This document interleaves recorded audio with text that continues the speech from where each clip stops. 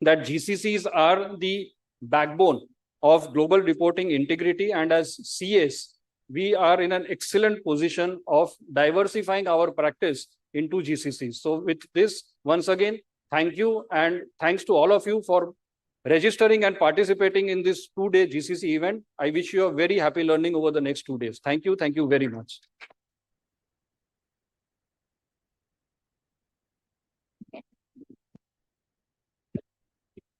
Thank you, Vishal sir, for our opening remarks for the session. And when you're talking about a session, it's global strengthening, financial reporting framework in GCC through CA leadership. When you're talking about the same, we have with us our two special panelists, that is CA Kamal Chhabra sir and Mr. Jangu Dalal sir. Mr. Jangu Dalal is the co-founder and CEO of GoViva, a pioneering digital platform that drives measurable and sustainable outcomes through ESG best practices for corporates, boards, and investors. With over 30 years of leadership in the technology sector, he has successfully led and transformed global businesses at Cisco, Avaya, D-Link, and Wipro. Holding global ESG board designations, he also serves as an independent director, consultant, and mentor, passionately leveraging technology to create social and environmental impact. With this special intro, I request Vishal Doshi sir and Gyansri Mishra sir to please felicitate the faculty for the day.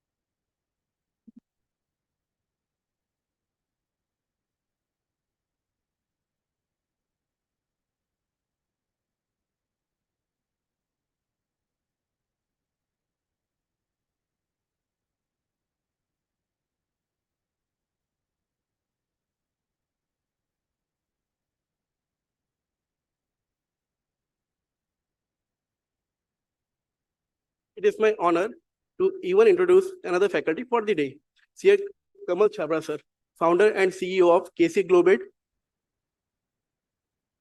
a global platform for professional education, a PhD in global finance education from USA. He is an expert of international taxation, finance, and accounting. With 2 decades of experience, he has trained thousands of candidates and professionals in more than 128 countries worldwide, bridging global qualifications with practical insights. He is also the author of 11 professional books on CPA, CMA, US taxation, and furthermore, contributing significantly to global financial education and professional growth in building our nation. With this introduction, have a big round of applause for both the faculties. I request our respected dignitaries to please take the session forward. Thank you.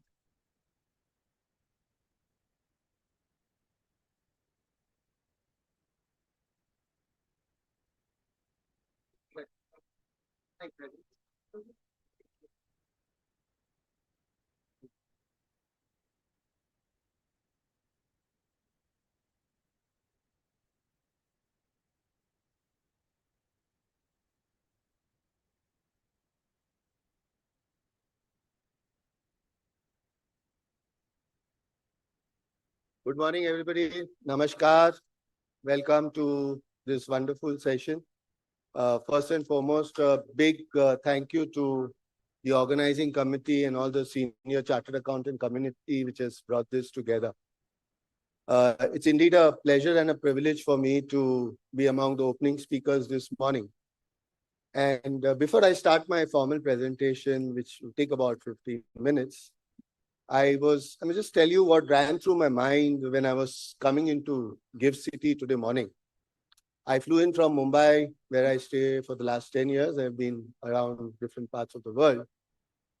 In the year 2007 and 8, and I was coming to the end of my 10-year stint at Cisco. And that time, I had the opportunity to come down to Ahmedabad, Gandhinagar, and meet with some of the people who are deciding policy. And as early as 2007 or 8, our Honorable Prime Minister, who was then the boss of Gujarat, had dreamt and envisioned GIFT City. As we all know, it then came to fruition, and the original inauguration happened in 2015. So, I have seen this journey over the last 17, 18 years of GIFT City, and I'm sure a lot of you are from this part of the world, Ahmedabad, Gandhinagar. You must have seen this. This was like a jungle 15 years back or even 10 years back. But slowly, one man's vision, our beloved Prime Minister's vision, today when you come into GIFT City, you feel extremely proud, don't we? How many of you came in this morning in your cars, vehicles, Uber, Ola, and there was a sense of pride in your chest? All of us, right? If you think about it, it started with one man's vision. And I would like to take the next 15, 20 minutes without being very bombastic or taking over your shoes to envisage a future vision for chartered accountants. What I think, what I see is happening over the last 30 odd years that I have been in the corporate world, etc. Incidentally, when I was at Cisco, I set up what was that time one of India's first GCC in Bangalore. So I've been through this journey. I've been on the other side. We started with one person coming down. He was a Gujuba actually. He came down from San Francisco, where our head office was, set up a small table in a business center. And today, I think there are about 25 to 30,000 people working in the GCC of Cisco. So I've seen that journey from the other side. I know the power of it. I know how it has evolved. And don't think of GCCs as a building with some people. Actually, if you aggregate all the GCCs of India, they represent corporate world of the entire planet of the world. Because any or big multinational or company has a GCC here, a lot of intelligent work gets done over here, and they are corporate world sitting in different parts of India. So again, when I was on the flight yesterday, I had a very smart and intelligent lady sitting next to me, and we had a long time to chat because my flight didn't land in Ahmedabad. You had a lot of varsad yesterday. So I was taken to Jaipur and brought back. She was a senior VP in a very large Indian conglomerate. So she was asking what you're doing, what I am doing. So I asked her, and I then created this slide on the flight itself. I asked her, what comes to your mind? She's a senior VP of a very large conglomerate. What comes to your mind when you think of chartered account? So first she started with P&L. Then she said balance sheet. I said, that's all. She said audit and assurance, compliance and control, regulations, tax, advisory, merger advisory, all kinds of things. This is what people think of us in the corporate world. My aim over the next 10-15 minutes to you would be that at the end of 10-15 minutes, I can get you to go away with these 4 letters, VACA, which we'll come to towards the end of this session. You may guess yourselves, I would have done my job this morning. So this is what we'll try and cover today very quickly. Now, if you think about the GCC opportunity, and I'm sure you're going to hear a lot of numbers between today and tomorrow evening, you'll get bored of those numbers and wonder which number is correct. But I thought, let me share with you this one thing, which is the multiple slide. Don't think of GCCs as creating 76 billion or you reach somewhere 64 billion by NASSCOM. These numbers don't matter. They are all in the 65, 70, 75 range. But the multiplier effect, the total output of this translates to almost 3 times, $240 billion. For every one person who's sitting in a GCC working behind a computer, there's a lot of allied industry which is happening. Entire townships are driving 5 times different jobs. Correct? So think of GCC not as the GVA of about 68 billion, but the total GVA of 182 billion. Anybody wants to guess what is the last recorded population of Ahmedabad? Any guesses? 80 lakhs? Correct, sir. May Google kairu and it came to around 85-90 lakhs. If you think of all the jobs, which is GCC, it is slightly more than our Ahmedabad. So think of this as the world represented here. The aggregation is a town and a city. Think of the opportunity. And what I've written below, you can accentuate and multiply this multiplier even further. So what is happening in the GCC world? As Kushal Bhai said, if you want to be in GCC, they are operating in India, but their head office, their reporting branch where the balance sheets are made is somewhere else in the world. So by its very nature, it is multi-framework accounting reporting, correct? Again, these are all very technology-led people. GCC is working on technology. They are going to and they are embracing technology. You cannot go to GCC and say, bhai, mare, give me a tally pack. They'll have sophisticated systems. They are global companies. From Europe, you have the Mercedes-Benzes, the L'Oreal, you name it, they are here. From US, from Wells Fargo to Citibank to Walmart, everybody is here. Any part of the world, someone or the other is here. And these are all leading companies. Even more leading companies will come to our GIFT City because they are at the forefront of finance. They are not going to use our standard stuff even when you think of digital. They are going to be at the forefront. What that means is, as a community, we have to be aware and be very, very convergent of it. Kushal Bhai rightly mentioned, and this is my business at Gaviva also now for the last 5-6 years.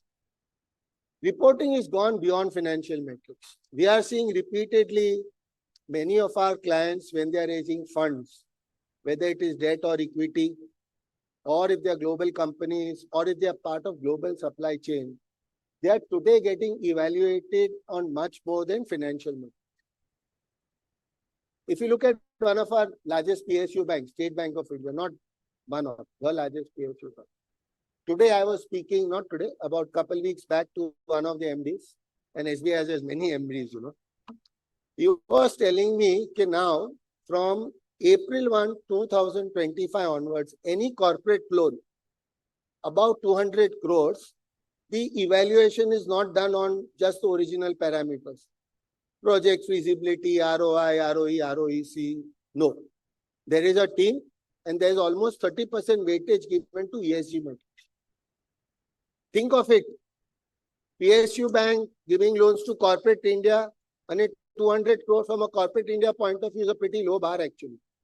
And that is going to trickle down. I deal with many clients who are in global supply chain. Auto component manufacturers, chemical manufacturers. We have some wonderful clients in Gandhinagar who are in hardcore engineering. They are supplying globally. They cannot exist, even talk to their buyers without ESG metrics. And the same phenomenon is happening in ESG. And then, and I will talk about this a little more, because financial and non-financial metrics are becoming important, these two standards are also merging. We are all accounting community. All of you familiar with IFRS? Correct? Why did IFRS start? Some 30-40 years back, sir? 2011, India my way. What was their objective? Before IFRS, there were multiple reporting frameworks. World is getting more and more one. You cannot have this. How do I see what this GCC is doing if I do report only Indus and not US GAAP? And US something else, something else. So the whole objective of IFRS was to harmonize. And they use the word harmonize, not merge or make simple, same. Harmonize accounting standards. Last 2 years back, In 2003, IFRS, the UK body, they created a separate sub-body called the ISSB, International Sustainability Standards Board. And they have now been mandated कि भाई आपने जो accounting में किया, please do it in ESG. So think about it, friends. What is driving our business globally is IFRS. IFRS now has ISSB, which is about harmonizing global reporting ESG standards. Because the ESG world also, Europe, America, India has its BRSR.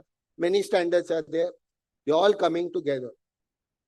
I read a report, my co-founder and partner Shailesh Haribhakti, some of you might have heard of him. He's a renowned chartered accountant like all of you here. He's on the ISSB committee in London. He had gone there. He was telling me they showed a chart over there that for harmonization of financial accounting, if the graph was going like this, for ESG, the graph is moving 2x faster. That means the world is becoming very, very conscious about it. Now, why is ESG becoming important? This is a study put together by PwC, EY, and many others. We are all chartered accountants. We like numbers. Whichever number you look at it, and some of these look very astounding, 80%, 88%. But these are real numbers. I have seen it in my journey with some of my clients. End of the day, all of us want, what does a businessman want? Return on his equity. Comprehensive studies have shown you can get as high as 7% point more. Now, when you're talking to GCC also, they came for cost, they have stayed for quality, they have stayed for trust. They also want to marry this because their parents are doing this big time.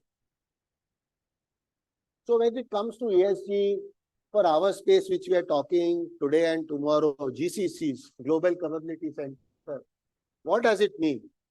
Environment, social governance, today is a highly metric, numeric, auditable business.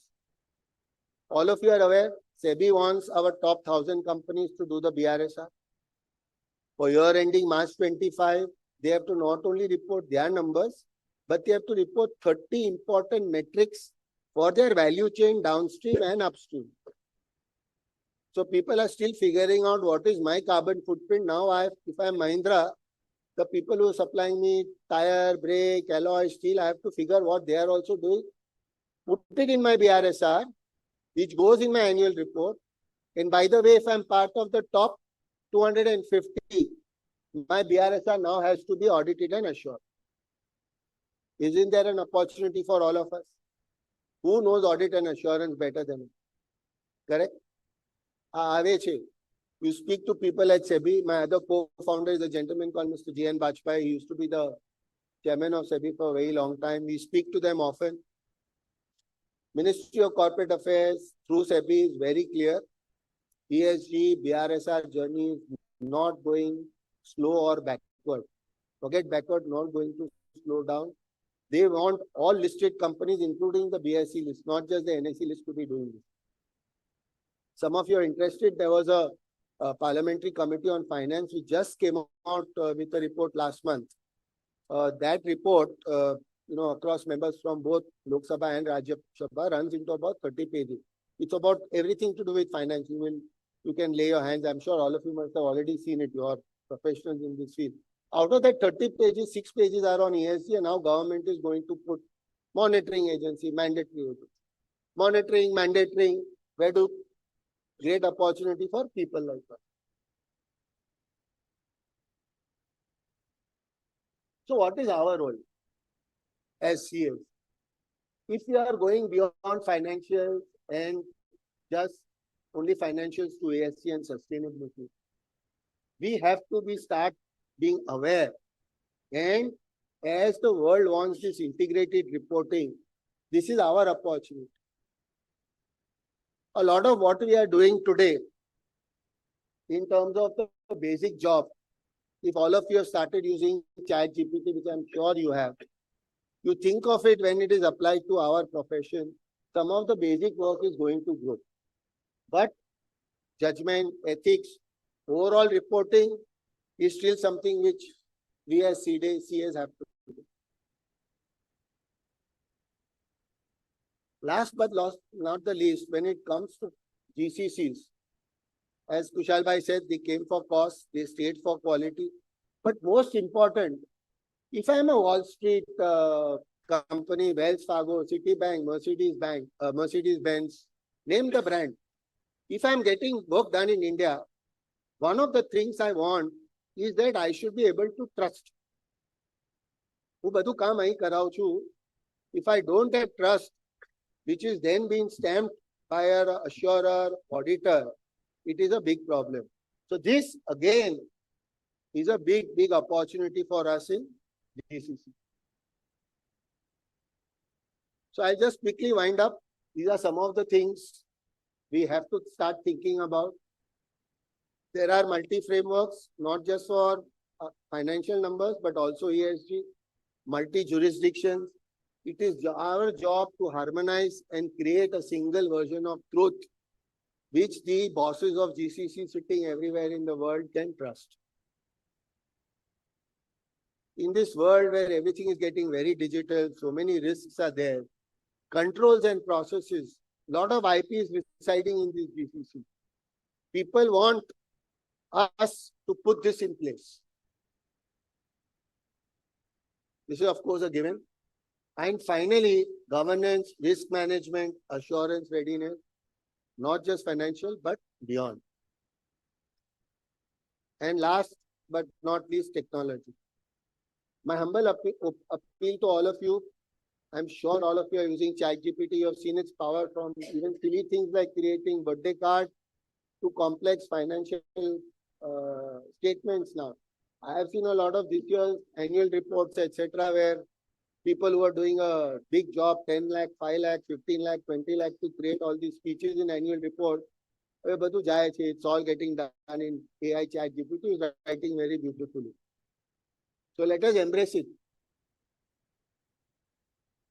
So I will leave you with this thought, whether it's GCCs or anything, especially for GCCs, everything is lying in the centers for those global owners.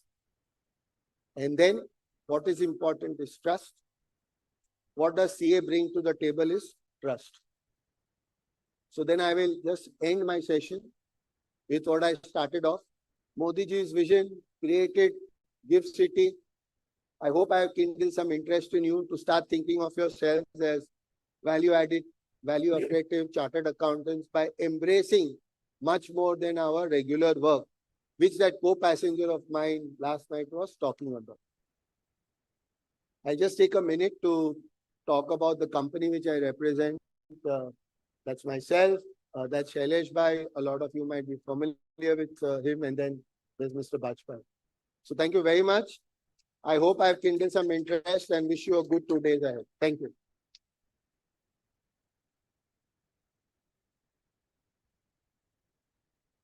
Thank you, Jangu sir, for guiding us all about ESG, sustainability, and much more. Now I request quickly Kamal Chhabra sir to please guide the members to way forward.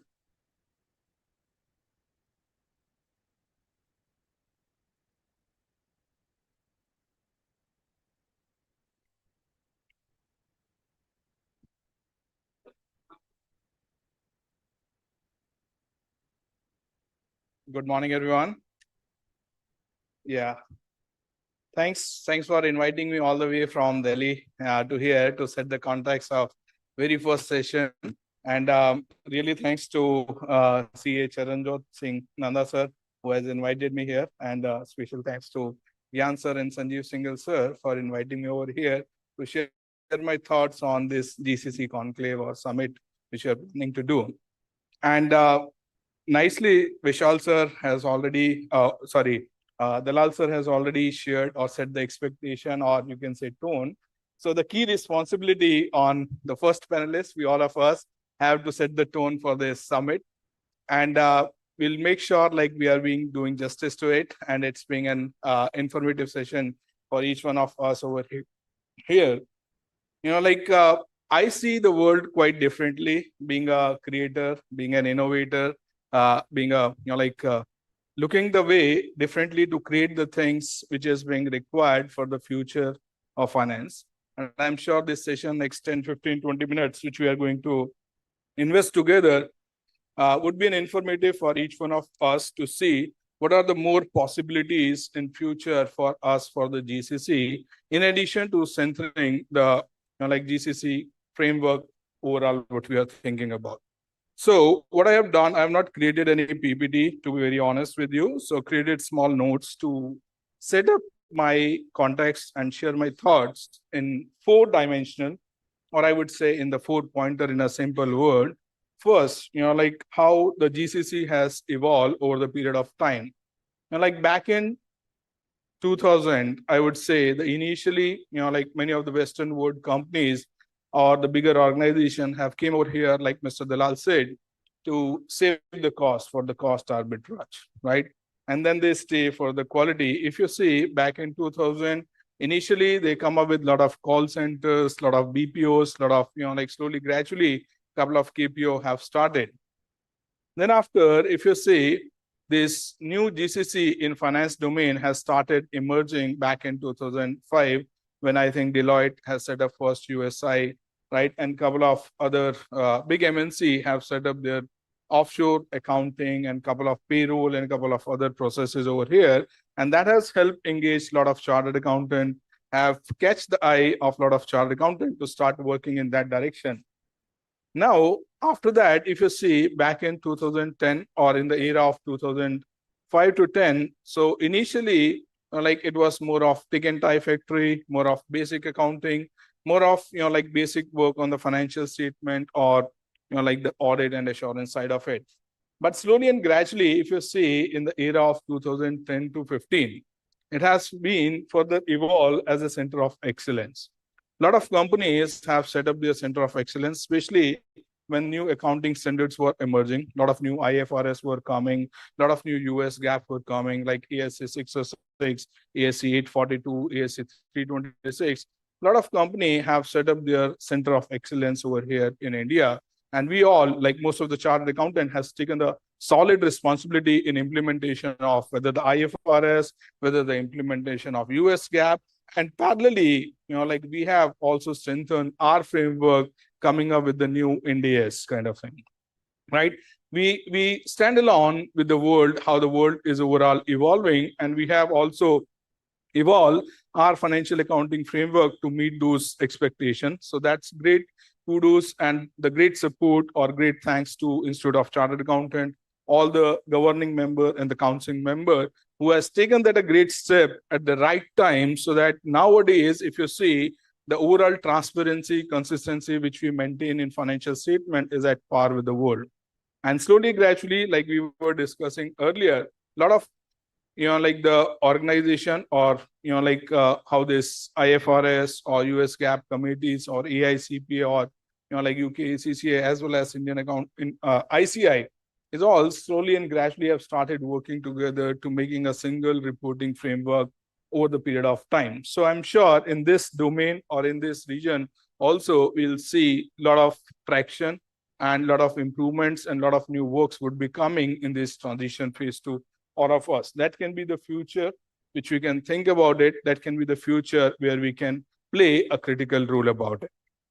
Then after, if you say in 2015 onward, when most of the big companies have set up their offshore center, a lot of accounting, auditing, tax, transaction advisory, M&A work over here, many of us, who are running the mid-size, small-size chartered accountant firm, have also started thinking how we can expand our business to this global world and how we can be the part of this bigger pie. And you won't believe it, in 2015 to 25, where we are sitting currently, we have more than 1,900 GCCs over here. And you won't believe it, majority of them are being run by chartered accountants. So we all should be proud on, accepting and adopting those change, right? So we are the change maker.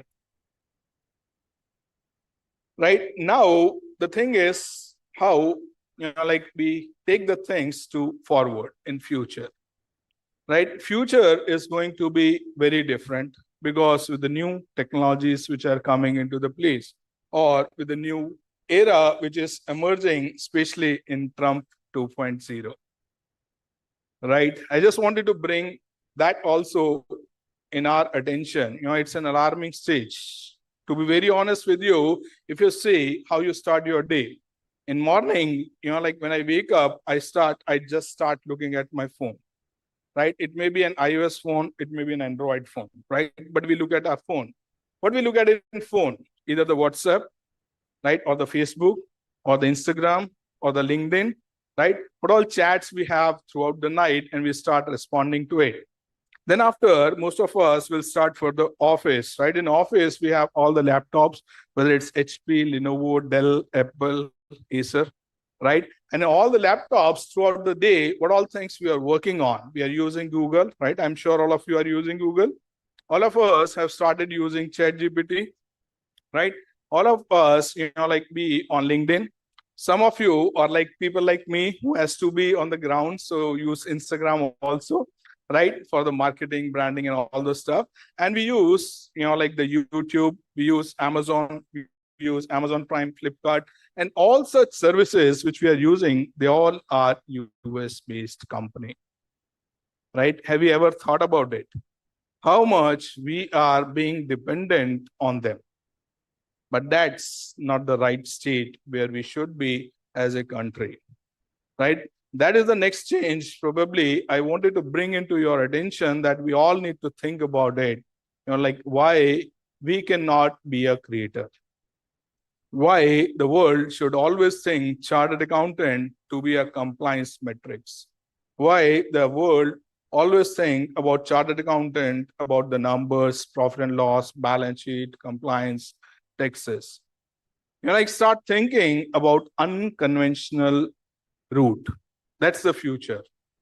To be very honest, like we are very good at number. We are good at very compliance. We are good at, like all the regulatory requirements. But if we build the capabilities, or if we tie up or partner with the tech, that is the future I foresee as an innovator, as a creative thinker for the chartered accountant domain, and especially for the GCC. Like we were already discussing, like back in 2000 when they have came up. They came up for the costs, right? All the Western world have came up for the cost. Then they stick to quality. But next era, when you think about agentic AI, when you think about generative AI, when you think about robotic process solution, when you think about, like the machine learnings, when you think about bots, where do you think we stand? That is the question, or that is something take away for each one of us from this session, which I wanted to bring into your knowledge. There are problems, but at the same time, the creative thinker or innovator have generally in the world have come up with a solid solution. That solution we need to create. Yeah, I can share some of it. Maybe any of you be interested in it, right? Because Gujarat is a city of entrepreneurs, right?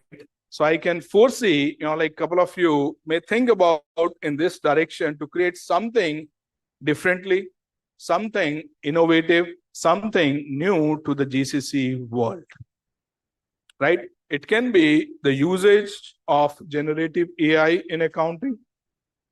I'm sure like many of us have never thought about it, but you won't believe it, this monster which we are thinking about, generative AI, can be effectively utilized if we put in the right way, right? The important thing is that creative thinking. Being an accountant, we always think about preparing balance sheet, income statement, cash flow statement, notes to accounts, tax return, GST return, and all those things.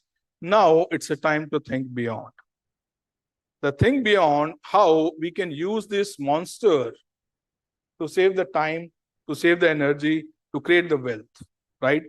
We always be a great wealth management people, right? Now it's time for us to create our own wealth, right? How we can create our own wealth through the solution which world can accept it. That is the idea of, like setting up this GCC summit, that we think differently.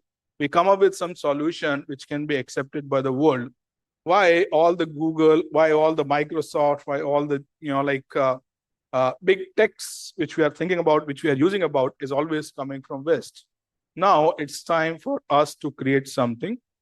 And being a chartered accountant, to be very honest, we evaluate the things very critically, right? And we have those knowledges, but we work as an advisor most of the time.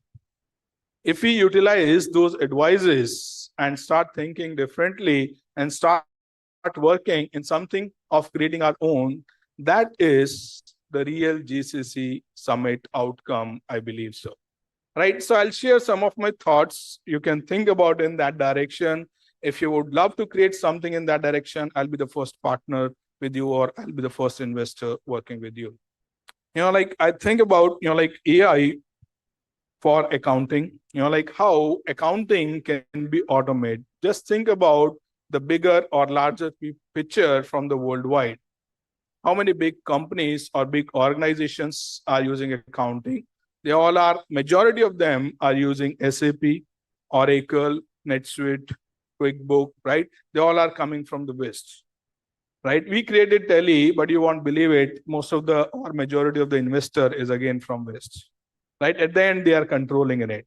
But now it's time to create something to automate the accounting that directly capture all the information from invoices, from the bills, from the receipt, from the reconciliation, from the bank statement, and do the automation in accounting. That is something doable. To be very honest, all the thoughts which I'm sharing with you for the chartered accountant is all doable, but we need to think thoroughly to it. We need to sit and create a roadmap to it, and we need to stick to the implementation of those plans. Second, AI-driven real-time audit tool. So, like none of us have ever think, like a couple of years back when this data analytics tool have came, right? Majority of the audit firms and majority of you nowadays might be using the data analytics tools, right? So data analytics tools for auditing, what exactly it do? It take all the data from the client, right? Put into the system and extract the all desired report, which you can use as an information in taking up the decision, whether at the beginning for the risk assessment, whether during the audit for all the analytical procedure, or at the conclusion of the audit as an overall analytical procedure, or reviewing all the trends, all the dashboards, and all the, you can say, possible outcomes from those data analytics. But before that, have you ever thought about these big companies like, like the banks, maybe SBI, maybe ICI, maybe HDFC, or maybe all the big companies, how this big data as an auditor, we can do sampling? We never thought about it, right? But the data analytics tools, which has came, has helped us doing and analyzing all the big data.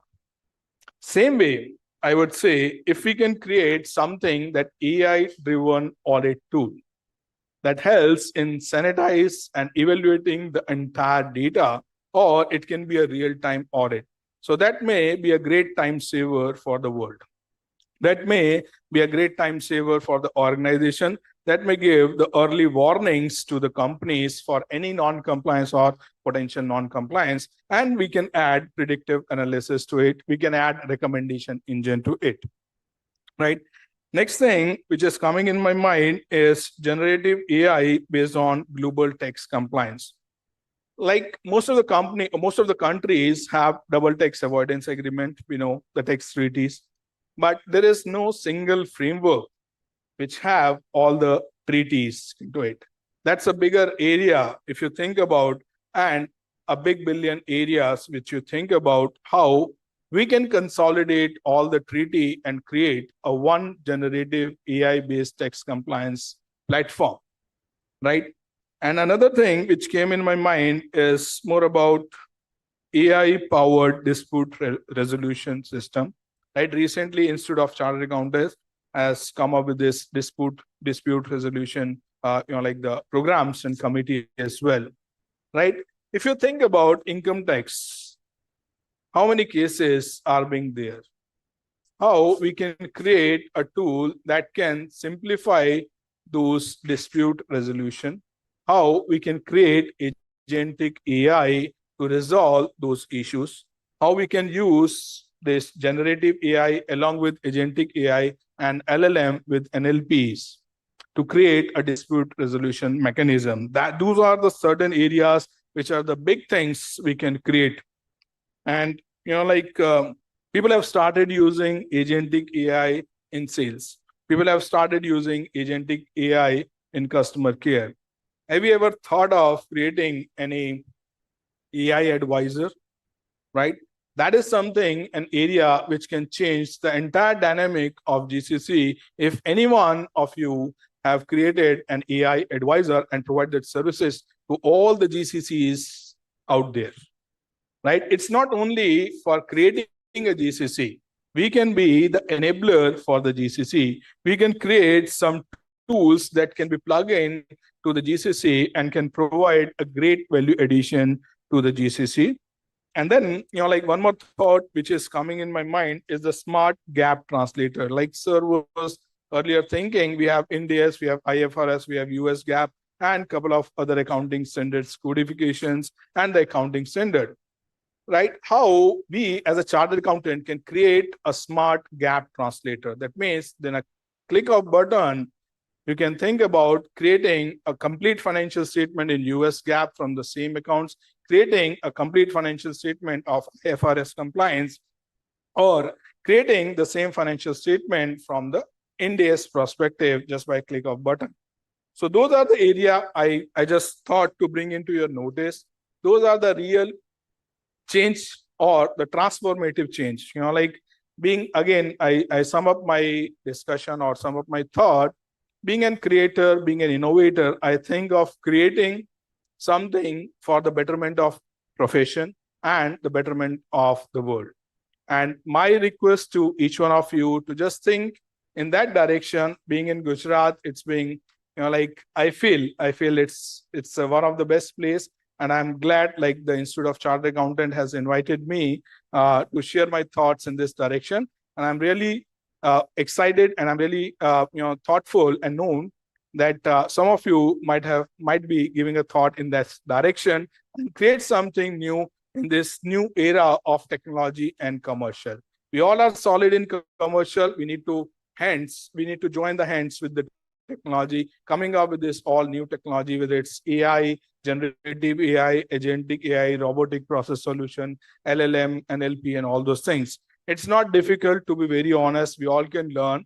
Luckily, I also learned in last couple of years only. But you can also partner with some tech people, and we can create some great solution for all the GCCs of future. Right? Thanks a lot. Thanks a lot for patiently listening to me. And I hope my thoughts are informative and helpful to each one of you. Thank you, everyone.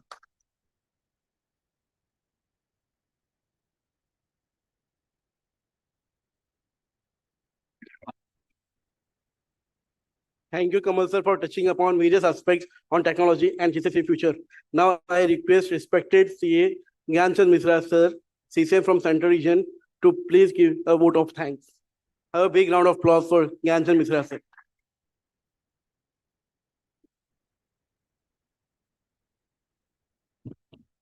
Thank you so much, Sameer ji. On the dais, two distinguished speakers, Changu Dalal sir and Kamal Chawla sir, my council colleague, CA Vishal Doshi ji, CA Neero Agrawal ji, chairman of the branch, respected council members of the dais, and of course, all the participants, good morning to one and all. It's indeed a great privilege for me that I am proposing this first session's thanks. And when it comes to GCC, it's just one word ahead to me. I am GC, this is GCC. So, friends, the next C is about the credential and capacity, what the chartered accountants needs to build. And now the time has come when a country like India, which is prospering at the best growth rate across the globe, it's now a great responsibility on us that we should come out of box from the books of accounts. And we should think global And we should think how our contribution could be beyond the audit and taxation. And probably that's how this wonderful session for 2 days have been devised very carefully and very scientifically. All the topics have been chosen and start has been very good. We have witnessed that both the speakers have told how to move ahead. Like Jangu sir has given two very important things, that this is the time of the chartered accountants to go in GCC, and beyond financials. We should think beyond financials like ESG and other areas which needs to be explored. Using of artificial intelligence, well said by another speaker, Chhabra ji, is the future of the profession. And so it's time that we should embrace the newer versions of the practice, and we must ensure that the contribution of the professionals of the chartered accountancy profession should be in the mainstream. Other than this, being the council member of the institute, I would like to say two more important things. How many of you know about the aggregation of the firms? Can you raise the hands? I can see few of the hands are here. But friends, there is one very important committee in the institute, aggregation of the CA firms. See, whatever we are discussing today, probably this will not come into the picture practically until unless we have a good team. And for having a good team, we must aggregate now. Government is looking that India should have big four like chartered accountancy firms. How that is going to be done, I am sure about it. Until unless aggregation is done, that is not possible. So to come to the GCC, first we need to aggregate, merge, have a good team, have good technology. Then only we can think over that we can go for a global level event like GCC. I'll not take much time. I understand the paucity of the time because other session is lined up. I'm so much thankful to the organizing committee, especially Abhay Bhai, Sanjeev Bhai, and my good friend from Ahmedabad, C.A. Purushottam Khandelwal. I can't see him in his absence here. And of course, Chairman sir, who is smiling, Jai Bhai, and of course, all the Gujarat council members. They have done tremendous hard work to organize such a wonderful this conference. And I'm sure that this is going to be beneficial to all of us, and we shall take the legacy of the institute towards the redeveloped Bharat. Thank you very much for patiently listening.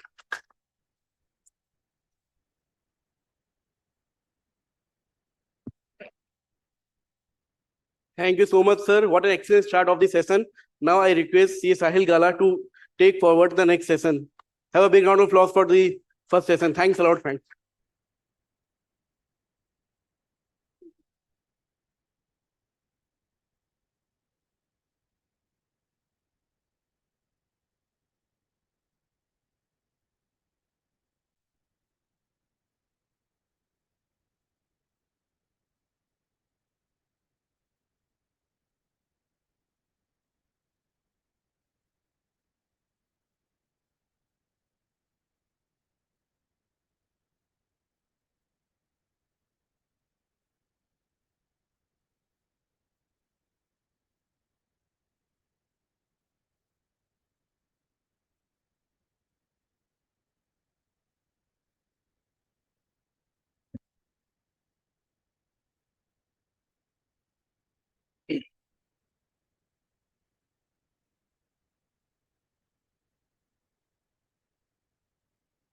Good morning, all. Welcome to the second session of the second edition of GCC. I would request the dignitaries, our Honorable Past President, CA Sunil Talati, sir, Jakshesh Shah, sir, Chairman of QCI, Rakesh Sinha, sir, the Founder and CEO of Quints Global Private Limited, and Jay Chara, sir, the CCM, to please come on the dais.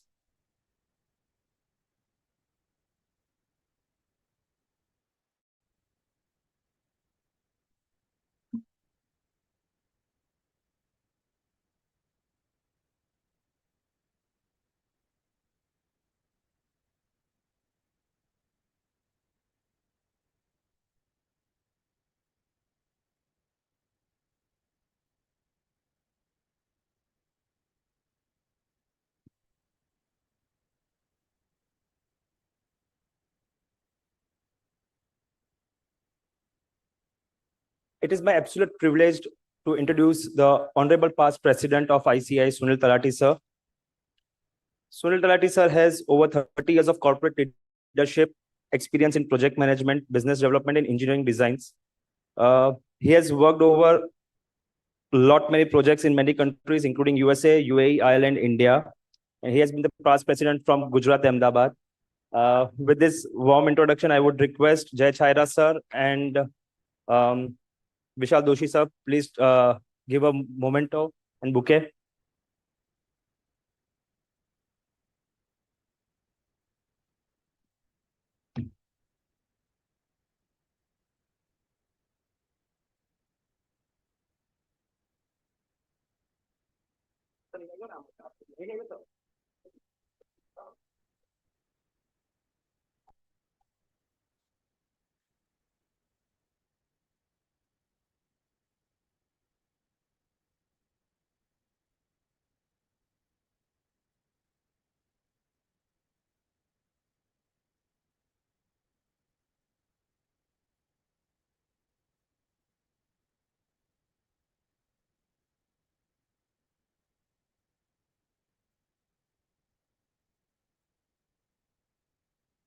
Now it's an honor to introduce the faculties for the session. Jakshesh Shah sir, who is the founder and CMD, Savvy Group Chairperson, QCI.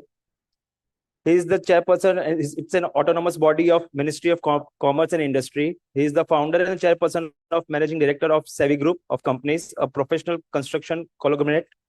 Further, he is a former chairperson of the CREDAI, the apex body of private real estate developers in India.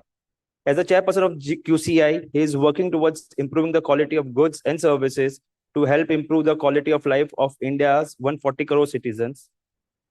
We have another faculty for the session, who is Rakesh Sinha sir.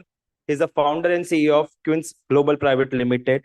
He is a trailblazer entrepreneur, CEO and founder of a platform for the GCC GBS space. Recently honored as the People CEO of the Year at the People First HR Excellence Award in Dubai. He brings over 2 decades of expertise in advisory, operations, business transformations, and technology. He co-founded Quince Global, awarded the NASSCOM SME Inspired Awards in 2023, and established SSF Global in 2011 to build the GCC ecosystem, authoring, pioneering, research, and delivering impactful transforms. With this brief introduction, I would request Jai Chaira sir to kindly felicitate the faculty for the day.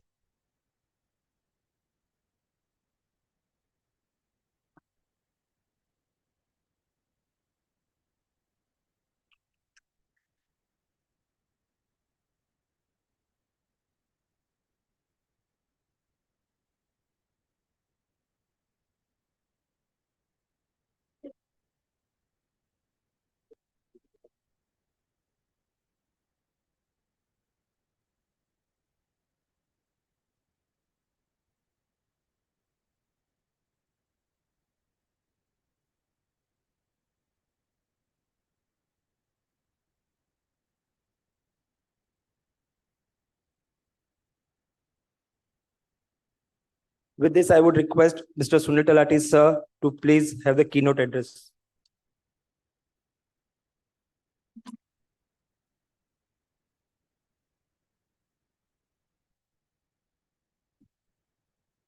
All the honorable Central Council members of the Institute, chairman and office bearers of the Ahmedabad branch, my colleague speaker, Mr. Jakshesh, Mr. Sinha, and my dear friends. Well, when I was told to come and speak on this GCC, I was wondering whether I'm a proper and fit person to speak this. Because at the 75, when one plans to retire, I thought, let me learn something which I don't know hitherto. And more than that, I felt, let me ignite the fire amongst you to learn various terminology which were hitherto a foreign words for many of chartered accountants. If you ask what is ESG, if you ask what is BRSR, many of them were not knowing. And many of you who filled up your registration form for participation, I think after you read GCC, you realize what the full meaning and full words of GCC. What I'm trying to tell you is, friends, the times have changed. As mentioned by Mr. Dalal in the beginning, from P&L account and balance sheet and from audit and internal audit, and finding out faults. We chartered accountants now have reached a stage that we have to think not only out of box, but we have to act, which hitherto most of the chartered accountants were not doing. And that is why competitors like ACCA and other chartered accountants or other professionals are trying to jump in the area which is the domain of our chartered accountants.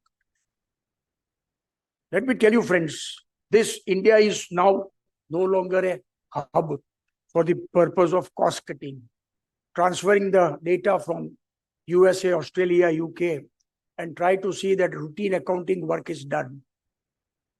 But it has now developed as a real capacity and capability building center world over. The time has gone that yes, it was only in outsourcing of accounting. Global capacity centers has evolved from being back office support to becoming a center of strategic decision, innovation, and digital transformation. And when I say digital transformation, not only computer and software, but blockchain and AI in particular. AI, many chartered accountants and many lobbies are feeling they are going to compete or replace chartered accountants. But let me tell you with certainty, authority, and full confidence that AI is going to help us, enable us more than that. It will be a best friend of a chartered accountant to enable him, but hitherto he was unable to do individually. And AI will be the most helpful tool for that purpose. And we have therefore to learn that. Finance and accounting, as you say, F&A, is the heart of all chartered accountants, is the heart of transformation, what is happening in GIFT City, ensuring global compliance, governance, and more than that, value creation. What is now required to be done by chartered accountants is really create value creation, enhance value creation. And for that, personal contact and efforts of institute must be appreciated, friends. World over, you must appreciate it, you should feel proud that ours is the only institute which is taking so many proactive measures like organizing this kind of seminars, including a certification course on AI, on BRSR, and many chartered accountants are taking part of it. I was happy to one young person who just started his practice 5-7 years before, saying that now I'm exclusively on ESG. I don't do audit, I don't do tax. I want this kind of chartered accountants from all of you, some of them, when we meet next, that you can proudly say that, yes, I'm now exclusively on GCC and not doing routine audit and tax. That's what the sole idea of today's meeting is. The global capacity hub earlier and now, what GCC can do. More than 50% of world's top 500 companies have set up GCC in India. Imagine the importance of that. Top 500 of the world, more than 250 of them have opened offices, GCC in India. Some of you must be aware or some of you must be working also. 7 USA CPA firms have opened their office in Ahmedabad. None of them are employing less than 200 chartered accountants to do this kind of work. That's the potential. That's the growth they envisage in India. And that's what we are providing them outside India. More than, besides this 50%, finance and accounting functions often first to be offshore. And now we are moving to judgment intensive roles. As I said, not only outsourcing work of account, we do audit here, we do IFRS here, we do India, knowing India as well, we can apply IFRS there. We do collaborations, we do consolidation, and then give the report to the required entity. Risk and management compliance, risk and compliance of management, business performance analytics, ESG, integrated reporting, shift from support to strategy. GCC in India are handling FPA, that is financial planning and accounting, treasury, audit analysis, forensic accounting, AI-driven risk monitoring, and various kind of other such work. So that's where we have now to diverse our practice to. And therefore, why in Gujarat? That's very important. That we have to see that, yes, Gujarat becomes one of the biggest hub in India and for that matter in world. And what are the advantages? Gujarat offers not only financial talent, but also engineering, IT, data science graduates, and making it integrated GCC. And why? You just appreciate what we have in Gujarat. For that matter, in and around Ahmedabad. We have IIM Ahmedabad, we have IIT Gandhinagar, we have Nirma University, we have Pandit Dindayal Energy University, we have Gujarat National Law University, which is considered to be one of the finest law colleges. We have MS University at Baroda. We have now latest Ahmedabad University, one of the finest building and finest tuition classes and coaching. And therefore, Gujarat is now really leaping ahead compared to so many other states, particularly if I want to say, compared to Hyderabad and Bangalore. We have, as a Gujarati and from Gujarat, we have to see that yes, the time is not far, that this entire area of GIFT City is as big or as wide as you see in Hyderabad Ring Road. That's what the dream is, that's what the idea is, and that's the intention of Institute for calling such GCC meeting friends. Now, therefore, call for action. India, in Gujarat particular, has potential to now the center of global finance and capacity building. We must continue to upskill our financial talent, integrate digital technology, and position Indian professionals as global leaders. Friends, we are now taking proud. When I was president, we were telling we are the second largest institute in the world. But since 2 years, we are the largest institute of chartered accountants in the world. So far as the strength is concerned, number is concerned. During 2007-8, from 1949 to 2007-8, we were only 1,45,000 chartered accountants. 1949 to 2007. 2007 to 2025, now we have 4,75,000 chartered. Last results, we gave results to 14,000 students who became chartered accountants. Now imagine the growth, and simultaneously, don't be afraid of the competition. They are not going to invade in the area where routine traditional practice is there. They are going to be part of this GCC and various functions that this GCC is now going to give you in next 2 days, friends. If you remember, when I was president, I was giving a quote of 4 lines. I adore my profession. I salute my institute. I respect my council, and I'm proud to be a chartered accountant. Today, friends, I want to give a coin, a nice sentence for GCC and for Gujarat. If the world is looking for trusted finance talent and innovative capability, India has the scale and Gujarat has the spirit to deliver. Each one of you must develop that spirit. And so my idea and my dream is that today we call when Global Capacity Center GCC. Next time when we meet, maybe after a year or so, it should not only be GCC, it should be GGCC, Gujarat Global Capability Center. That's my dream.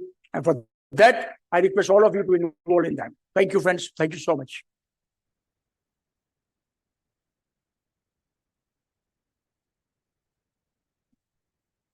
Thank you, sir, for keynote address. And I'm sure that in future we might have GGCC so that the Gujarat Global Capacity Center can be there in future. With this, I would request now the person who was one of the founders in the real estate in GIFT City, who had and who is building one of the most real estate in GIFT City. With this, I would request Jakshesh sir to kindly come and address the gathering.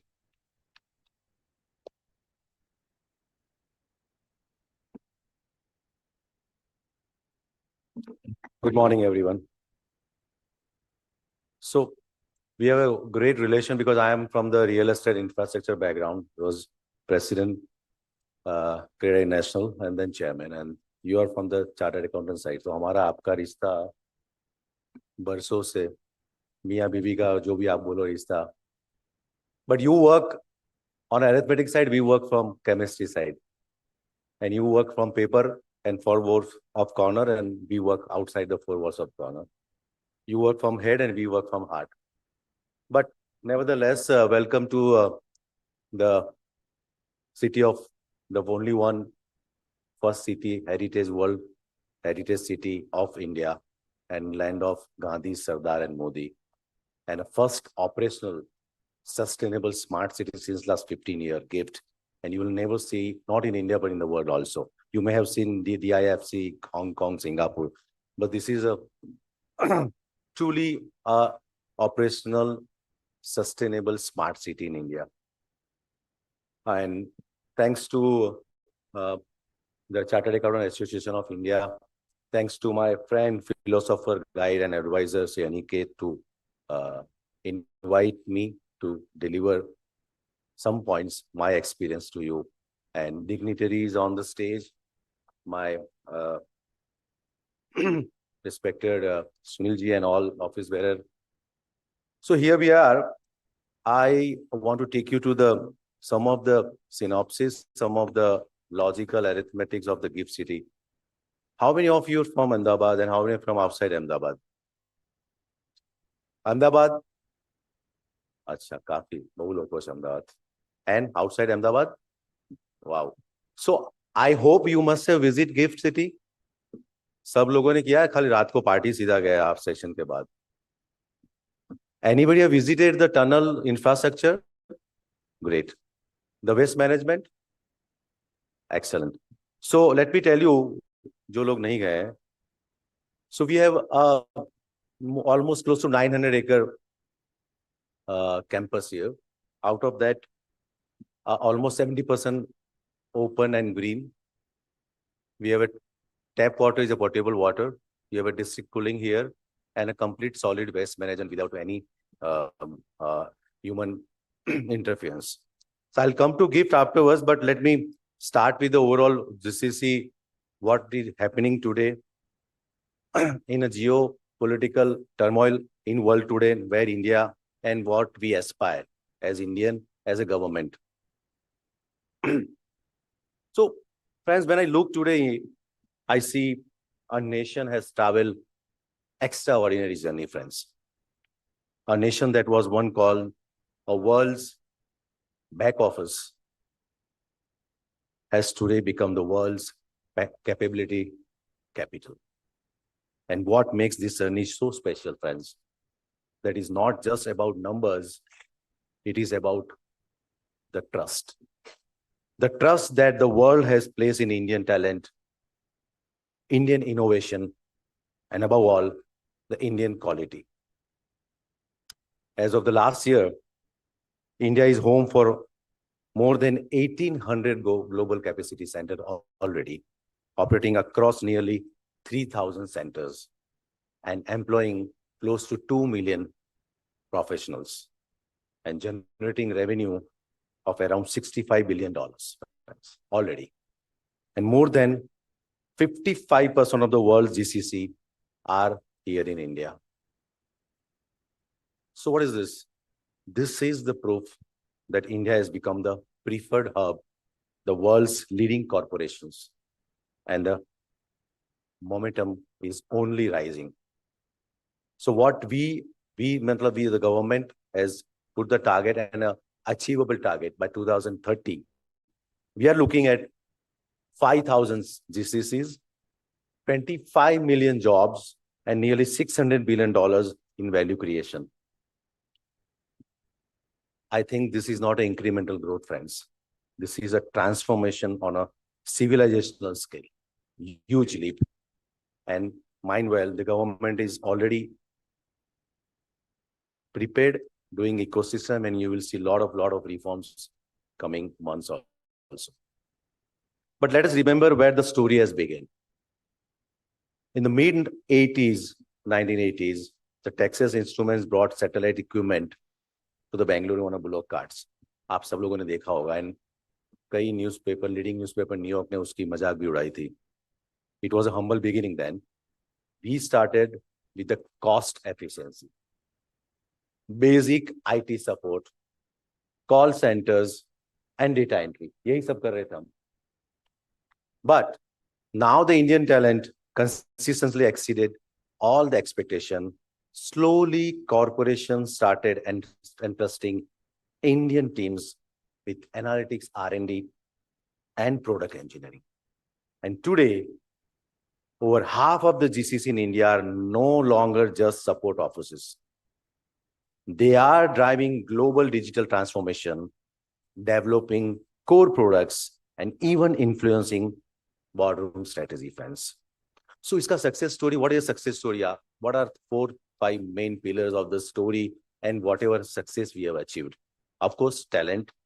मेरे पास काफी data है. I'll share you, but because limitation of the time, we have a talent not only in India around, but overall talent कितना हम pull कर रहे हैं, and what is the goal for government. Second, policy and infrastructure. You must have seen all the policy, even including incentive subsidy. I think Gujarat is one of the top in that incentive and subsidy. And third, innovation ecosystem. India's 180,000 startup and hundreds unicorns are not on the sidelines, friends. They are feeding GCCs with fresh ideas and agility. But we cannot be complacent. The next opportunity will not be cost or even scale. It will be about leadership, about innovation and integration. And we must assure the GCC in India are not just delivery center, but true strategic partners. And we must prepare leaders who manage global P&Ls and not just processes. And we must invest in tier 2 and tier 3 cities so that the next wave of capability is more inclusive and widespread. And more importantly, we must avoid being satisfied with the good enough. The world is moving fast. AI, automation, and digital disruption will not wait for us. So now I'll come to the why GIFT, because we are GIFT. We are one of the first, we are one of the biggest real estate developer footprint in GIFT today. Almost 7 million square feet, partly deliver and undergoing. So आप लोगों को, because you are chartered accountants, the overall air water quality. So GIFT में अभी air quality index is hardly 20-25 against any metro city of 300-400. Tap water is a potable water, आपको पता है, low TDS of 100. And the overall infrastructure आप लोगों ने देख लिया है. The FSI what developer, because the land maximization, land monetization is a most efficient in GIFT today. We have almost 14 to 15 FSI, friends. Because why? We can give product as a considerable rationalized rates. With all the standard SOPs of the construction and a quality, we have a single window clearance. We don't have to go outside the GIFT for any permission, whether it is a NA permissions, title, land, lift, fire, anything. And it's no single red tapeism. Because I am speaking from here, it's by oath. We have not even किसी को चाय भी नहीं पिलाई है last 15 साल में यहाँ पर. So that's the story. And the rate, most importantly, rate is not more than 70 rupees per super bill for the rent. With this infrastructure, with this quality at GIFT. So the growth story, as you know, this is a 15-year-old infrastructure. When Honorable Prime Minister was Chief Minister, he saw the seeds of this smart city.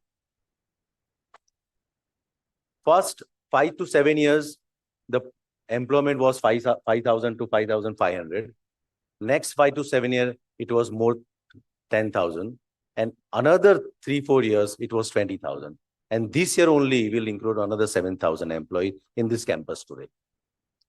And the next, by 2030, we are committed 1 lakh people will be working, because it's not a rhetoric thing. We have already committed under construction and deliver and given the rights of the construction is 50 million square feet. 50 million square feet. 5 crore square feet construction area. Conservatively, the investment would be with the FSI rate is 1 lakh crore. Conservatively. मैं खाली उसको construction cost, furniture cost and FSI is 2,500 and furniture cost and IT support. This is committed. This is committed, Sunil bhai, already. All the big players, you name it, they are here. All the big fintech, they're all here. I don't want to name into this. And of course, IFFC authority, only one in India. The coming months, coming years, next month, they will declare, because this is epicenter, this is a triangle, this GIFT city strategically located between Gandhinagar, Ahmedabad and Dholera city. October next, they will declare a Commonwealth. The sports arena is around here. The student corridor, knowledge corridor is around more than 10 to aapne Sunil bin abhi bataya, 10 to 12 colleges, universities around here. So there is no problem of talent because already they are working here last 4-5 years. The Olympic city in Summer Olympics in 2036 will be played just beside this, the Karai Academy, and between the airport in the bridge. So what I am telling you, this is the real infrastructure sustainable growth. So abhi kya hai aur? What is cherry on icing? क्या खुल रहा है gift में? कोई बोलेगा अभी मुझे? किस बात की कमी है? एवरीथिंग तो मैंने बोल दिया. Sorry. Okay. There you go. So कब से शेयर आया हो रहा था, अभी already शेयर आ गया है social infrastructure. So I am glad to inform you that officially, legitimately, they have given permission for the wine and dine and gift. You can consume and you can invite your friends also. This is already done. सबको अभी भी ताजुब हो रहा है. This is already done. And we as a Savvy, we are bringing India's top brands. I cannot name already. अभी next month आप सुन लेंगे. Top brands in GIFT City, including आपने जितने भी Aero City में या Cyber City में देख लोगे. In our building only there will be another 40 brands in next 6 months and around all. So what makes this cherry on icing is a perfect infrastructure, sustainable infrastructure with a good rate and with the good SOPs from the government support and this infrastructure social. So we are all inviting you to become a part of this journey. जो journey अभी शुरू हो रहा है. This Ahmedabad GIFT Gujarat journey with 100% support from the government and authority. This story has just begun, friends. Thank you once again for listening me. आपको कोई भी data, anything requirement for this, जितने भी numbers मैंने आपको बोले हैं, our team is here, Shreyans and Aryan and Kunal all are here. You can check within in the next session all the numbers. So in last, I'll just say the last line with completing Dr. Abdul Kalam's once said, that is quality that differentiate a developing country from a developed country. That thought is at the heart of this journey, friends. Thank you. Jai Hind. Thank you.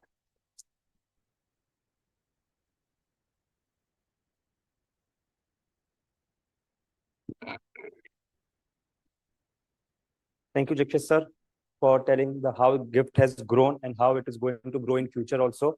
With this, I would request Rakesh Sinha sir to kindly take on the next session.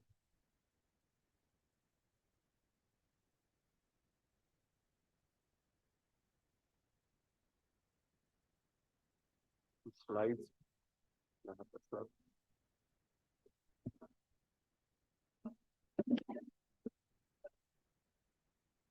Respected dignitaries, the council member, the central council, the regional council members, respected industry colleagues, ladies and gentlemen, very good morning.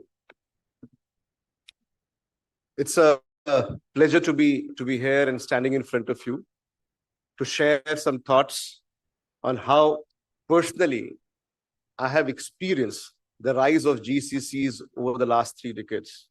Been part of that industry, been part of that evolution, and seen how it has changed, evolved, and transformed over the last 3 decades. Please bear with me, I have a bit of a bad throat. What is important is also to see what has happened, but at the same point of time to understand what it will take further to continue to build India as the GCC capital of the world.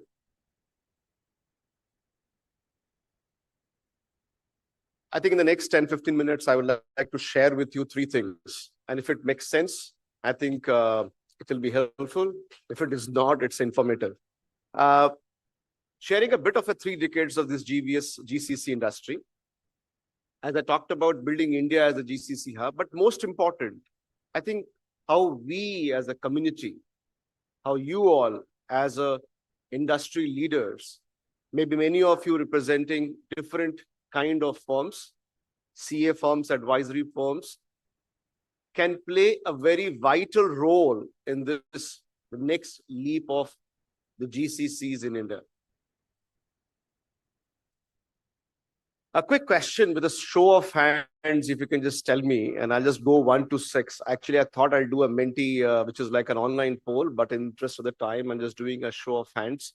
You know, you have heard since morning, a lot of us talking about that the GCCs came to India because of the cost. But I have listed down about 6 reasons on this slide. In your opinion, why GCCs are set up? Whoever believes option 1 as the right option can raise your hands, and with a show of hands, option 1. Whoever can pick option 1, which is consolidate on offshore transactional work. None of you believe that's the reason? Interesting. Cost optimization. How many of you believe the GCC is set up for cost optimization? Very nice. Good to hear. Good to see some hands going up. Right. Efficiencies and enhanced customer experience. How many of you believe that?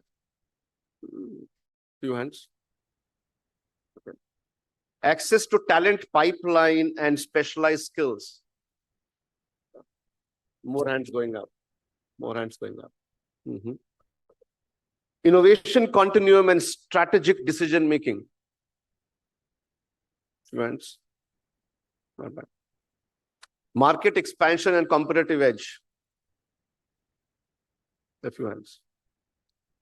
So interestingly, there is a research data, and this is something based on the research data just to share with you.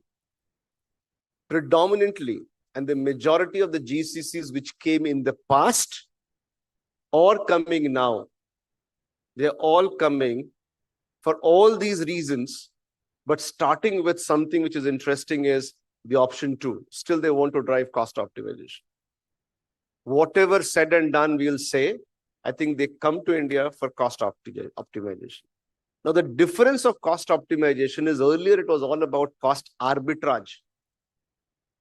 Now, it is not just about arbitrage. Arbitrage is what happens, the cost of resource in, let's say, US or Europe or UK, and when you bring the role to India, there's a 50-60% of arbitrage. That is only first 1 year, the first time. They're not coming for the first year optimization. They're coming for a continuous optimization. And the continuous optimization is only possible if we have innovative ways of performing the same thing. And if you perform innovative ways, you need to be creating innovational center of excellence or center of expertise, and I'll talk about that. And that's where the talent becomes very, very important, and the talent starts playing a global role here. Just to give you a quick view of the last 3 decades. As we all talked about, started with the labor arbitrage. Let me also interestingly confess that many of us who were part of this GCC industry and respected dignitaries on the stage as well, we landed in this industry by accident. Okay. We just came in this industry without even having a clue of what this industry is all about. And in the last 3 decades, we have seen it evolving very differently. I think my previous speaker, he was talking about Texas Instruments. It came 40 years ago to India. 40 years ago. And it was supposed to do engineering services, CAD/CAM.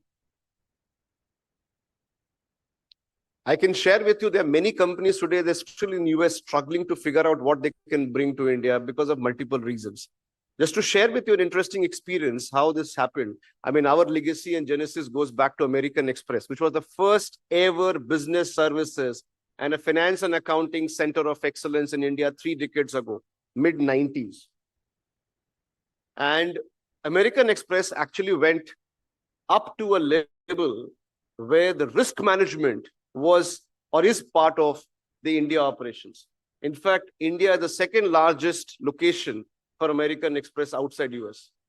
And post-Amex, I mean, you'll find many GCCs these days, they're all led by people who would have their humble beginning at American Express 2 decades, 2.5 decades ago. They're leading the large GCCs today. The next one, the big one, was the GE, and then many more to happen. It started with more of a banking financial services industry, and then it became part of pharma, retail, and you name the industry. Today, we are talking about media entertainment, like Warner Brothers is having a large center in Hyderabad. The difference of this entire evolution is, while many of us landed by accident, but we started to reinvent ourselves, to reposition ourselves. Our initial narrative was, give me some more work because we are going to perform cheaper for you.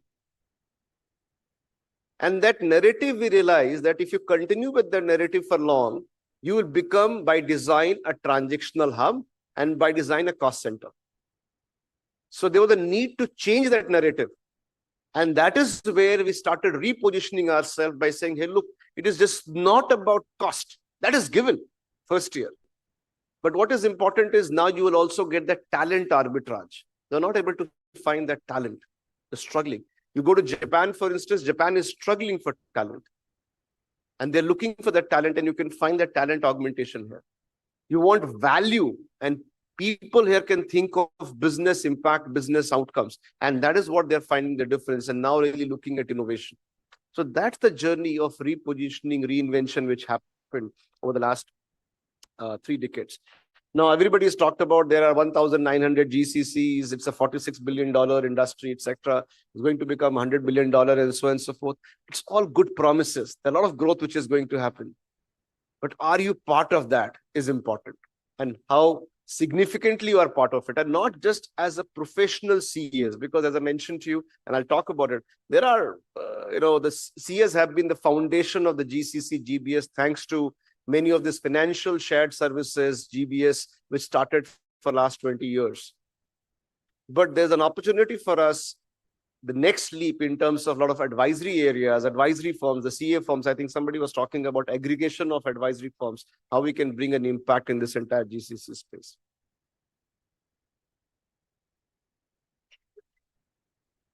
Very small to read, but just to give you a flavor of the way it has all evolved over the last 3 decades. I was talking about American Express and GE here, and then how you can see over the years, this graph has grown, and I could not place everything into one slide. So I left it pretty much till 2020, and I said, okay, there's more which is possible. We have a lot of this data. This is research-based data, and how it kept on evolving.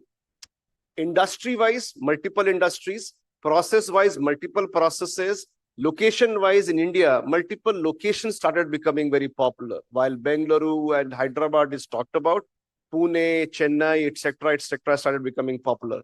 Just to give you a quick flavor of that, I was talking to Jay Chowdhury, who is known as the architect of tech ecosystem in India.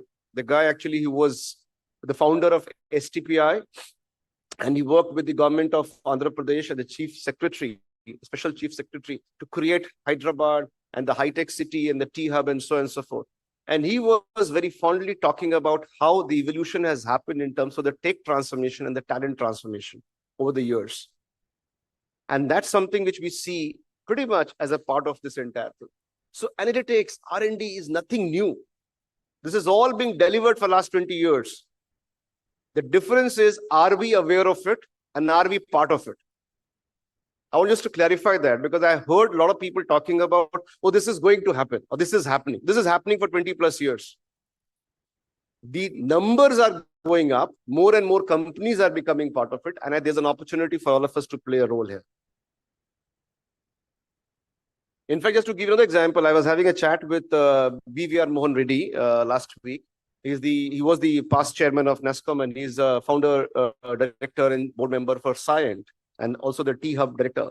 He was talking about, how 40 years ago, in fact, 35 years ago, he went and started a company on engineering services. Engineering services, 30 years ago. Now, thinking about building India as the GCC hub, what we need to do?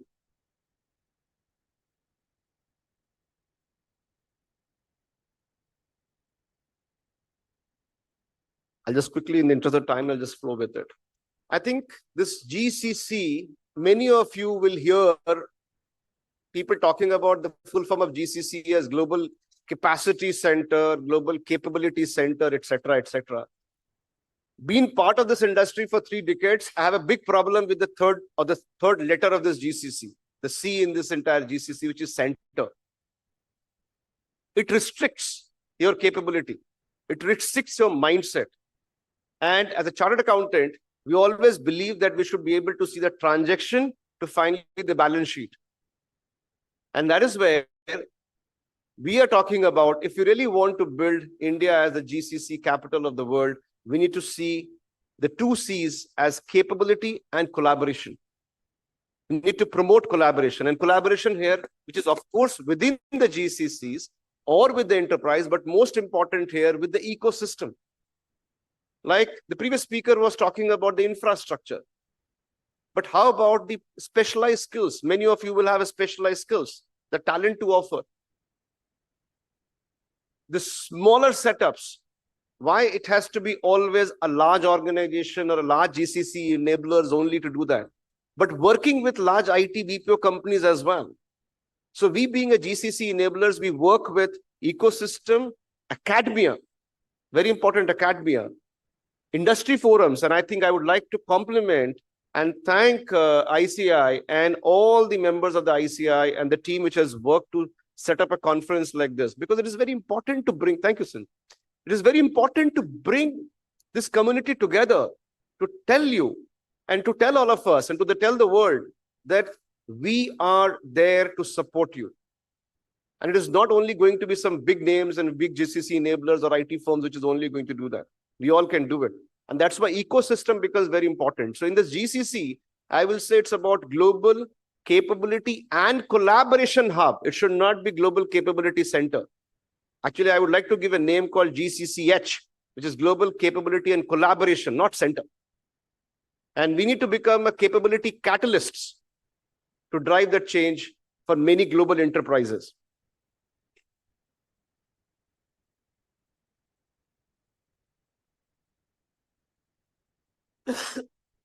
Very important. Why we are saying this is GCC is going to be a strategic asset. And if I don't change my narrative from a transaction processing, cost center, cost optimization to a strategic asset, we are not going to earn and win a lot of opportunities. I give you example when, a lot of us were talking about, I think Sunil sir was talking about Ahmedabad. We came to Ahmedabad to set up the first GCC way back in 2007. The first GCC in Ahmedabad way back in 2007, when the infrastructure and the talent was not that organized. And of course, since then, we have been part of this entire ecosystem for the last 18, 19 years, seeing how many of these companies have grown. We have worked with some of the large conglomerates here to define and create their strategies around the GCCs, the building blocks for their GCCs.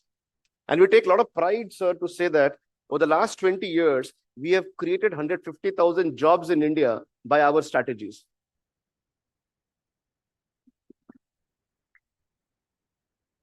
In this entire journey, the most critical piece is that narrative and that strategic asset, how the GCCs needs to become strategic asset. Is it part of the business model for that enterprise? Or is it something which is just set up for the sake of being set up? Is it really bringing that competitive edge? Is it providing that view of what is risk looks like for the company? Is it enabling that agility, not just in the processes, which is like, let's say, accounts payable, and I'm trying to make it more from the finance point of view, not just accounts payable processes, but does it cuts across the function to make your purchase cost better for the organization? Does it provide your working capital better? Does it provide for your ratings better by the government organizations? That is going to be important here. And last but not least, it provides the intellectual property. The GCCs are creating intellectual properties. And I request a lot of your CA friends here to go and look at what kind of intellectual properties you can create, what kind of new products you can create to support this entire GCC ecosystem. I think this is a GCC maturity model which we have created, and I don't want to go too much into it, but just to give you a sense how the companies have really moved from being an ops center to becoming an enterprise center. In fact, today, still people are on the GCC, they're still talking about value. Value is still level 3, you can see that, value center. There's a huge opportunity to become level 4 and level 5, and there's a lot of details available about that. How do you move from just being a capability and that collaboration on the foundation of collaboration? The biggest challenge of this, many of the GCCs, is that they're not able to make commitments. They're still talking about cost optimization, 5 FTs reduction, 2 FTs reduction. Oh, I've reduced 2 FTs, I've deployed 2 bots. That narrative is not going to make you GCCs. You are still shared services if you're doing that. I think I'll not take much of time. You all know that. I think from the process value chain in the accounting, you start with an operational processes, but in the entire GCC world, it has already gone up to the analytics. What is most important is if you want to drive a transformation, you start from a transaction. Do you understand the transaction? And the CAs are the best people to understand the transactions. They can make a huge impact from a transaction to transformation because they understand the level of details in the ledgers, what it goes. Similarly, the processes in the finance can be also looked from the transaction processes, how it goes through the value-added services. I've heard a lot of people talking about I deliver value-added services without even understanding the middle path, which is the functional excellence. If you don't connect the process and the value add with the functional excellence, you will not be able to deliver on it. And you need to have the right business KPIs. You can't just run with a typical transactional KPIs. What is another term which I want to leave with you guys, because you'll hear a lot of times people talking about COEs, which is Center of Excellence. And I personally believe that Center of Excellence we created about 20 years ago. Now the time is there to create Center of Expertise, which is more skilled environment. Excellence is still operational in the nature, which is important. I mean, I'm not saying don't stop brushing your teeth, which is hygiene. But I'm saying that how can we really move the ladder to become Center of Expertise and not just remain Center of Excellence. Last, I want to talk about is the opportunities for CAs and advisors. I think we all know there are about 80,000 plus CAs who are part of this GBS space. There's a lot of discussions happening about tier 2 cities. Let me honestly talk about what we are doing as an organization. We are actually, every year we pick some tier 2 cities and work with the local ecosystem to promote those cities. We are very happy to work with GIFT as well here and see how we can further, while it's pretty much known globally, but we're happy to further promote on that front. We have been working with some of the tier 2 cities, tier 3 cities in the last 1 year, 2 years with a lot of organizations and the ecosystem. What is important for you guys, if you want to take a note of it, is that there's a need to have a mindset shift. There's a need to have a mindset shift, not skill set shift. You have a skill set. You have a capability set. So skill set and a capability set is already there. What is an opportunity for you is to have a mindset shift. And the mindset shift, I give you 4 kinds of mindsets, if you can reflect on it. And maybe not for all, but I think for few of you may like to reflect on it is, one is enterprise mindset. Don't just look at accounting. Don't just look at process, but look at how it is impacting that enterprise finally I'm working for or delivering services to. So the commercial and business acumen, which is a domain understanding. If you're working for a pharma company, you're working for a diversified organization, you're working for a retail organization, how you're connecting the domain understanding with that accounting becomes very, very important. Second term, which is my term, and I want to give it to you. We have not still patented it, but hopefully at some time. How many of you know BAU? What is BAU? Business as usual, right? I'm talking about the time is up for business as usual. If you really want to become a disruptor, then you should be actually doing a DAU, which is disruption as usual. And disruption as usual is only possible if you disrupt yourself rather waiting for something externally, environment to come and force you to disrupt. You create your own disruption. It should become part of your BAU. The DAU should become part of your BAU. And there are 2 interesting terms I also want to give it to you is, there's an MD and a CM which is written there. What is CM? Council member, chief minister. Neither, with a lot of respect to the council members, it's not council members, or neither it is chief minister. It is creative mind. In my language, it is, you can only do DAU if you are chaos monkeys. Create chaos. Chaos monkeys. Create chaos, but you need to know how to solve for it, right? The innovation only happens if you're a chaos creator. If you're going to be peacefully everything doing it, you can only improve. You can't do 10x. You can do only 10% improvement. Second is MD. Now, can you guess what is MD? It is not managing director for sure. It is master of disasters. Somebody who can plan those disasters and be really a master of it, you can then only innovate. What I mean here is don't try to take it literally by saying, okay, I'll start going and start breaking the wall of the office. That's not the point. The point here is, how will you be somebody to say, okay, this process is not going to work the way it is. Let me reimagine completely new. That is what MD and CM needs to do. Another two interesting mindset shift is experience as a service mindset. Are we delivering experience or are we delivering efficiencies? Efficiencies has to be given. It's a hygiene. It's like brushing your teeth. It's about experience. And experience can only be given if you see the entire journey. Many times we are doing, let's say, accounts payable process. We're doing account receivables process. We're doing cash application process. We know what is cash application process, how well I have to do that. Or this is in transit account. This is in this account. This is in sub ledger. This is, but finally, if you not see the entire journey across the processes, across the function, you will not be able to deliver the value. And that is very, very important to look at from the experience as a service mindset. It has to be service mindset. And last but not least, this is my favorite one, is we all need to bring an entrepreneurial mindset. Let's be entrepreneurs. GCC leaders, the CS, we need to be entrepreneurs. I believe what engineers did to the manufacturing space 25, 30 years ago, CA started doing that in the GBS space. There's a huge opportunity for the chartered accountants and the advisory firms to really become part of that rise of the GCCs and building India as the global capital of the GCCs. And I leave this page finally with you guys. There are multiple roles possible, and this is more for the youngsters. This is for the young leaders. And this is, again, I want to thank the ICI. I can see Mr. Sanjeev here for creating this entire platform, because you also are enabling a lot of young CAs to walk into these conferences to hear from all of us. You have multiple roles possible as a career opportunities. You're not just getting siloed with only doing a processing job or accounts payable job or accounting job.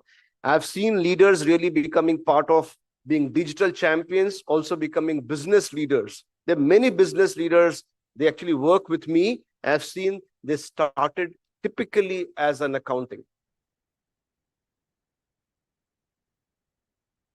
Thank you for your time and thank you for patiently listening to me. I think we need to create some bold goals for us. And with this, I'll leave my contact details here. Thank you, everyone.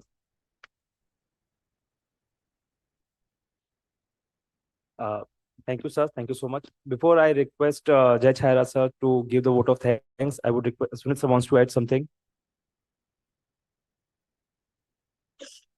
Well, friends, I just want to clarify two things. But before that, I must say to Rakeshji, it was very interesting and very impressive presentation.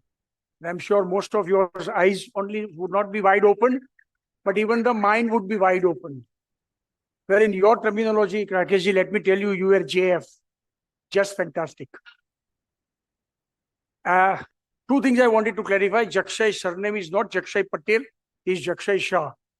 Maybe because the Chief Minister is Bhupendra Patel, the organizer put his surname Patel. But let me clarify that. And second thing I wanted to tell you, because I saw many people, many chartered accounts coming outside Ahmedabad. And where Jakshay mentioned that 900 acres have been acquired by government.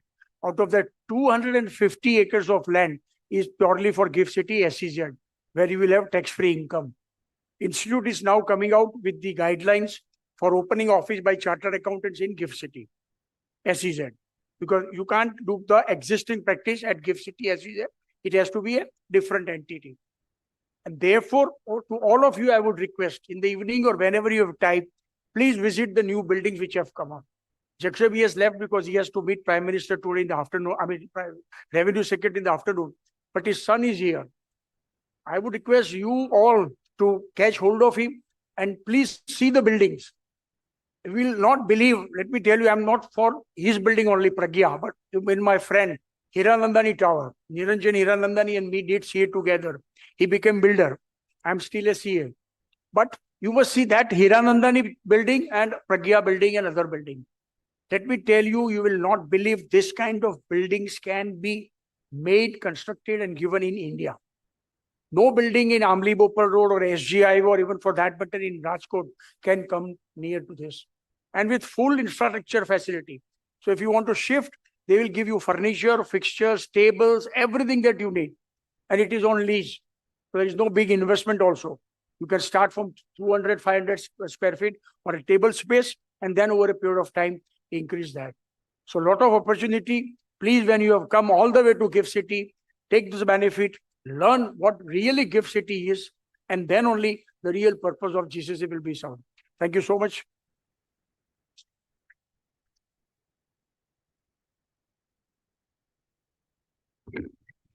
Now I would request Judge Hara sir to kindly summarize the session and give a vote of thanks.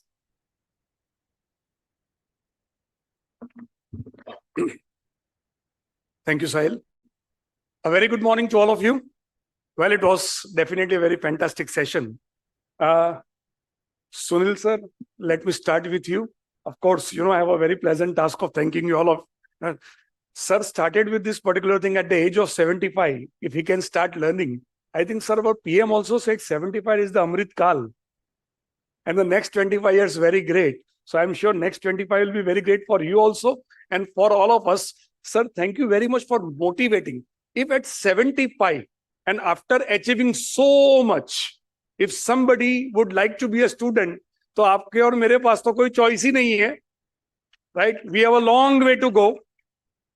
We have a long way to go. And sure, sir, we'll also be students like you and we'll keep on learning new things. And Sunil sir was talking about, you know, Gujarat and GCC. Well, definitely Gujarat has good opportunities. GG has nothing to do with 2G, of course. And maybe, you know, sir, you have been our Amitabh Bachchan of the profession. And Amitabh used to say, kuch din to guzara Gujarat mein. Probably you wanted to say, kuch saal to guzara Gujarat mein ya zindagi guzar do Gujarat mein. That is what he wanted to say. He covered a number of aspects about Gujarat and GCC, sir. Thank you very much for motivating all of us. Jaksal bhai, in absentia, he spoke about some very important things. If you can pick up the things, back office to capability centers. You know, we might have started with back office, but then we have moved on. The question is, the process has moved on. Have we moved on? That's the question. Are we still with the mindset of back offices or are we moving ahead? That is a big question we have to ask ourselves.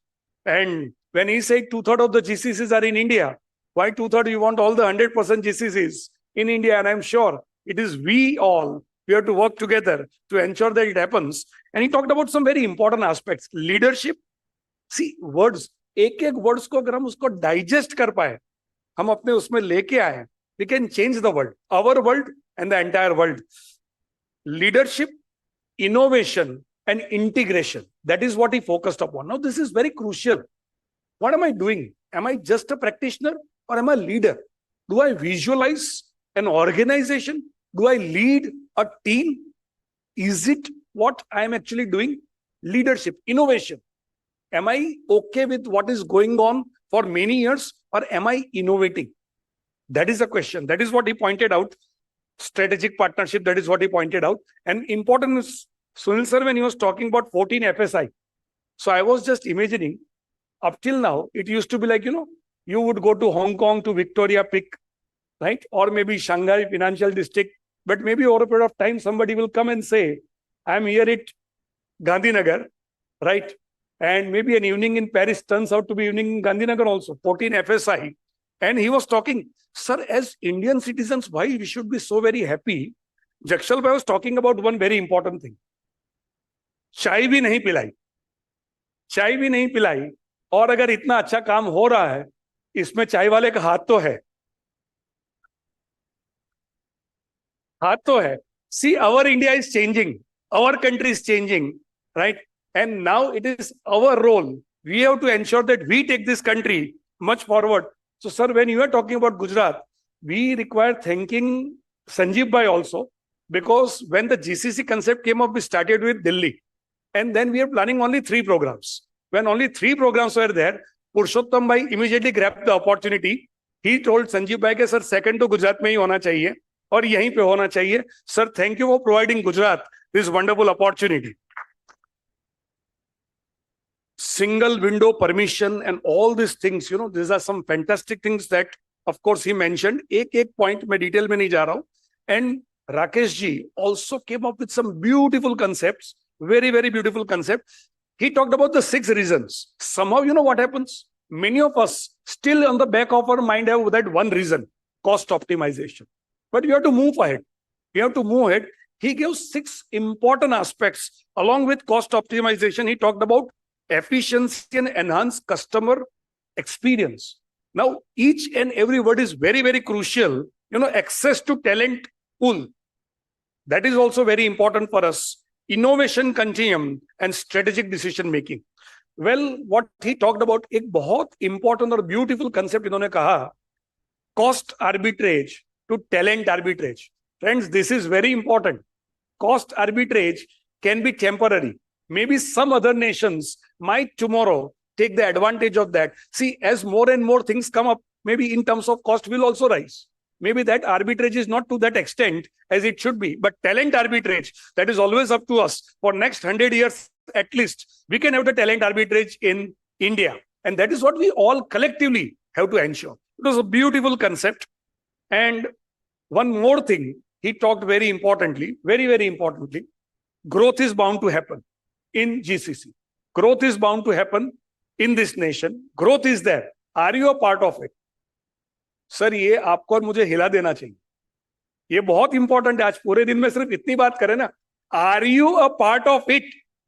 Have you contributed to it? That's a question. ये हम लोगों को झंझोड़ के रख देना चाहिए कि हम कर क्या रहे हैं.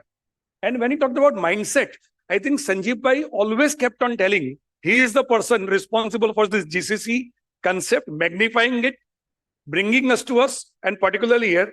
So Sanjeev Bhai always talked about mindset. Mindset shift, mindset change. Sir, ये सबसे important है. Potential तो हम सब में भरा हुआ है. Too much of potential. But are we working on the mindset? That is the most important thing. Sir, many times what happens कि 1-2 words ऐसे निकल आते हैं, हम कई बार उसको feel नहीं कर पाते. अगर वो feel करे, उसके ऊपर काम करे, we can change everything. We can change everything. और वैसे भी हम chartered accountants ऐसे ही तो नहीं बन गए थे. Right? Risk लेने की ability थी. जब दूसरे नहीं कर सकते था तब हमने किया. अब वो एबिलिटी बढ़नी चाहिए. अब वो इनोवेटिव माइंड बढ़ना चाहिए और थॉट प्रोसेस आपकी बड़ी होनी चाहिए. Mindset that he talked about, that was important. Collaborative he talked about. And mindset में DAU mindset, DAU, yes, that is very, very important. And chaos monkey, chaotic monkey या chaos monkey की बात बिल्कुल सही है. अगर वहीं से तो स्टार्ट होगा, कुछ वहीं से तो होगा. शायद वहीं से मन की बात भी स्टार्ट हो, मन की बात, वॉट एवर द केस में B. So let me thank all our speakers today, our own beloved past president, CA Sunil Talati sir, Jakshay Shah sir in his absentia, and Rakesh Sinha sir for sparing their valuable time. Thank you, sir, for accepting our invitation. Thank you for enlightening us, all of us, and thank you for motivating us too. And thanks to the wonderful audience for being so receptive and being active listeners. जब चल रहा था ये, listening is very difficult. Very honestly, you know, listening is very difficult task. But when all the speakers were discussing, I could see the attention. Questions आ रहे तो लोगों के जो attentiveness थी. I think you are a wonderful audience. Thank you very much for being with us. Thank you once again.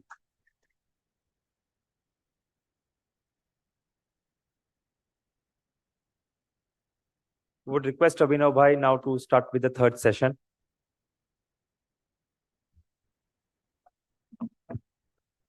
Thank you, audience, for the patience hearing. We are starting with the next session right away.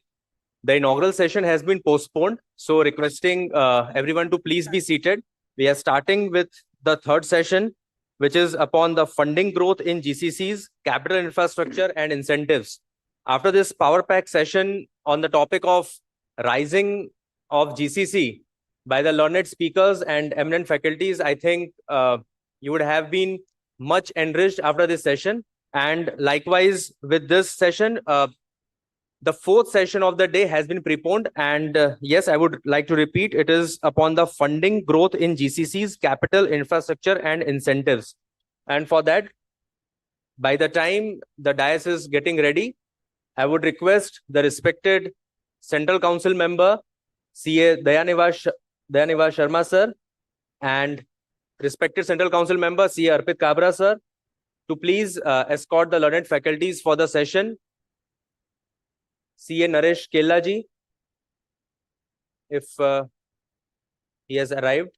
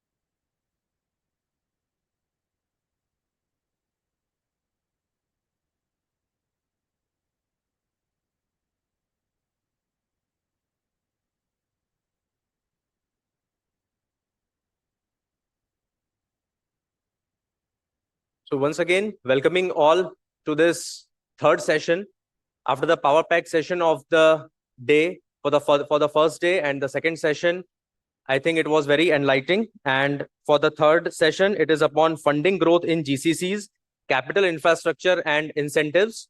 And to start with, I request the respected Central Council member, CA Dayaneva Sharma sir, and CA Arpit Kabra sir to escort the learned faculties for the session. CA Shwetang Pandya sir, CA Naresh Kella ji, and Mr. Hiranmay Mahanta, CEO of iHub, Gujarat.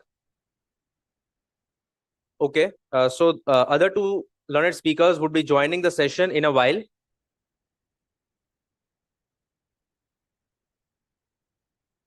And also I request respected Central Council member, C. Anuj Goel sir, to join the team on the dais. Thank you, sir.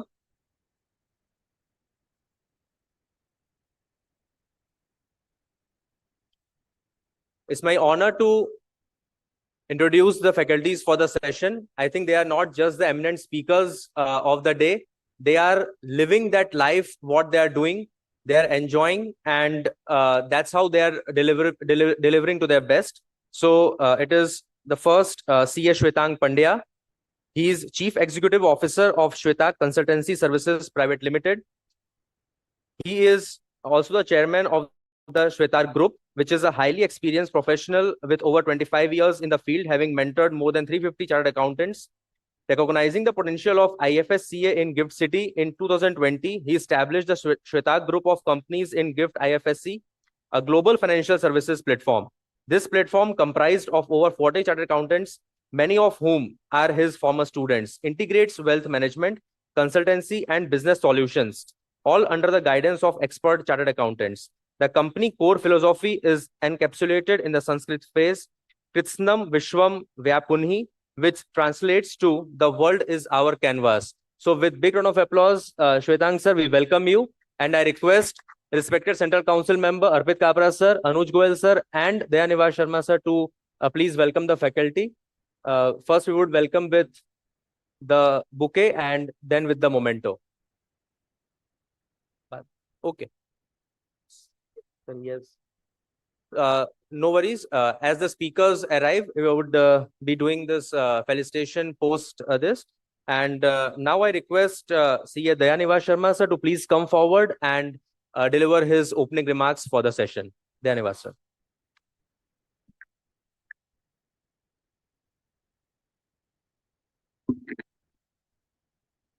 Good afternoon to all. Compliments to the committee with regards to holding this particular conference in Ahmedabad, which is one important location at the country level. Rather than taking names of all, I would like to just stick on to my discussion with regards to the topic which is going to be discussed today. The speaker is going to join us shortly, but however, we still have the liberty to discuss certain interesting points to go forward. The topic is funding growth in GCC, capital, infrastructure, and incentives. It is very interesting point at this stage where the globe is looking at India as the GCC centers. Primarily yesterday also in the news, there was a discussion that what world may say, but India is still going to be the superpower. Superpower primarily comes from a perspective where the youth, which is driving the entire nation, that need to be groomed well so that the outcomes which are going to come out are going to come in a true sense. Friends, it is not a matter of funding with regards to infrastructure alone. I think nation has to move towards one important factor, the funding towards the education system, which ultimately will give a right output. So the source starts from the schooling or might be the college, which primarily are looking in. So from a GCC perspective, when we are looking at, lot of big companies are going to the colleges directly and they are recruiting people, graduates from that particular point. So today when we are looking at, एक जमाना था जहाँ पे लोग बोलते थे पहले पढ़ाई खत्म करो बाद में कमाई चालू करेंगे. But now when you are looking at an opportunity, it's basically before they complete their graduations, the big offices or corporates or the professional servicing firms are reaching out to the universities and trying to pick up those people, the talent people from that time itself. Just to tell you one fact, this was the change which ICI has got when we thought about introducing the course of foundation. So catch the talent at a young age. That was one very important thing which we should not forget. Might be GCC picture on the other side is very huge and the opportunities are larger. But I think each one of us who are chartered accountants have to focus on how do we go and contribute towards the youth who can become an employable youth. So the first funding or investment of your time is going to start from that college time. Then you talk about when a right quality resource is being put for the market and this employable youth is going to actually take the things forward, this GCC will actually become successful, which we all have to understand very importantly. So the investment starts from the source, then goes for an opportunity where talent pool has to come together to showcase that when we talk about Naya Bharat or might be a new professional opportunity for young chartered accountants or making India big with regards to professional services, we have to think about how do we collaborate and get people together to showcase a strength of 8, 10, 12 promoters to take this drive forward. That means the investment of self is also going to be very important. When this talent is going to come together, when a profile of a GCC is going to come together, the biggest advantage which is going to come is the investor, whether in form of equity or when you talk about from source of funding, or even for those clients which are going to outsource you certain things, is becoming very important. So coming together is one more investment which we need to really think about.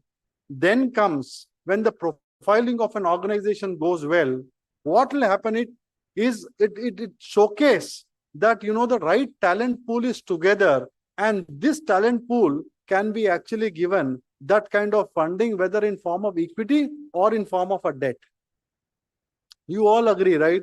आज भी आपके पास phone आते होंगे, sir आप chartered accountant है तो आपको unsecured loan इतना फ्री में अवेलेबल है, मतलब फ्री नहीं, इंटरेस्ट रेट के साथ.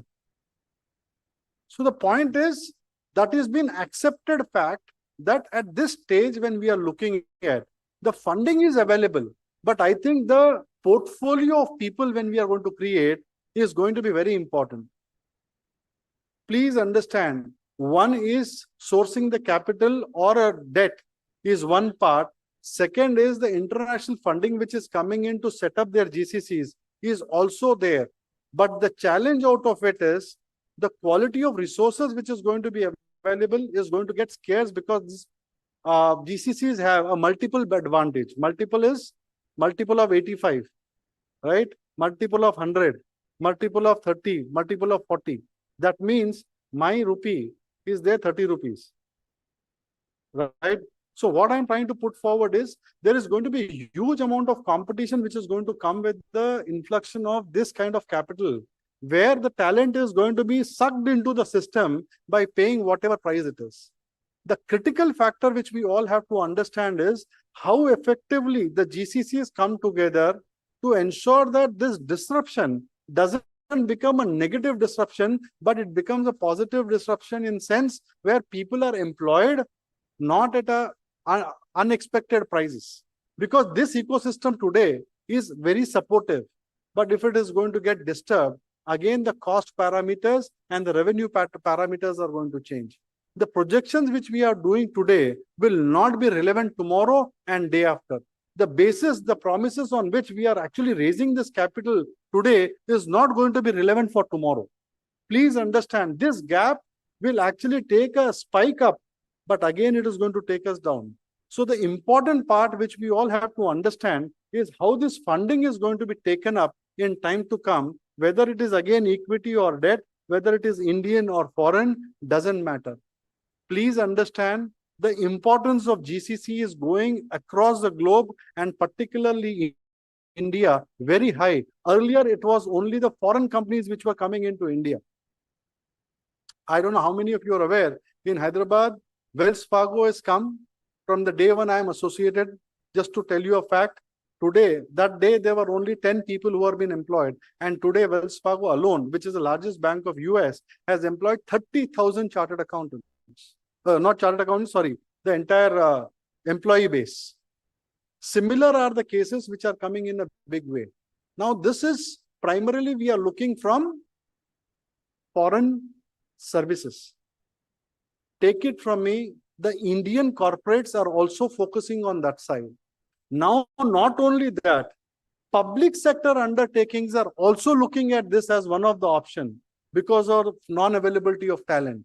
And finally, take it from me, the MSME, which is driving this nation also, is going to look at, because today getting a CFO for an organization, MSME definition is around 250 crores turnover.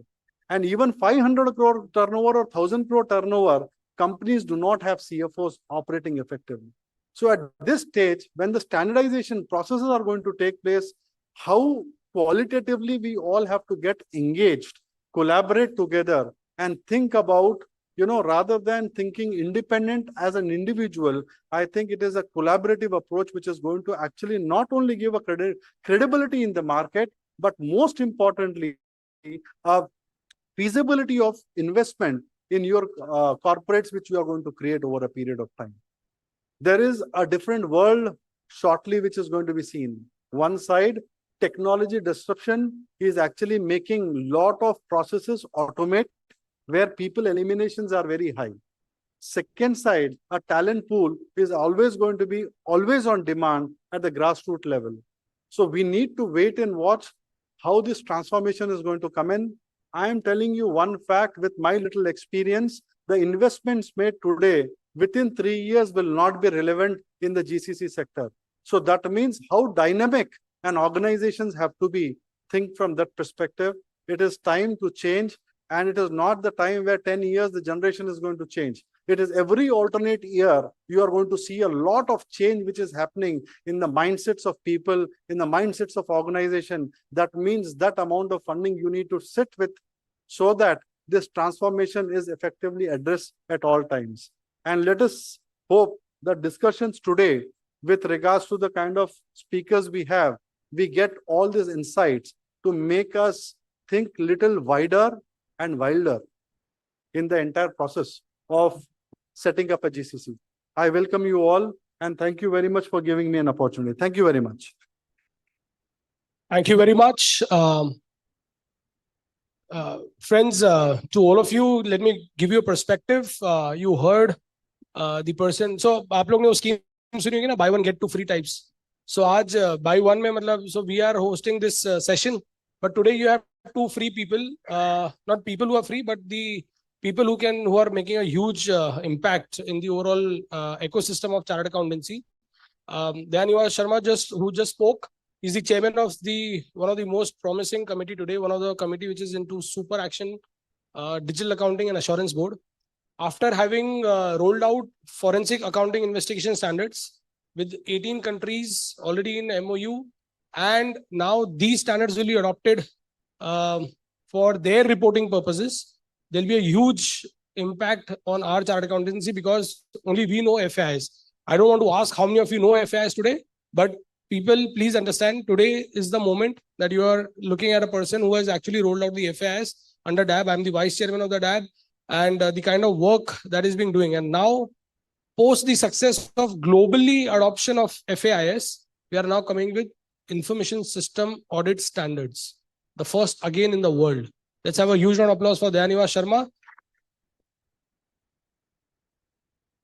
Every disruption that you see today in forensics, in terms of digital assurance, there's a new subject altogether, which is being evolved and which is being rolled out by the ICI under the Digital Accounting and Assurance Board. We call it as a digital transformation, the DX function of chartered accountants.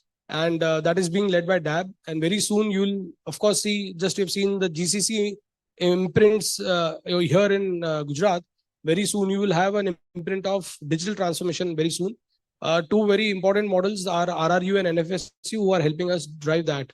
So people, please stay tuned to what is happening in DAB. So ye to ho gaya ek free. Second is we have a very, very dynamic Central Council member, Anuj Goel, who will be speaking at the end, of course. Great things come in the end only, actually.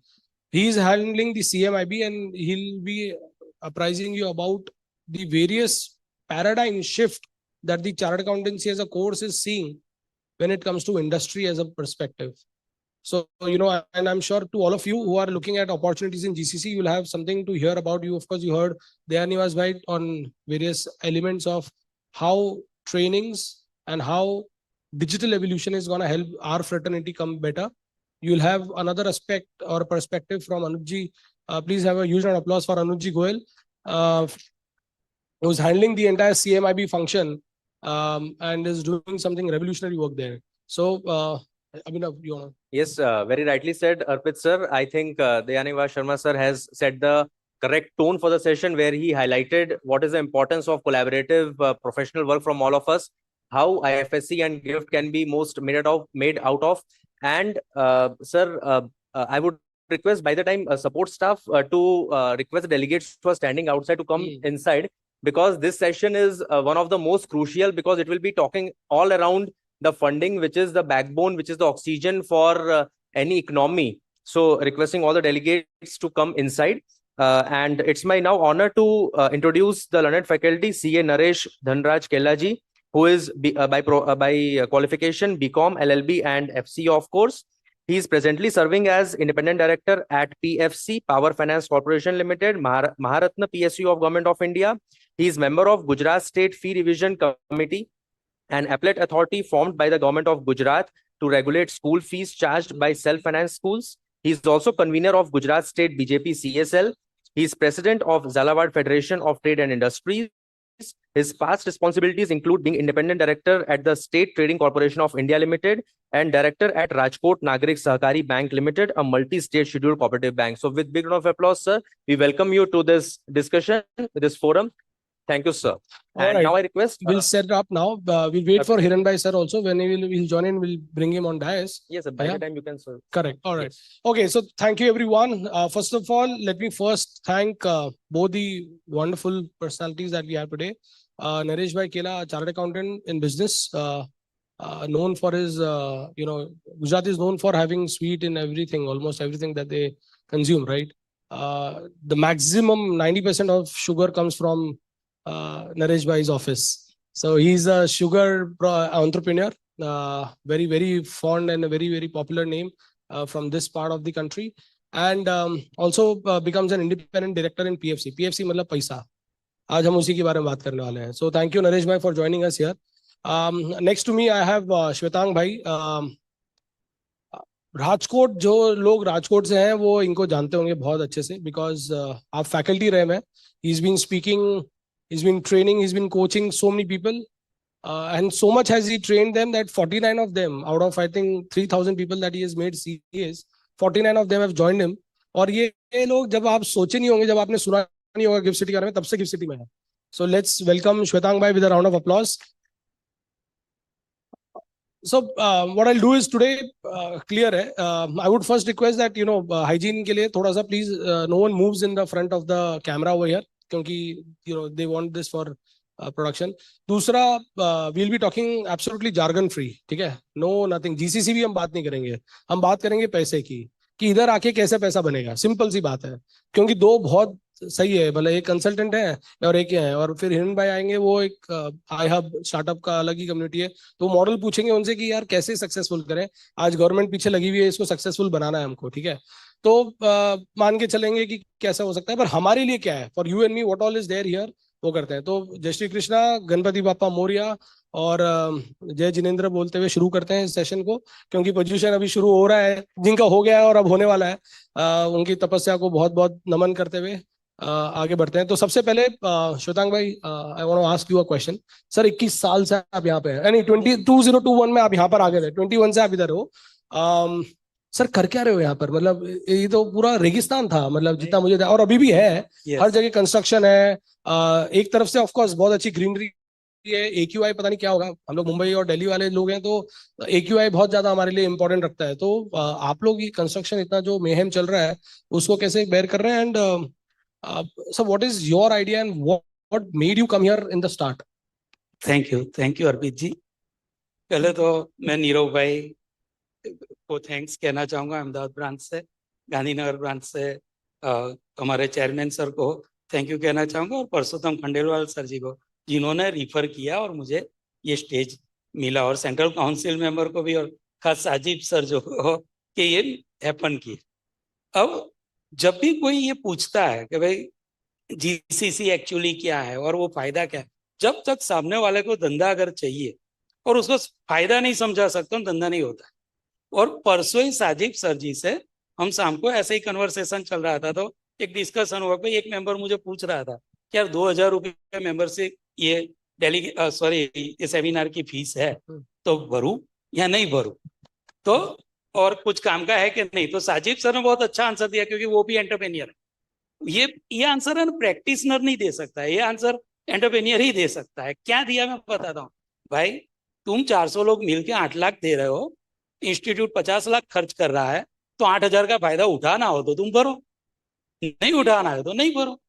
तो वही मोड़ पर मैं आपको एक बात बताता हूँ, GCC से अगर आपको कमाना है तो what is the first actionable step.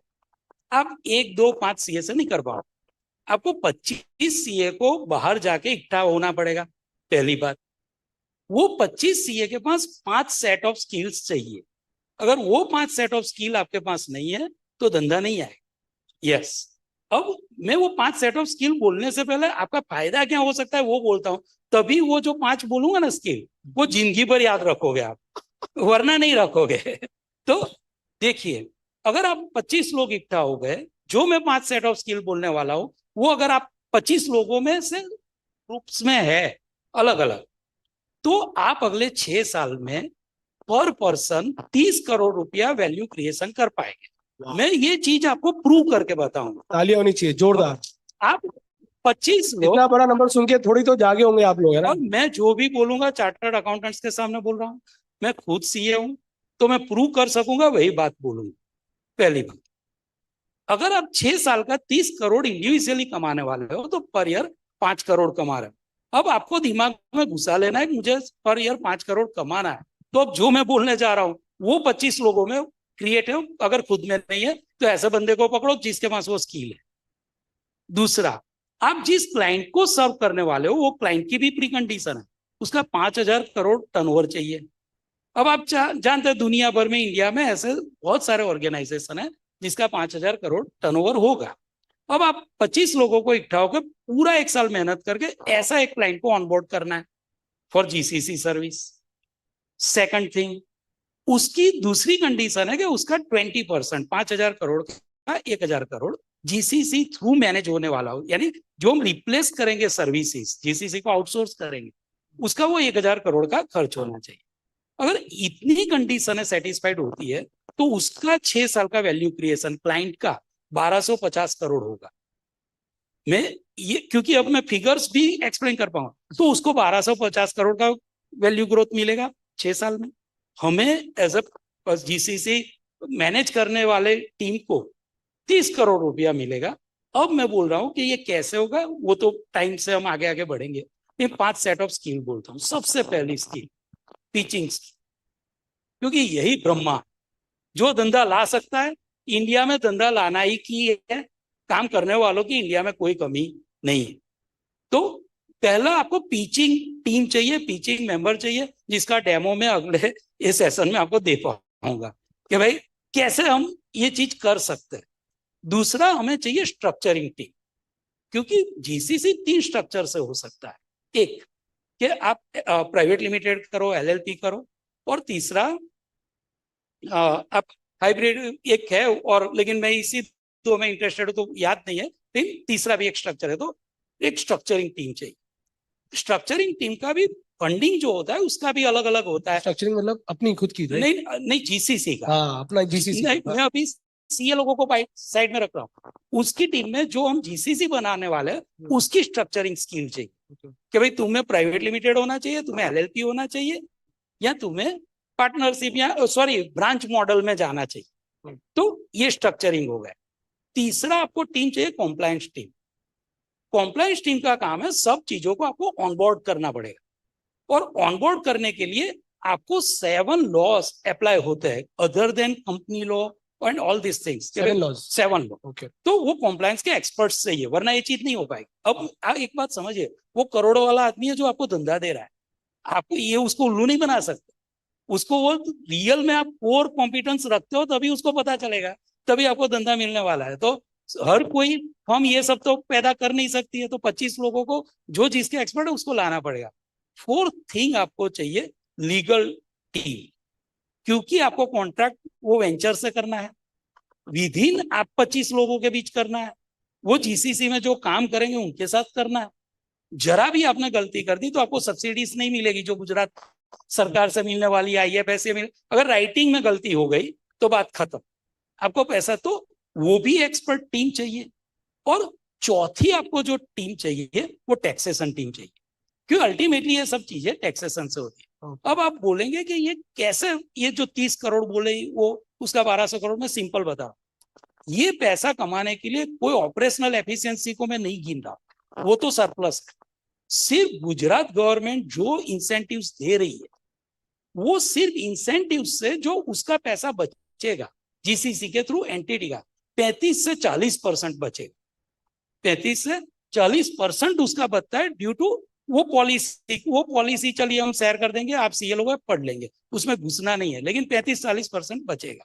तो 1000 करोड़ का आपका जो भी पैसा बचता है उसका आप 5 साल का कैलकुलेशन करो, 1 साल में धंधा ऑनबोर्ड करेगा, सब गिन के आधा पैसा हम एक्सपेक्ट करेंगे कि वो वेंचर को जाएगा, आधा पैसा हम 25 लोगों को आएगा। तो वही 25 लोगों को जो पैसा आने वाला है वो होगा 5 करोड़। लेकिन आपने जो एंटिटी सीए लोगों ने बनाई, अगर वो कंपनी है और वो 50 करोड़ रुपया बनाने की 5 साल के एंड में कैपेसिटी रखता है, तो 20x से 10x से भी उसका वैल्यूएशन 500 CR होता है।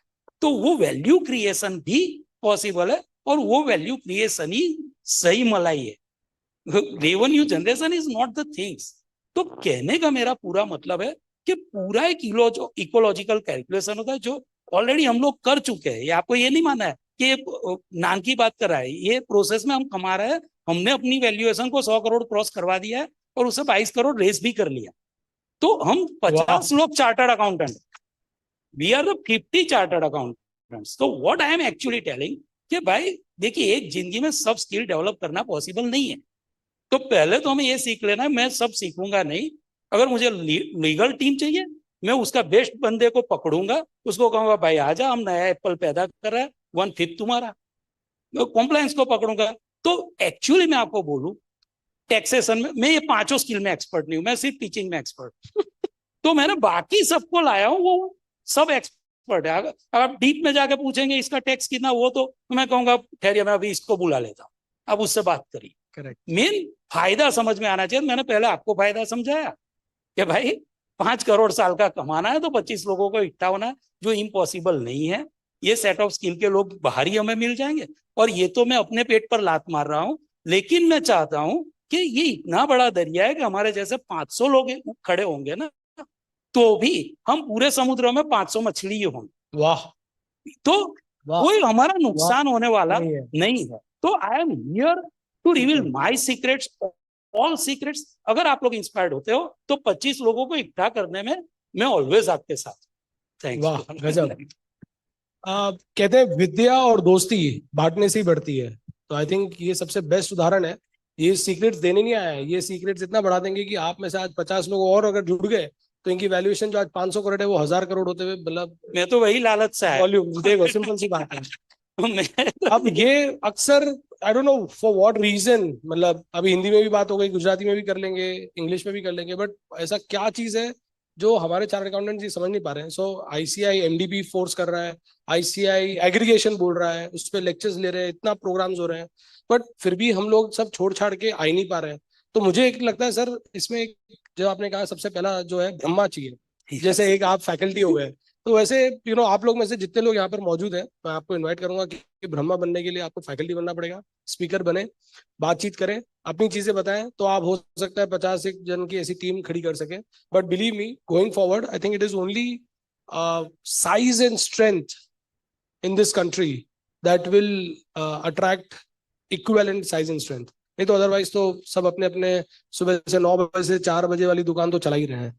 सो कमिंग टू नरेश भाई, नरेश भाई, पैसा आपके पास है, पीएफसी है, पावर फाइनेंस कॉर्पोरेशन, आप बिजनेस में हो, सब कुछ हो, आप गुजराती तो हैं मतलब, बट इंडिपेंडेंटली पूछना चाहूंगा एज क्योंकि आप इंडिपेंडेंट डायरेक्टर की पोस्ट पे भी है सर, क्या लगता है ये जीसीसी वाकई ऐसा स्टॉक है या ऐसा ऐसा वो स्क्रिप्ट है जिसमें अभी इन्वेस्ट कर रहे हैं, या आप लोग इंटरेस्टेड हैं इन्वेस्ट करने के लिए? और समझो जैसे सर जैसा एक मॉडल अगर आपके पास आए तो आप लोग क्या उसको फंड करना चाहेंगे? इंफ्रास्ट्रक्चर की बात हो रही है इसलिए। First of all, I would like to thank Purushottam Khandelwal ji, my younger brother Arpit Bhai, Anuj ji, and Ahmedabad and Gandhinagar branch presidents for giving me this opportunity to be with you here.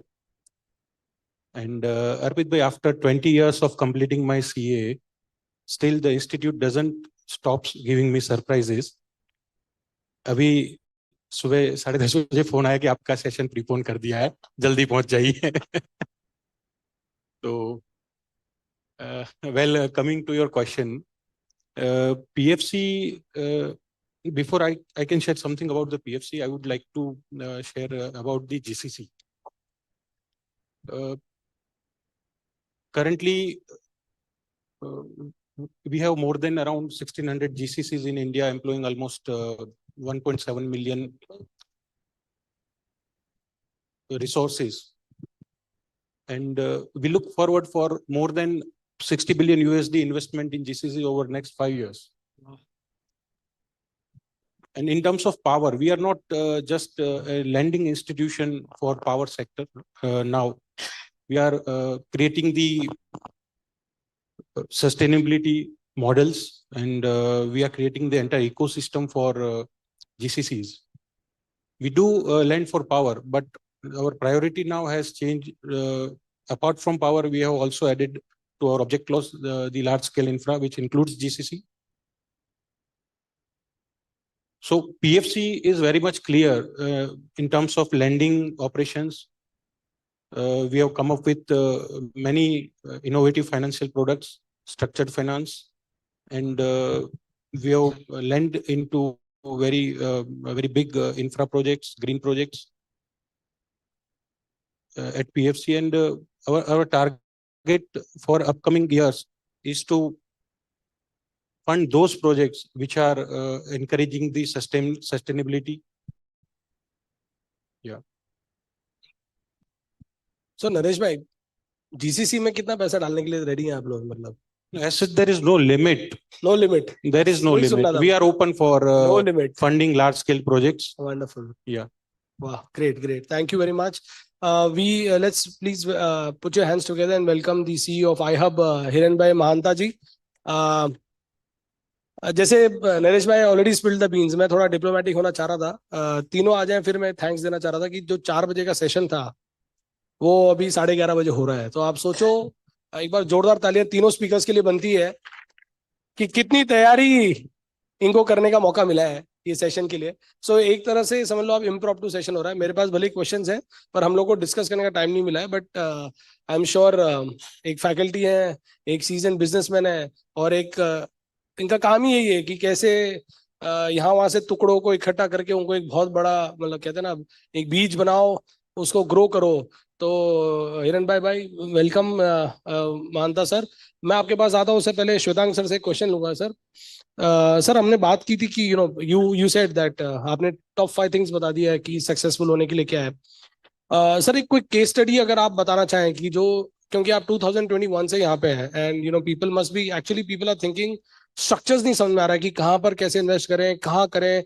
And बहुत बार होता है कि मेरे को मेरी COP surrender करनी पड़ रही है, मतलब बहुत सारे कंफ्यूजन चल रहा है कि यार मैं मेरा चलता हुआ धंधा छोड़ के इधर आके बैठूं रेगिस्तान में, और फिर उसके बाद पता नहीं क्या होना हो। आपके पास तो 50 लोग थे और आपका कन्विक्शन था कि आप निकल पाओगे, बच पाओगे, और बहुत सारी चीजें हैं। बट ये सर, ये चीजों को थोड़ा सा एड्रेस करें कि what, how can one work in this kind of a structure, और ऐसा क्या करना चाहिए जिससे आई कुड स्टॉप लॉस, बोलते हैं ना, स्टॉप लॉस लगा सकूं मैं। सर ब्रेक इवन आ जाए हमारा। एक्चुअली मेरे लिए ये चीज इजी, इस क्वेश्चन को हम 2 पार्ट में डिस्ट्रीब्यूट कर सकते हैं। पहला कैसे हमने किया, क्योंकि हम खुद एक केस स्टडी है। तो क्योंकि मैं टीचर रहा था और मेरे, तो आपने 3000 बोला तो मैं ना बोलना तो नहीं चाहूंगा, लेकिन एक्चुअल 350 है। वाह वो मैं सर, मैं वैल्यूएशन के हिसाब से 10x कर दिया था, इसीलिए मैं तो चाहता था कि आप वो कंटिन्यू करो, क्योंकि बहुत सारे लोग जानते हैं तो बोलना जरूरी था। यस। तो वो स्टूडेंट्स थे तो वो मेरे विजन को कनेक्ट कर सकते थे। लेकिन जो सबसे बड़ी दिक्कत है कि क्यों जीसीसी के एंटरप्रेन्योर सीए नहीं बन रहा है, आज के टॉपिक का ये पार्ट है ना। सबसे पहला रीजन है कि ये वही बंदा कर सकता है जो 45 साल के आसपास है, क्योंकि 45 साल एक मैजिकल एज होती है जब आपके पास उतने पैसे होते हैं कि आप अगले 3-4 साल सरवाइव कर सकते हो, पहली चीज। दूसरी चीज, दुनिया आप पर बिलीव कर सकती है कि आपने 20 साल कैरियर में निकाला है तो आपकी एक लीगेसी बन गई होती है, तो लोग फॉलो करते हैं। और तीसरा, 45 साल ऐसी उम्र है कि 20 साल और काम कर सकते हो। ये चीज नहीं 55 में हो सकती है, ये नई चीज 35 में हो सकती है। तो भगवान की दया से मैं जब 45 का हुआ तब गिफ्ट सिटी का 21 हुआ था, 2021। तो कोरोना के वक्त दुनिया ने जो एक सबसे बड़ी अच्छी चीज सीखी कि कोई भी काम के लिए फिजिकल प्रेजेंस जरूरी नहीं है। ये दुनिया पहले भी मानती थी, लेकिन वो बिजनेस में आया 21 में। तो उसी वक्त हमने इस बिजनेस अपॉर्चुनिटी को समझा। अब जो दूसरा पार्ट है कि क्यों सीए लोग ये बिजनेस में हमारी तरह आते नहीं, वो सेंट्रल काउंसिल मेंबर्स यहाँ बैठे हैं। मैं एक जो कहना चाहता हूँ, देखिए हमारा रूल है कि हम मार्केटिंग नहीं कर सकते, हम सॉलिसिट नहीं कर सकते। वो रूल का बेसिक फंडामेंटल ये था कि सीए से ही कॉम्पीट करके अपना नुकसान क्यों करता है और डिग्निटी क्यों बिगाड़ता है। लेकिन जीसीसी की जहां बात आती है, वहां आपको सीए से नहीं कॉम्पीट करना है, वर्ल्ड जायंट प्लेयर्स से कॉम्पीट करना है, बिग फोर्स और all this type of people, बराबर। वो तो हथियार पूरा AK-47 लेके बैठे और आप सीओपी के साथ हाथ बंधे पड़े हैं जरा। और हमारी एक कम्युनिटी, क्योंकि हम गलत ढूंढने के लिए ट्रेन हुए 5 साल, मैं भी तो खुद सीए हूँ, या हमें तो वो भाई क्या क्या गलत है, क्या क्या समस्या है, वही ढूंढना है। तो अगर आपने जरा सी भी गलती कर दी तो दोस्त आपको मिल ही जाएंगे। मुझे सीए की डिग्री मिलने से पहले मुझे नोटिस मिली थी कि भाई आपने ये काम किया था तो आपको अभी डिग्री नहीं मिल सकती है। तो यानी मैं जो एक मेरा पहला लाइफ का एक्सपीरियंस बताना चाहता हूं, तो हमें अपना माइंडसेट बदलना पड़ेगा और सीए इंस्टीट्यूट को ये लेवल पर अलाउ, कुछ अब कैसे करना है वो आपका इश्यू है। हमने तो सीओपी सरेंडर करके अपना धंधा कर लिया। तो मैं सिंपल सी बात करता हूं, लेकिन अगर आपको वर्ल्ड को कॉम्पीट करना है तो उनके हिसाब से करना पड़ेगा। मैं lawn tennis, table tennis racket लेकर नहीं खेल सकता, वो टूट जाएगा। तो कहने का मेरा मतलब है कि हमने पहले वो फ्रीडम पाई। मैंने पहले अपना 2021 में सीओपी सरेंडर किया। अगर हमने कोई ऐसा रास्ता ढूंढ लिया कि विदाउट सरेंडर, तो आपको 45 साल पर सीजन 2 स्टार्ट करने वाले लोग मिलेंगे। क्योंकि दिक्कत क्या थी, आपको पूरा अपना एम्पायर को वैनिश करना पड़ता है, फिर नया क्रिएट करना पड़ता है। और बीवी माने या नहीं माने, मैं तो नसीबदार था हर किसी तो मानेगी ऐसा जरूरी नहीं है। तो हमें जो हर्डल्स है फ्रॉम अवर इंस्टीट्यूट साइड, उसको सॉल्व करना है। बाकी 25 लोग नहीं, यहाँ हम 25-25 के 8 ग्रुप बना सकते हैं। मुझे 200 तो कम से कम लग रहा है। तो इमीडिएटली अगले 1 महीने के एंड तक हम फॉर्म करके हम 1 साल के एंड पर एक क्लाइंट तो ला ही सकते हैं। एक क्लाइंट से अगर 30 करोड़ हम 6 साल में कमा सकते हैं, तो not only one client is available, thousands of clients are available. तो मैं क्यों ऐसा बोला हूं, 50 नहीं 500 चाहिए, क्योंकि कोई खोट ही नहीं है। सिर्फ हमें अपना माइंडसेट, रेगुलेटर्स को अपना फॉर्मेट बदलना है, इंस्टीट्यूट को अपना करना है। हमें एक माइंडसेट करना है कि टुगेदर वी ग्रो मोर, क्योंकि वही ग्रो तो था ही था। तो एक्चुअली हम अकेले अकेले जो पूरी जिंदगी में नहीं क्रिएट कर सकते थे, वो हम 5 साल में एक क्लाइंट से कर सकते हैं। तो दीज आर द स्कोप, और उसके लिए हम आगे बढ़ सकते हैं। तो रफली मैंने बोला है, फिर भी कुछ रह गया तो आप कहिए। नहीं, perfect. I think right case study आपने हमको बताई है कि how really can we go head. एक वो जो मिथ होता है, हमेशा एक डर रहता है कि क्लाइंट कैसे मिलेंगे, आपने उसको बहुत अच्छे से एड्रेस किया है। HM सर, आपसे बात करते हैं। इन्होंने लॉन टेनिस, टेबल टेनिस और ये सब की बात की है। आप तो स्टार्टअप वाले हैं, तो पिकल बॉल की बात करते हैं। अब सर पिकल बॉल आया, उसको सब लोग कर रहे हैं। अब इन्होंने कहा रैकेट चेंज नहीं होता, उन्होंने तो रैकेट भी कंबाइन कर दिया, मतलब टेबल टेनिस, लॉन टेनिस सब कंबाइन कर दिया। तो ऐसे हाइब्रिड प्रोडक्ट्स आ रहे हैं। Sir, when you are developing and when you are taking care of such a big ecosystem of startups, GCC को आप कैसे देखते हैं फॉर चार्टर्ड अकाउंटेंट सर? अभी भाई, थैंक यू। पहले तो आई congratulate ICAI। I think this is one of the professional body जिन्होंने ये GCC की पॉलिसी नैरेटिव्स को कंट्री लेवल पे लीड रोल ले रहे हैं। मैं आपकी GCC कॉन्क्लेव में भी दिल्ली में देखा था। Thanks to Nanda ji and all of you. I think ICAI is playing a very vital role in taking this agenda forward, so I must thank you for that. पहली चीज ये है कि मैं आपको अगर सहजता से समझाने की कोशिश करूं, स्टार्टअप की कहानी 2 भाग में होती है। एक होता है 0 to 1 और दूसरा होता है 1 to N। N could be anything, N could be 100,000 millions, कुछ भी। दोनों जर्नी अलग अलग तरीके से होती है। जब आप 0 to 1 में होते हैं, आप मेटाफोरिकली कह सकते हो कि आप मदर की ऊंब में हैं, आपकी इंक्यूबेशन चल रहा है। जो हम इंक्यूबेशन के शब्द इस्तेमाल करते हैं ना स्टार्टअप इकोसिस्टम में, और टेक्निकली दैट इंक्यूबेशन की बात करते हैं। That's a very complex process, but 1 to N is a very different journey. Beauty क्या है इकोसिस्टम में कि इंडिया में अभी लगभग 2 लाख स्टार्टअप्स हैं, उसमें से 80% स्टार्टअप 0 to 1 का जर्नी कवर कर दिया है। बट आप सबने देखा होगा, जब प्रधानमंत्री जी ने ये प्रयास चालू किया तो उन्होंने 2 शब्द कहा था। एक कहा था स्टार्टअप इंडिया और दूसरा कहा था stand up India. Startup India था 0 to 1, स्टैंड अप इंडिया था 1 to N। कैपेबिलिटी का फायदा यहाँ पे ये है कि हमने एक बड़ा चैलेंज देखा अर्पित भाई आईसीआई की, हर स्टार्टअप प्रोग्राम में हम तो पार्टिसिपेट करते ही है गवर्नमेंट से। बहुत सारे स्टार्टअप्स हैं, लगभग 60-70% स्टार्टअप्स $5 मिलियन तक तो पहुंच जाते हैं, जो 0 to 1 का कहानी है। लेकिन 5 मिलियन से 50 मिलियन की जो विजन, जर्नी और सपोर्ट सिस्टम चाहिए, वहां उनको बहुत बड़ी चैलेंज होती है। अब ये चैलेंज सिर्फ गुजरात, अहमदाबाद, गिफ्ट सिटी का यहाँ का नहीं है, ये pan India problem. I think GCC plays a very vital role in helping these startups from 5 million to 50 to 500. So, अगर startup ecosystem 0 to 1 का प्रॉब्लम सॉल्व कर रहा है, GCC 1 to N का प्रॉब्लम सॉल्व कर सकता है। कैसे? बाय नेचर स्टार्टअप्स लोग थोड़े अजाइल होते हैं, वो फास्ट अडॉप्शन ऑफ टेक्नोलॉजी की बात करते हैं, क्विक टेस्टिंग की बात करते हैं, और जितना ज्यादा नॉन रेगुलेटरी एनवायरनमेंट में अगर कोई एक एग्जिस्टिंग डिसरप्टिव टेक्नोलॉजी को यूज करके कस्टमर का प्रॉब्लम सॉल्व करने का काम स्टार्टअप करता है।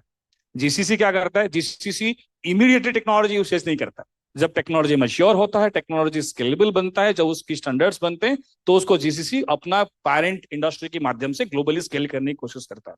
हमने कुछ एक्सपेरिमेंट यहाँ पे आईसीआई अहमदाबाद, नीरव भाई, all of, I must thank them. Ahmedabad की आईसीआई एक चैप्टर की मदद से हमने इस प्रॉब्लम को सॉल्व करने की कोशिश की। हमने लगभग फिनटेक में 30-35 स्टार्टअप्स को, जो 5 से 7 मिलियन डॉलर पे पहुंच गए थे और जिनका टेक्नोलॉजी अडॉप्शन लोकल एनवायरनमेंट में हो गया था, उनको हम यहाँ के जीसीसी के साथ पायलट करवाया। अब जब उन्होंने पायलट करवाया तो फाउंडर्स को भी पता चलता है कि एक्चुअली हमारे अंदर में तो ग्लोबल कैपेबिलिटीज हैं। We can also sell the same solution in middle east, we can sell the same SaaS solutions in Europe, we can also same this same thing in MENA region or US। तो सबसे बड़ी advantages जब GCC और startups की मिलन हुई, self confidence बढ़ा हमारी जो 0 to 1 वाले फाउंडर्स का कि हम 1 to N भी जा सकते हैं। तो ये सबसे बड़ी डिस्कवरी हुई। दूसरी फायदा क्या हुआ, जब ग्लोबल कंपनीज का जीसीसी यहाँ पे हैं, तो सोशियो कल्चरली ये लोग लोकल एनवायरमेंट्स को, कस्टमर को बेहतर समझते हैं। जैसे सर ने कहा कि अगर यहाँ से कोई सीए अगर बैक ऑफिस की जगह फ्रंट ऑफिस से सोचता है, तो you can have a better outlook, क्योंकि आप यहाँ की इकोसिस्टम को जानते हैं। तो आई कैन टेल यू, हम लोग ने जिन स्टार्टअप्स को 2 से 3 मिलियन तक 0 to 1 में सपोर्ट किया था, with help of the GCC they could get pilot in Europe, in Scandinavian country, in US. और जो कंपनी 50 करोड़ की वैल्यूएशन में यहाँ पे इंक्यूबेशन में था, 24 महीने के अंदर में आज जो 400-500 करोड़ की वैल्यूएशन में आ गया, only because they have market clients in doing it. अब ये जो वैल्यू एडिशन हुआ in help of this GCCs and other extended ecosystem, मुझे वो फाउंडर्स कहते हैं कि सर अगर हम डोमेस्टिक मार्केट और डोमेस्टिक कैपिटल के पीछे पड़े होते तो शायद इतना फास्टर ग्रोथ नहीं होता। हमारे प्रॉब्लम सॉल्यूशन फीड जरूर थी, बट प्रॉब्लम ये है कि आज हमने 10 या 15 को तो कर पाया है, लेकिन अर्पित भाई और आपकी एमएसएमई स्टार्टअप कमेटी और आपकी पूरी जो फोरम है, इनकी मदद से ये 20-30 को 2 या 3000 कैसे करना। मैं उस दिन नंदा सर का सुन रहा था, वो कह रहे थे कि भैया हमको तो 500 जीसीसी तो यही बनानी चाहिए फिनटेक की। तो हम लोग 10-15 तक यूज केस तो बना लिए हैं जीसीसी और स्टार्टअप्स की मैरिज मंडप बना करके, बट जब यूज केस बनता है, और अभी ज्यादातर लोग फिनटेक, SaaS, आईटी सर्विसेज में है, लेकिन ये चीज अकाउंटिंग में, फाइनेंशियल ऑडिट्स में, ये चीज फाइनेंशियल स्ट्रेटेजी में, ये चीज बायोटेक्नोलॉजी में, हर एक क्षेत्र में हो सकता है। तो एक एक्सिस में आप सेक्टर वाइज बढ़ाएं और दूसरा वाई एक्सिस में नंबर वाइज भी बढ़ें। अगर ये हम करते हैं, I think Arpit ji, whatever ICAI have a dream for the GCC and startup integration, it will be really fructified. Thank you. Thank you HM। Sir मैं आपको पूछना चाह रहा हूँ कि आपने जैसे कहा कि स्टार्टअप्स डोमेस्टिक से ग्लोबल भी गए, तो एक ब्लैंक क्वेश्चन अप फ्रंट की गिफ्ट सिटी आपको लगता है is a good ecosystem for GCC? Absolutely. I mean, मैं आपको अगर उदाहरण दूं, अलग अलग जियोग्राफीज का अलग अलग स्ट्रेंथ होता है। सो फॉर द एग्जाम्पल, मैं जो स्टार्टअप से सीखा हूँ, राइट, काम करते हुए हमारी टीम में, अगर आपको कोई भी सोल्यूशन मोबाइल फास्ट बनाना है, मतलब अगर आपने कोई ऐसा इनोवेशन किया है जो मोबाइल फास्ट यूज केस है, तो साउथ ईस्ट एशिया की इकोसिस्टम से बेहतर कुछ भी नहीं है, क्योंकि यहाँ पे हम डेस्कटॉप लैपटॉप जंप मार के सीधा मोबाइल पे आ गए, राइट। कोई भी सोल्यूशन अगर क्लीन टेक में है या नेट जीरो पे है या सस्टेनेबिलिटी में है, तो यूरोपियन इकोसिस्टम से बेहतर कोई है नहीं, बिकॉज वो हर चीज में देखते हैं कि इसका सस्टेनेबिलिटी फैक्टर क्या है। कोई भी चीज अगर डिसरप्शन को प्रायोरिटी देता है, मान लीजिए कि कटिंग एज टेक्नोलॉजी के यूज करके फाइनेंशियल सर्विसेज के सिस्टम बनाना है, तो सिलिकॉन वैली से बेहतर कुछ है नहीं। तो अलग अलग जियोग्राफी का जीसीसीज की अलग अलग स्ट्रेंथ्स होता है। सिमिलरली गिफ्ट सिटी की सबसे बड़ी स्ट्रेंथ ये है कि अगर कोई स्टार्टअप है या कोई एमएसएमई कंसल्टिंग यूनिट है, जिसको अगर अपना स्किल सेट और प्रोडक्ट मार्केट फिट को वैलिडेट करना है, तो ये बेहतरीन जगह है कि आप अपना यूज केस यहाँ बना करके एक लोकल यूज केस बना सकते हो। और अगर आपका लोकल यूज केस क्वालिटेटिव है, स्केलेबल है, आई बिलीव आपको 1 से 10 क्लाइंट तक पहुंचने के लिए टाइम नहीं लगेगा। और अर्पित भाई, अभी एक बड़ा इंटरेस्टिंग चीज हुआ है, जो स्टार्टअप्स का 70% रेवेन्यू पहले डोमेस्टिक मार्केट में था, जब हमने अभी इन लोगों के साथ मैरिज मंडप पे उनको लेके आए, अभी वो कहता है साहब मेरे यहाँ से बैठे बैठे 80% रेवेन्यू मेरा यूरोप से आ रहा है, कंप्लायंस हैसेस फ्री हो रहा है, तो मैं क्यों ना अभी मेरा धीरे धीरे बैलेंस शीट को 40% से 90% तक वहां ले जाऊं, और फिर मेरे वैल्यूएशंस, मेरे रिस्पेक्ट, मेरे ग्लोबल एक्सेप्टेबिलिटी बढ़ता है। तो I think this is a good ecosystem, and I must say that हमारी जो आईसीआई की कम्युनिटीज हैं, अगर थोड़ा इसमें इन्वॉल्व हो जाए तो I think we can move 10x in this week. वाह वाह, ये सेम क्वेश्चन का 2 ही मिनट है, क्योंकि सर मैं इसमें एक क्वेश्चन नहीं, मैं इसमें एक क्वेश्चन और ले रहा हूँ सर आपका, दोनों आपसे पूछना चाहूंगा। नरेश भाई, आपसे एक बहुत क्रूशियल क्वेश्चन है, चैलेंजेस इन बिजनेस, वो आपको लेता हूँ, बट चूंकि आपने अभी एचएमई कहा, मुझे ये बताओ, सारे चार्टर्ड अकाउंटेंट्स यहाँ बैठे हैं, सब डोमेस्टिक मार्केट में खेल ही रहे हैं, इनको इंटरनेशनल जाना है, व्हाट आर द टॉप 3? क्योंकि आपने तो स्टार्टअप को, मतलब अभी सर ने कहा कि देखो सामने वाले उल्लू नहीं है, उनको तो आपको बताना पड़ेगा कि हमारा इतना बड़ा सेटअप है गिफ्ट सिटी में, ये बिल्डिंग पूरी जो पीछे कर्व बन रही है पूरी मेरी है, मतलब एक तरह से ऐसे समझाना पड़ेगा कि भाई इतना इंफ्रास्ट्रक्चर है, सिक्योरिटी। हमारे इधर संजीव सांगी है जो बोलते हैं कि पूरा का पूरा कलकत्ता में हमारा ऑफिस लगा हुआ है, तो मतलब वो सामने वाला यूएस वाला आदमी सोचता है कि वाह, पूरा दीदी इनके साथ ही बैठता है, मतलब तो ऐसा टाइप का पूरा माहौल बनाना जरूरी है फॉर एग्जाम्पल। तो अब इन केस आप तो स्टार्टअप्स देख रहे हो, स्टार्टअप्स तो एकदम जीरो से शुरू हो रहे हैं, still they are able to get international clients, तो what is that top 3 or top 5 things that CA should do so that they can now reach out to international clients? So, एक चीज अर्पित भाई, I must say that आज की तारीख में कोई भी बिजनेस मॉडल नॉन टेक नहीं रहा है। सो एक चीज जो हम लोग आईसीआई के साथ अलग अलग प्रोग्राम्स करते हैं, आपकी रीजनल समिट वगैरह में देखा है कि हमारा एक माइंडसेट है ना कि हम क्योंकि फाइनेंशियल सर्विसेज के एक्सपर्ट हैं, तो हमें टेक्नोलॉजी एडॉप्शन को आउटसोर्स करके चला लेंगे। ये माइंडसेट कहीं ना कहीं मतलब इतना ज्यादा useful nahi hai. So one thing is, most of you when you are dealing with financial services, advisory, transaction advisory, compliances, wealth planning, one thing for sure is you figure out what are the kind of existing or upcoming technology जो आपके business models को amplify कर सकता है. So you cannot grow without taking technology as a lever. So that is one thing. और आपको लगता होगा कि भैया आईसीआई की कोई कोर्स में तो हम टेक्नोलॉजी नहीं पढ़ते थे, एआई क्यों पढ़े? मेरे को तो बताया कि you have a chart, you have a committee exclusively for AI now at ICI. So I think technology is one thing that you should not discard. Second important thing, मैं अभी बता रहा हूँ, I used to deal couple of startups today while I was coming. When they are getting investments, FDIs and PE funds from outside, lot of strategic knowledge and process advisory is missing in the local ecosystems. आज की तारीख में you will be very very comfortable working with Indian laws, Indian regulatory systems and others, पर थोड़ा सा आपकी कुछ partners या एसोसिएट्स या सिस्टम के माध्यम से वेल्थ तो आज भी 80% स्टार्टअप इकोसिस्टम से बाहर से आ रहा है।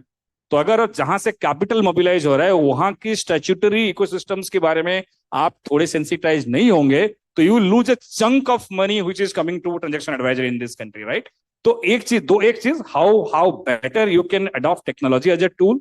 Second, can some of your stakeholders or partners or associates could specialize in certain geographies from which the capital is coming to Indian startup ecosystem and Indian GCCs? क्योंकि without that you cannot repatriate things, right? तो ये दो चीज मुझे एक missing link लगता है. और तीसरा जो एक सबसे इंपॉर्टेंट चीज यही है कि I think we need to celebrate some of these CAs who have done good servicing clients outside. Once we start highlighting and celebrating some success stories, हमारे देश में इंस्पिरेशन से जलन काम करता है, right? Once you start doing eaching into that, कि okay, look, they moved out from domestic market, went out, great confidence, cleared value propositions, then a lot of these people will help you. So I think technology as a lever. How do you also specialize in the regulatory aspects of outside?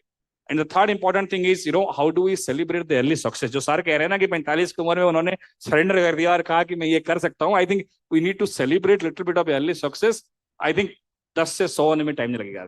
वाह, श्वेतांग भाई आप बोलना चाह रहे थे, मेरे को आपसे यही पूछना था सर इसमें नेक्स्ट की जीसीसी में आपको ऐसा क्या लगता है कि which is the most favourable, sorry gift city में क्या फेवरेबल लगता है? क्योंकि आप तो 2021 से हो, आपके लिए तो एकदम बोलते ना क्लोजेस्ट टू योर हार्ट है. इसके अलावा आपने कुछ एक्सप्लोर किया भी नहीं है शायद? या किया था आपने, एनालिसिस किया था sir? Yes, actually gift city तो हमारे लिए सबसे बड़ी गिफ्ट है, कंट्री के लिए तो है ही है, और लेकिन हमारे लिए और जो कुछ भी कमी रह गई थी साजिद सर और उनकी कमेटी ने पूरी भी कर ली है कि भाई हम ज्यादा चीजों को एक्सप्लोर कर सके. इन्होंने जो बात कही ना 0 to 1, ये दो तरीके से बहुत चैलेंजिंग हो जाता है कि 0 to 1 है ना, वो इन्फेंट मोर्टालिटी जो प्रॉब्लम था ना हमारा 1976 के वक्त, उस टाइप का होता है। और उस टाइम पर माँ और बच्चा दोनों मर सकते हैं। ये जो इस एग्जाम से, मैं सीए नहीं हुआ था ना, तब तक मुझे यह था सीए से कोई डिफिकल्ट एग्जाम नहीं है। और मैं 10th तक तो संस्कृत पाठशाला में पढ़ा था, 11th में आके एबीसीडी मैथ सीखा था, तो मेरे लिए तो सीए की एग्जाम और चैलेंजिंग थी। लेकिन जब मैंने एंटरप्रेन्योर वाली एग्जाम पिछले 4 साल पास की, तो मुझे लगा कि अगर मैं रिवर्स 5 साल जाता हूं तो मैं 10 बार मुझे कोई पूछेगा, मैं 10 के 10 बार सोचूंगा मैं ये धंधा नहीं करूंगा। ये मैं क्लियर आपको बोलता हूं कि it's a very painful journey, जिसमें मैंने कहा जो आपका क्रिएशन है बच्चा, वो भी मर सकता है, और एज अ मदर मैं भी मर सकता हूं।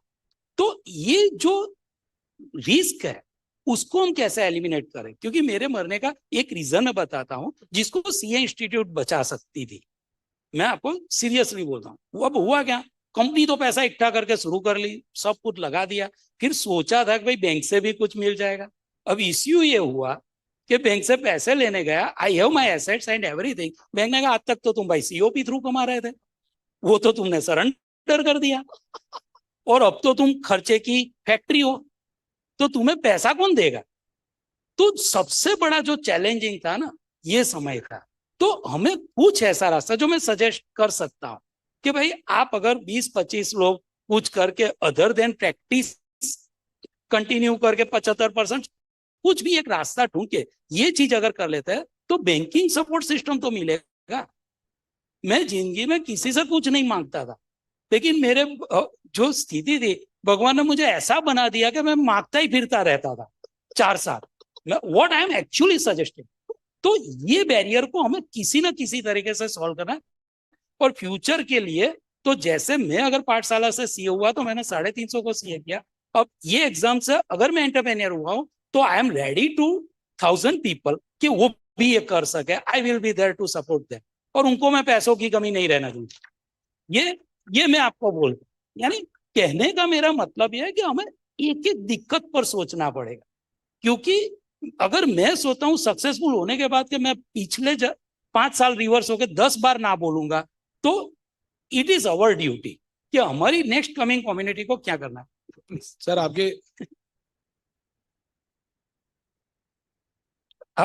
देखिए, गारंटी तो एलआईसी भी नहीं देती है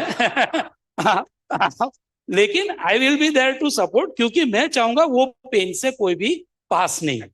और जीसीसी के लिए इतना रिस्क नहीं है, जो हमने उठाया वो तो एक अलग चीज थी। प्लीज सर मैं आपको बताना चाहूंगा, देखो 5 साल पहले अगर कोई फेल होता था ना, लोग उसको गाली देते थे, टाबू देखते थे। अभी अगर आप कोशिश करके फेल नहीं हुए, आजकल टर्मिनोलॉजी आ गया, पीवट के शब्द इस्तेमाल करते, नहीं बोलते फेल हुआ, पीवट हो गया। आप अगर बायो में लिखोगे ना, मेरे पास ये कोशिश करके सक्सेसफुल नहीं होने का अनुभव है, you are treated like a 3 stars, right? So the society is changing. Society is changing. I think today the society is valuing your experiential learning.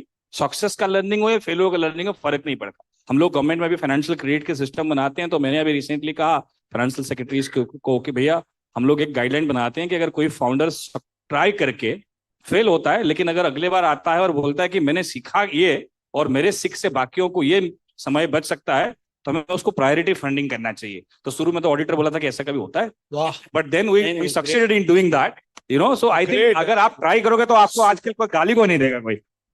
Sir आपने क्वेश्चन पूछा था, आपको एक चीज बता देता हूँ। ये जो सब कुछ हो रहा है ना, आईसीआई WTO जो कमेटी हमारी जिसके अंदर ये सारा हो रहा है, उनके चेयरमैन अभय जी छाजेड़ हैं। सर आप कभी भी उनके पास पहुंचो, he will ensure, we call him the prince of Bhopal also, MP, वो भोपाल से आते हैं। तो वो सर कुछ चांस ही नहीं है, मतलब आप 10 मिनट भी बैठोगे ना, वो इंश्योर करेंगे कि आप फेल नहीं हो जाओ। और इनकेस हो गए तो हमारे ज्ञानचंद मिश्रा है जो इंसॉल्वेंसी कमेटी के अध्यक्ष है, मेरी बात सर पूरा आर्मी लेके आए हम, ICI पूरा आर्मी लेके आए। संजीव ने बोला कि सब के सब हमको इधर सब हो जाना चाहिए। तो आप देखो, और फिर उसके बाद सबसे टॉल पर्सनालिटी विशाल दोषी भी है।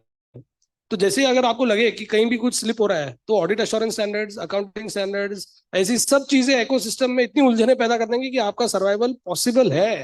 हो ही नहीं सकता कि आपके बगैर आगे इकोसिस्टम चले। फिर हम सर मैं तो बैठा ही हूँ, मैं दोनों के वाइस चेयरमैन हूँ, MSME का कर रहे हैं, IHub में RRC कर रहे हैं। तो जैसे इन्होंने कहा कि things are evolving, things are changing, mindset बहुत change हो रहा है. People who are trying again are not considered as failures. In fact, हमारी mark sheet भी अब ये नहीं बोलती कि आप fail हो, आप unsuccessful हो. So you know that is a great shift that we've seen in mindset. चूंकि हम challenges की बात कर रहे हैं, नरेश भाई आपसे पूछना चाहूंगा क्योंकि businessman हो आप. Suppose you were to set up something in GCC, in Gift City, for example, like GCC बनाना हो, तो what are the challenges that you see and how do you think कि कैसे इसको mitigate किया जा सकता है in terms of manpower and in terms of finance?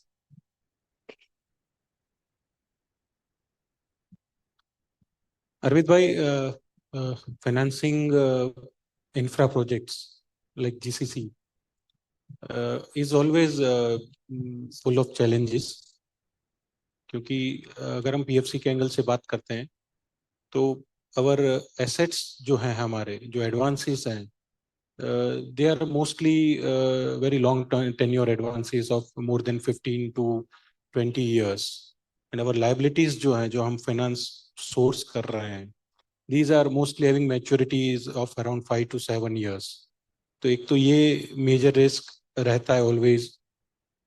Second thing जो है कि multiple approvals हैं, procedural delays हैं, and technology redundancy जो है कि जब I think initially दयानिवास जी ने जो बताया कि within next 3 years अभी हम जो technology use कर रहे हैं maybe वो redundant हो जाएगी, तो it requires significant amount of capex at a very lesser interval. तो ये सब challenges are something new for the concept like GCC and the projects which are AI driven तो उसके अंदर और भी इंफ्रा मतलब कैपेक्स जो है वो अपने आप में एक बिग चैलेंज है क्योंकि एवरी लेसर फ्रीक्वेंट इंटरवल पे we need major capex to be done in terms of technology.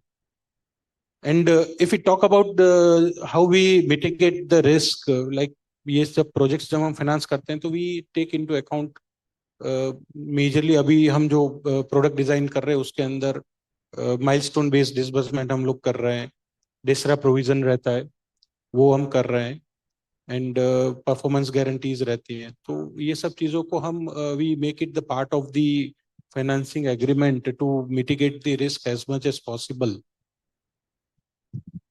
I think very crucial, very critical point that you touched on in terms of how do you approach financing. I think दो तीन चीजें जो आपने बताई है. So overall, मतलब given the perspective, you see a huge development happening in this area. What are the other promising areas that you see? क्योंकि green power, green technology जो है उसमें आप लोग I'm sure you are having a huge interest now. Any quick take on how do we promote green through this sustainability through this? Sure. Arpit bhai, GCC is not something only about the offices and office infrastructure or setting up business only. It has to be looked into entirety. When we set up a GCC, it has with its green mobility that we have to provide. Housing and related infra we have to provide. So when we talk about the financing of renewable energy projects, PFC has more than 60 gigawatts of renewable finance projects that we have financed across the country. And we are currently exploring the venues like we are the first government NBFC to set up a dedicated company in Gift City. We have already set up and we would be soon starting the functioning. From the presence already है इधर. We have not started operations yet, but we have set up the company and have our infrastructure in place. Okay. So very soon we'll be coming up with the products. So जितने भी chartered accountant बैठे हैं, तो आपको अगर कहीं करना है तो yes, we are here in Gift City. आप लोग के पास एकदम instant connect है thanks to this seminar that you can reach out for any green projects that you need funding for. And when we talk about like funding projects and GCC, then I don't think there could be any other better place than Gift City to organize this discussion. वाह. Sir domestic हमने समझ लिया, क्या होना चाहिए समझ लिया, policy पे थोड़ा सा. Thank you, sir. Shwetang bhai, if you can quickly answer.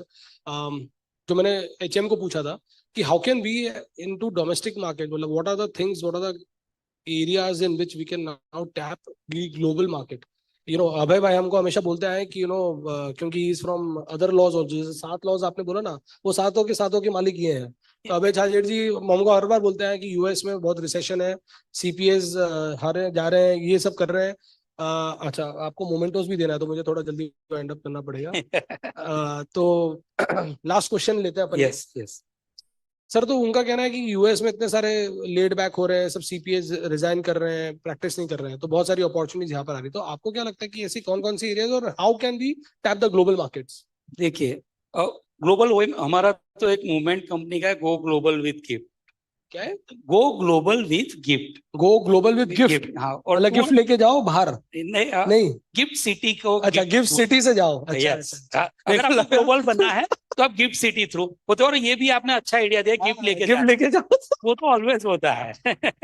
अब देखिए, आज की दुनिया ने, कोरोना ने तो एक चीज सिखाई कि प्रेजेंस इज नॉट इम्पोर्टेंट। अब दुनिया ने, टेक्नोलॉजी ने हमें सिखाया कि लैंग्वेज फ्री हो गई है दुनिया।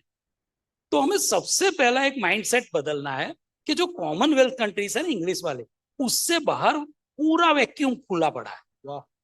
तो हम फोकस कर रहे हैं मल्टी लैंग्वेज मार्केटिंग कंटेंट्स पर। मेरे यहाँ एक मीडिया टीम है। अब आपको जो 6 रिक्वायर्ड चीज चाहिए वो भी बोलता हूँ। You need to communicate your products in simple your. तो हमने स्पेनिश में बनाया है, हम जर्मनी में बना रहे हैं।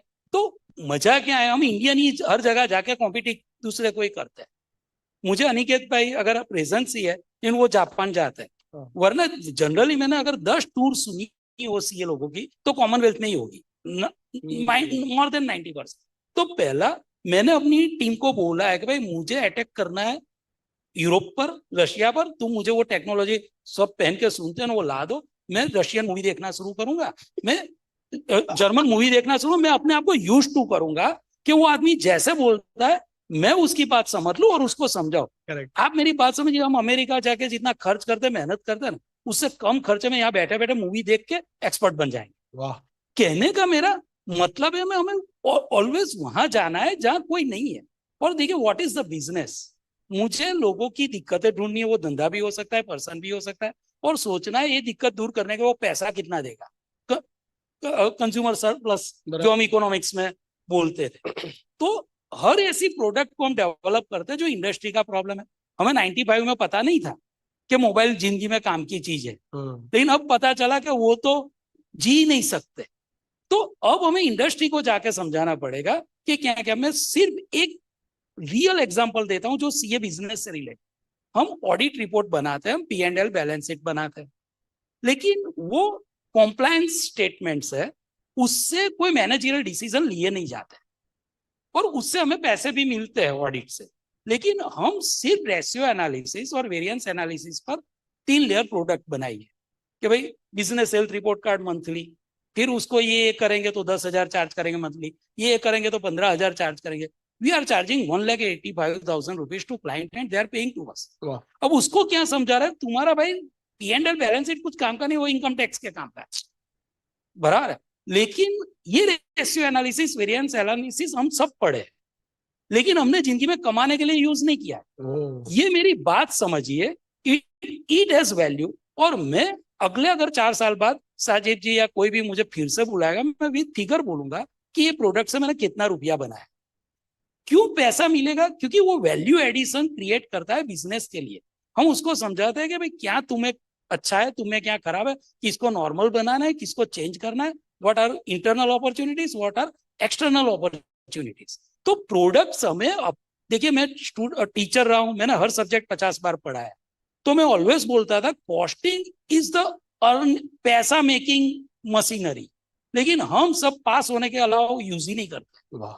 आप सोचिए, इकोनॉमिक ऑर्डर क्वांटिटी हम बेस्ट बाय क्वांटिटी कर सकते हैं, बेस्ट लेबर कॉस्ट कर सकते हैं, लेबर ओवरहेड। हमने कब अपनी प्रैक्टिस में ये सर्विस का पैसा चार्ज किया? हम ये पैसा, अब उसको भी पता नहीं है ये हो सकता है, हमें पता है, लेकिन हम बोलते हैं। अब एक्चुअली होता है क्या है सर जी, एक और चीज बोलता हूँ क्योंकि पाठशाला में पढ़ा हूँ, ये बहुत इंटरेस्टिंग चीज है। भीम अर्जुन और सहदेव में एक डिफरेंस था। क्या था कि सदैव को एक ज्ञान था कि फ्यूचर पता चल जाता था, लेकिन भगवान ने लिमिट किया कि तुम्हें कोई पूछे ना तभी जवाब देना, बराबर है। तो पैनलिस्ट लोग जो होते हैं ना, वो सदैव होते हैं अगर ये पूछेंगे ना तभी हम बोल पाएंगे। जिस दिन इंस्टीट्यूट मुझे भीम अर्जुन वाला रोल देगी ना, I will be more useful to you क्योंकि उस वक्त में जो चाहे वो हथियार उठा के इसी को भी अटैक कर सकता हूँ। इसमें हमारे यहीं से नंदा जी, हमारे प्रेसिडेंट साहब नंदा जी हमेशा एक डायलॉग मारते हैं, मतलब हम लोग कभी भी ऐसा कोई डायलॉग मारते हैं, भीम अर्जुन आपने बोला, देखो क्या चमत्कार हो गया, कल तक तो जा अमरूद आज अनार हो गया। तो ऐसे ही होता है, फर्क पड़ जाता है, सब अपने इवॉल्व होते हैं। और इवोल्यूशन की जब बात करते हैं तो HM has a very important role to play. I am the vice chairman of the MSME committee, और हम लोग एक पूरा एक बैच लेके जाते हैं जो आई हब में इंक्यूबेशन के लिए, जो इंक्यूबेशन नहीं हो पाते हैं बट चार्टर्ड अकाउंटेंट्स को एक एक्सपोजर देने के लिए एक RRC चलती है, वो करते हैं। Sir, final question to you कि what can we do in this GCC ecosystem that can evolve the mindset, क्योंकि इन्होंने तो 50 लोग को जोड़ लिए बट ये लोग अभी भी नहीं जोड़ पा रहे हैं या नहीं कर पा रहे हैं। तो MDP एग्रीगेशन और कहीं ना कहीं डेलीगेशन, मतलब गिफ्ट लेके बाहर जाना, ये सब हमको समझना है। तो what is your दो role चीज that आप ICAI लोग can के do? लिए है, इमीडिएटली बताऊं। थैंक्स टू अर्पित भाई and MSME committees and others. Every month हम लोग पैन इंडिया से लगभग 50 CAs को थ्रू ICAI आई हब में बुलाते हैं 3 दिन के लिए। और अभी जो नेक्स्ट प्रोग्राम है, मैं आपको इनवाइट करूंगा, those of you want to join this program is 4th, 5th and 6th। हम लोग उसमें we have a very sophisticated models and capacity building program, जिसके माध्यम से हम आप सबको एजुकेट करते हैं। Please put your hands together and welcome our chief guest and president of ICAI, CA Nanda sir. And उसमें थोड़े से प्रोग्राम्स हम लोग अभी GCC को लेकर भी मॉडल बनाए हैं। तो एक बार मैं अर्पित भाई से in coordination with him will create a special model for capacity building of all of you with respect to GCC। तो हम लोग एंटरप्रेन्योरशिप साइड में तो कर ही रहे थे कि CS को एंटरप्रेन्योर कैसे बनाए, और मैं अनुरोध करता हूं आप में से कुछ लोग अगर अपकमिंग बैच में भी 4th, 5th, 6th को आए तो हम आपकी कैपेसिटी बिल्डिंग जरूर करेंगे, but we will do a special program for capacity building for skills for GCC. So that is my promise to ICAI. All right. So with this, let's have an end to this panel discussion. We've got all the dignitaries over here. May I request all of you to please, अगर अच्छा लगे तो एक बार जोरदार तालियों से स्वागत करें और धन्यवाद करें हम हमारे पैनलिस्ट का, महानता सर, श्वेतांग भाई and नरेश भाई. I request quickly if you can give the mementos. Yes, requesting CA Dhaneva Sharma sir and CA Inaugural sir to felicitate the faculties for the session. Also requesting CA Arpit Kabra sir to join in. We again thank all the faculties for accepting to shift, as this was the last session for the day and they came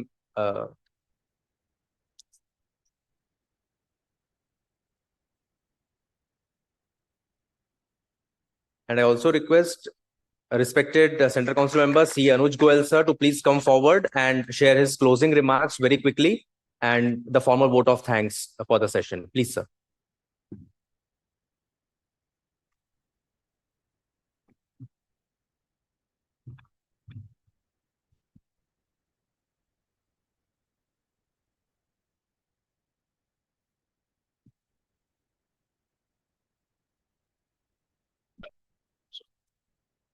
Thank you very much.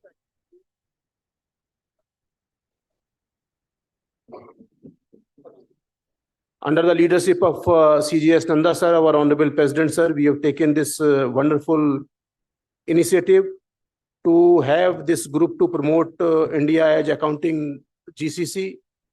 So a very, very big round of applause to President sir. And of course, we are having the chairman of convener of the DITS and WTO Directorate, Abhay Chajarji, under whose leadership we are having this group, and Sanjeev Sanghi ji is the convener of this group. So thank you very much, Abhay Chajarji and Sanjeev Sanghi ji, for this great initiative. I think it would go a long way for the chartered accountants, particularly the young chartered accountants, and of course India, how we can do the export of services in a great way in other parts of the world other than USA also. So I think it is a need of hour, and we are really doing something very, very concrete for our young generation of the chartered accountants and for the country as a whole, to see that how we can have the export of services in the best possible manner. We are having a program director Purushottam Khandelwal ji, Vishal Doshi ji, and of course the way Arpit Kabra ji, एक भी delegate, I was seeing that कोई delegate मेरे अलावा कोई delegate hall से बाहर नहीं गया. So the way he has conducted this panel discussion, something really great. So a very, very big round of applause to Arpit Kabra ji. And of course, our senior Central Council member, Dayanivas Sharma ji, who is of course the chairman of DAB, and Arpit ji is the vice chairman of DAB and the member of the examination committee. Arpit ji and President sir is the chairman of the examination committee. He has made my life very difficult. And now thrice in a year, the exams are there. And September is the testing exam. In the month of November, we have to place all those chartered accountants. But I think GCC and all of you are here to see that how you can avail that wonderful opportunity to avail the services of the best of chartered accountants. And we will provide you the chartered accountants in each and every nook and corner of the country. Tier A city, Tier B, Tier C, according to the cost efficiency. We will provide the chartered accountants. You want 100 chartered accountants, 500 chartered accountants, 1,000 chartered accountants at a particular place. We will provide you. And not only newly qualified chartered accountants, if you do want the chartered accountants with experience of 5 years, 10 years, 15 years, 20 years, 25 years, 30 years. We are there as the chairman of committee for members in industry and business, because the president sir has given me this wonderful opportunity, and with the help and support of all of you, we will certainly do something very, very concrete. GC Misra ji is also here, who is a member of this group.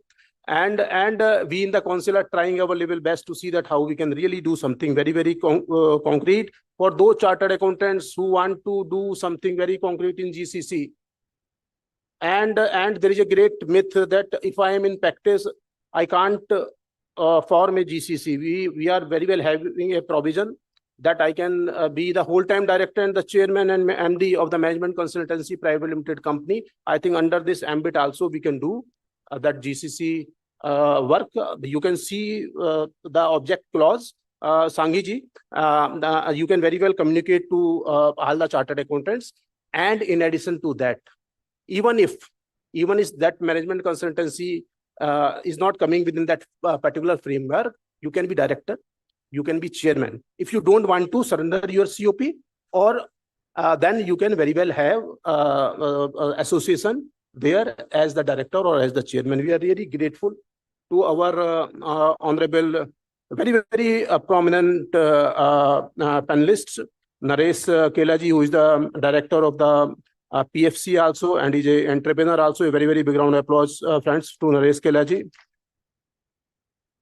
We are really grateful to Swetang Pandya ji, who is the CFO of Swetang Consultancy Services, for I think teaching us in a great way, because the in and outs which he has learned, he has shared with all of us. He wants to see that how we all can be the millionaire and billionaires with the help and support of him. A very, very big round of applause, friends. And of course, Hiramanya ji, Mohanta ji, CEO of iHub Gujarat, for being very, very active and communicating each and every in and out, how we can do really something great in the GCC. And friends, under the leadership of the President sir, Nanda sir, we are having an initiative of the 40 under 40 awards.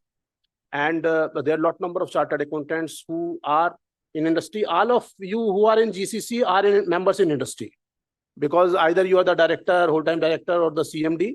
So you are the members in industry, and up to the age of 40 years, the chartered accountants who do think that they are really doing something good for the profession can very well get themselves enrolled for the 40 under 40. And in addition to that, अगर आपके 40 साल से ऊपर की age है, तो भी ICI awards में you are very well eligible to get yourself registered. So I will request all of you, because you are the brand ambassadors, to please come forward and nominate yourselves and your nears and dears in that. I welcome Aniket Talati ji, one of the youngest President of the Institute of Chartered Accountants of India, from Gujarat itself, from Ahmedabad itself. We have produced Narendra Modi ji as Prime Minister and Aniket Talati ji as the President. So a very, very big round of applause to Aniket Talati ji. Thank you very much.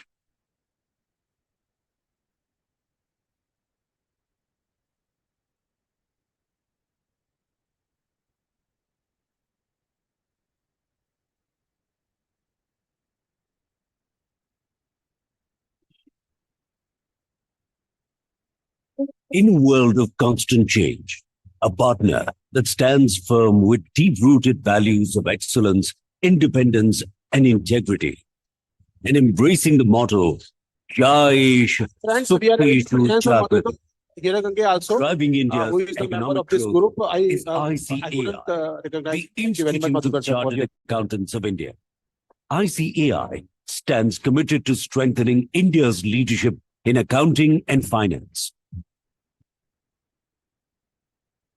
Under the visionary leadership of C.A. Charanjot Singh Nanda, the 73rd president of the world's largest accounting body, ICAI, embarks on a transformative journey. I'm honored to assume the position as 73rd president of the Institute of Chartered Accountants of India. I want to tell you that I have dreams which I've seen over so many years before assuming this position. 3 important agendas for this council. Number 1, we mean business. When I come in a commanding position, you will see that there are certain sweeping changes. We want this to be as a boardroom, which does professional business, which transacts agenda, which is of high order. Second important thing, the plight of members and students has to improve. Along with members and students and council, we have to take our employees along. They work exceptionally well in pressure. Let them ease out and work in normal circumstances in the same vigor in which they work in pressure. The theme for the year 2025-26, Vishwasniya, meaning trustworthy, resonates with the commitment to be a trusted partner in India's development, illuminating the path towards Viksit Bharat. Asmakam karyam vishwasniyam Viksit Bharatasya samarpitam cha asti, meaning our work is trustworthy and dedicated to a developed India. V, vision for Viksit Bharat. V in Vishwasniya symbolizes a vision to make India a Vishwa Guru in the accounting world and steering the nation towards becoming a Viksit Bharat by 2047. अपनी देश की economy को सही रास्ते पे ले जाने के लिए ये डेडिकेटेड फोर्स है और मैं डायरेक्ट से as 73rd president of institute आपको कह रहा हूं सर, ये सब देश के लिए मर मिटने को तैयार है। आईसीआई इंस्टीट्यूट जो कहती है वो करती। तो अगर तीसरी इकोनॉमी का वादा कर लिया आपने, तो पूरे देश में आपके मेंबर्स हैं, उनमें आप अपनी ये भावना फैलाइए कि भारत को सबसे बड़ी तीसरी अर्थव्यवस्था हमें बनाना है, और जब आप लग जाओगे तो निश्चित रूप से तीसरी सबसे बड़ी अर्थव्यवस्था बन जाएगी। As far as chartered accounting profession is concerned, highest ethical profession is there, this chartered accountants. Because we've got such a, I don't say that by birth itself somebody becomes ethical. And by virtue of law, the implementation of law and the punishment that you have, those things that become as deterrence to see that you are not. I, integrity and ethics. ICAI ने यूडीन यानी unique document identification number की शुरुआत की है। इसके जरिए chartered accounts के प्रमाण पत्रों का सत्यायन हो रहा है। व्यवसाय में प्रामाणिकता की बहुत आवश्यकता है। मुझे खुशी है कि आपकी यूडीन के जरिए ये सार्थक प्रयास शुरू किया गया है।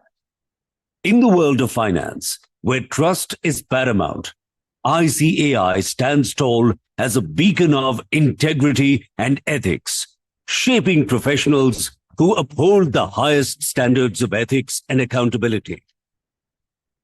आपका सिग्नेचर सत्यता की, भरोसे की गवाही देता है। चार्टर्ड अकाउंटेंट्स देश के इकोनॉमिक सिस्टम के भरोसेमंद एम्बेसडर होते हैं। आप सरकार और टैक्स देने वाले नागरिकों और कंपनियों के बीच इंटरफेस का काम करते हैं। आपका सिग्नेचर देश के प्रधानमंत्री के सिग्नेचर की वो ताकत नहीं है जो ताकत एक चार्टर्ड अकाउंटेंट के सिग्नेचर की होती है। Indian chartered accountants have earned unparalleled recognition for their trustworthiness and expertise.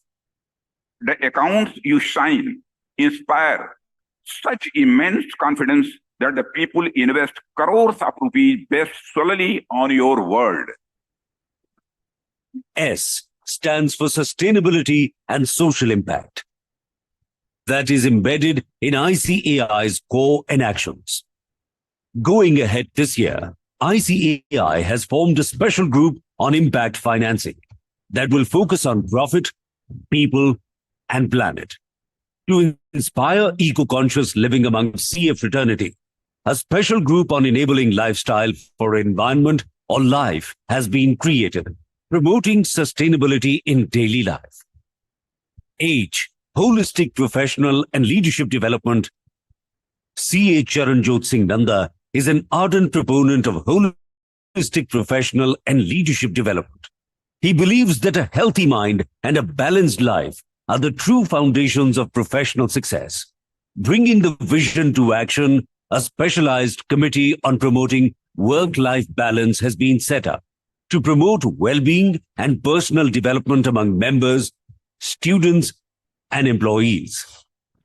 A, for accelerating digital transformation. To keep Indian CAs at the forefront, ICAI is continuously accelerating digital transformation initiatives and has further strengthened the AI in ICAI committee, focusing on data analytics to elevate AI-driven solutions and education to the next level. S for stakeholder engagement.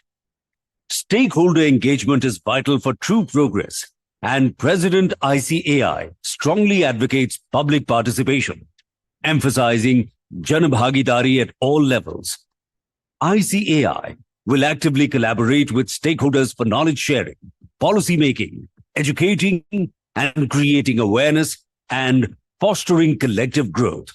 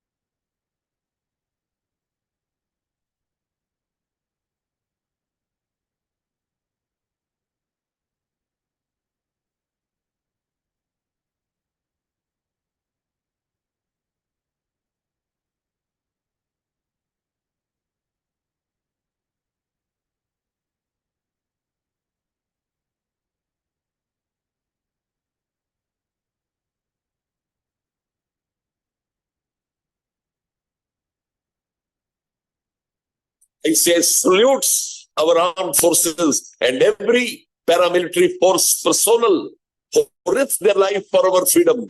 Our gratitude must not be seasonal. It must be perennial. It must be perpetual. It must be far-reaching.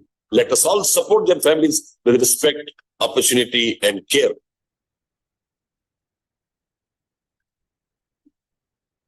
N, nation first approach. Dedicating over 1.4 million CA professionals and students for the progress of the nation, ICAI embodies a nation-first approach, underscoring its commitment to India's economic progress. लेकिन भगवान से दुआ है कि अगर अगली जिंदगी हो तो हिंदुस्तान में जन्म लूं। एक हिंदुस्तानी होना मेरे लिए फख्र की बात है और मैं मानता हूं आप सबके लिए फख्र की बात है। ऐसा देश नहीं मिलता, ऐसी मां नहीं मिलती जिसके गोद में आप हमेशा महफूज हैं। We are truly grateful. We are also incredibly humbled that you are here and that your visit has come soon after the tragic events that this very town had to face, most of you with spouses, many of you with children.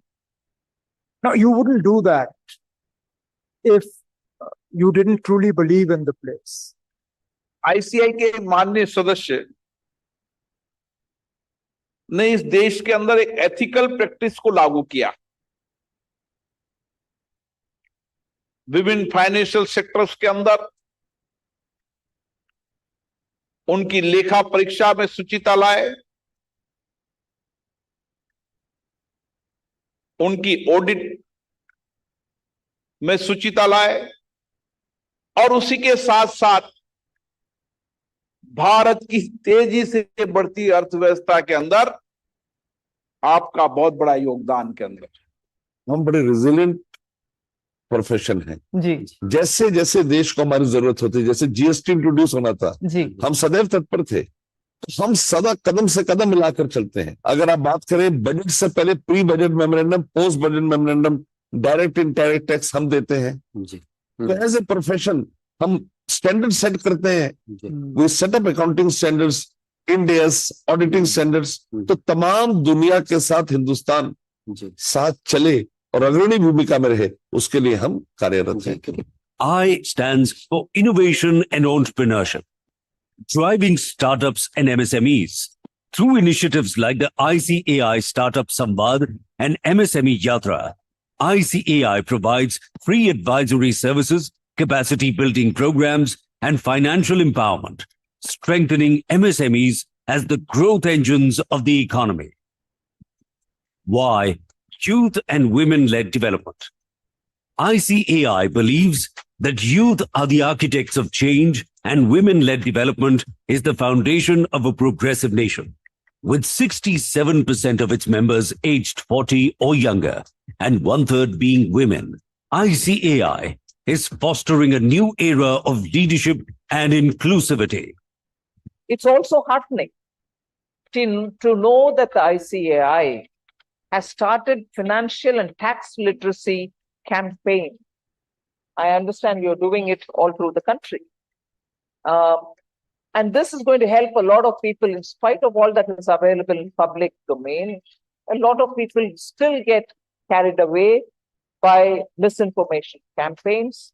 And when you as Chartered Accountants institution run a financial literacy and tax literacy campaign, it certainly has a lot of credibility.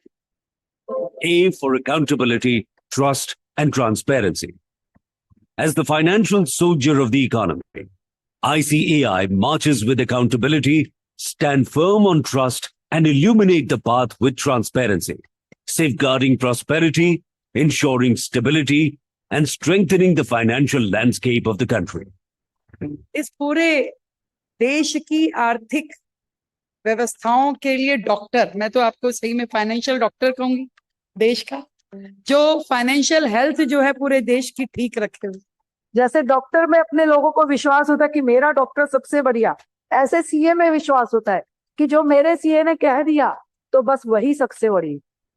तो इसलिए आपके ऊपर जो विश्वास आपके client का है वही सच मायने में ताकत है। Vishwasniya is a vision where digital revolution, leadership, innovation, integrity, sustainability unite with humanity to shape a prosperous India. Together, we forge a developed India that inspires the world. ICAI है निरंतर प्रयासरत अपने लक्ष्य की ओर, बनाना है विकसित भारत, थामे सशक्त विश्वास की door.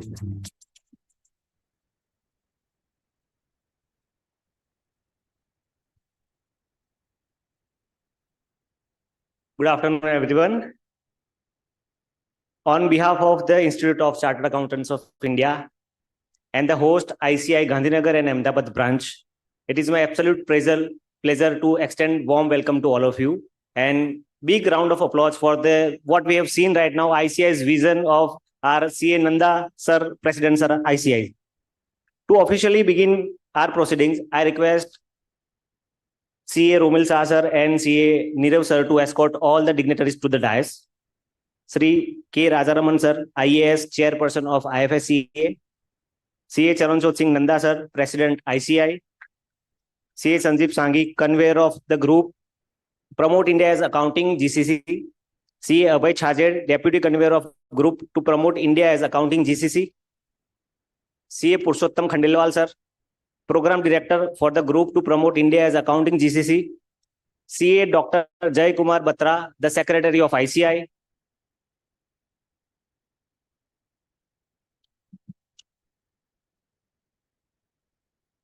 thank you, sir.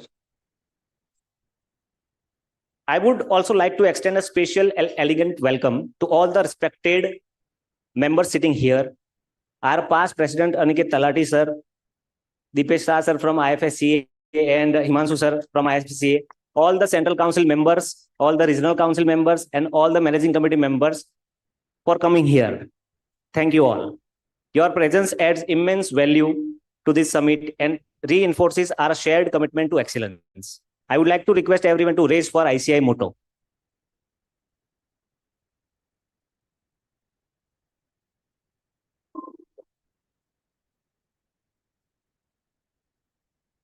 Yashasupteshu jagrati. Yashasupteshu jagrati. Tamam tamam tamam tamam shoro shoro nirvimana nirvimana adeva shukram adeva shukradam adeva mridam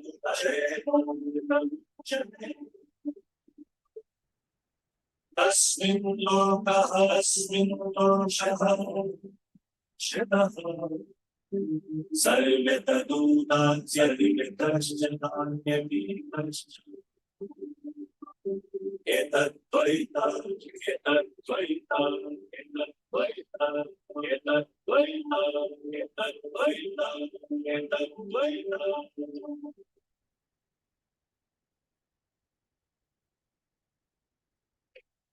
A lamp symbolizes the dispelling of the darkness and the spread of knowledge. I now request all the distinguished guests on the dais to come forward for the ceremonial lighting of the lamp. Also, all the Central Council members of the dais, please come on the dais for the lighting of the lamp.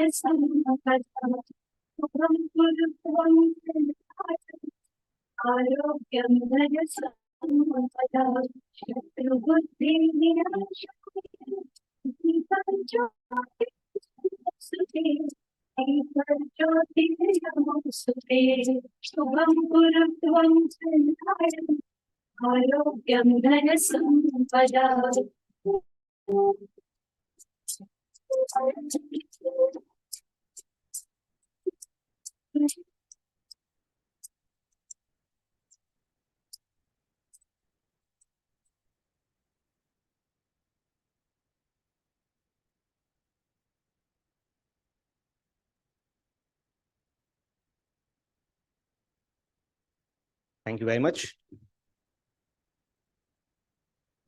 Now, as a token of our profound gratitude, I would like to request CA Charanjot Singh Nanda sir, President of ICI, to present a bouquet and memento to the Chairperson IFSCA, IAS Rajaraman sir.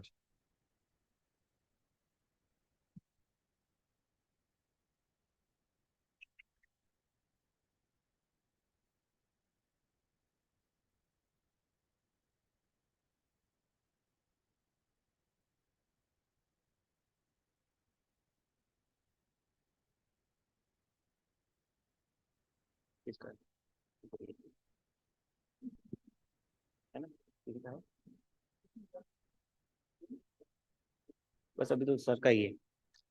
begin our address with a warm welcome from CA Dr. Jay Kumar Batra sir, the Secretary and CEO of ICAI, New Delhi, the world's largest professional accounting body with over 1.5 million students and members. ICAI operates through 5 regional councils, 179 branches, 146 study circles and 95 study chapters in India, along with 54 chapters and 31 representative offices in 47 countries. As a regulator, Dr. Batra is a fellow member of ICAI and the Institute of Cost Accountant of India. A university rank holder, he holds a PhD, MBA, HR, and postgraduate degree in commerce. He is committed to strengthening ICAI's role in national building, financial integrity, and global collaboration. Please welcome Dr. Batra on the stage.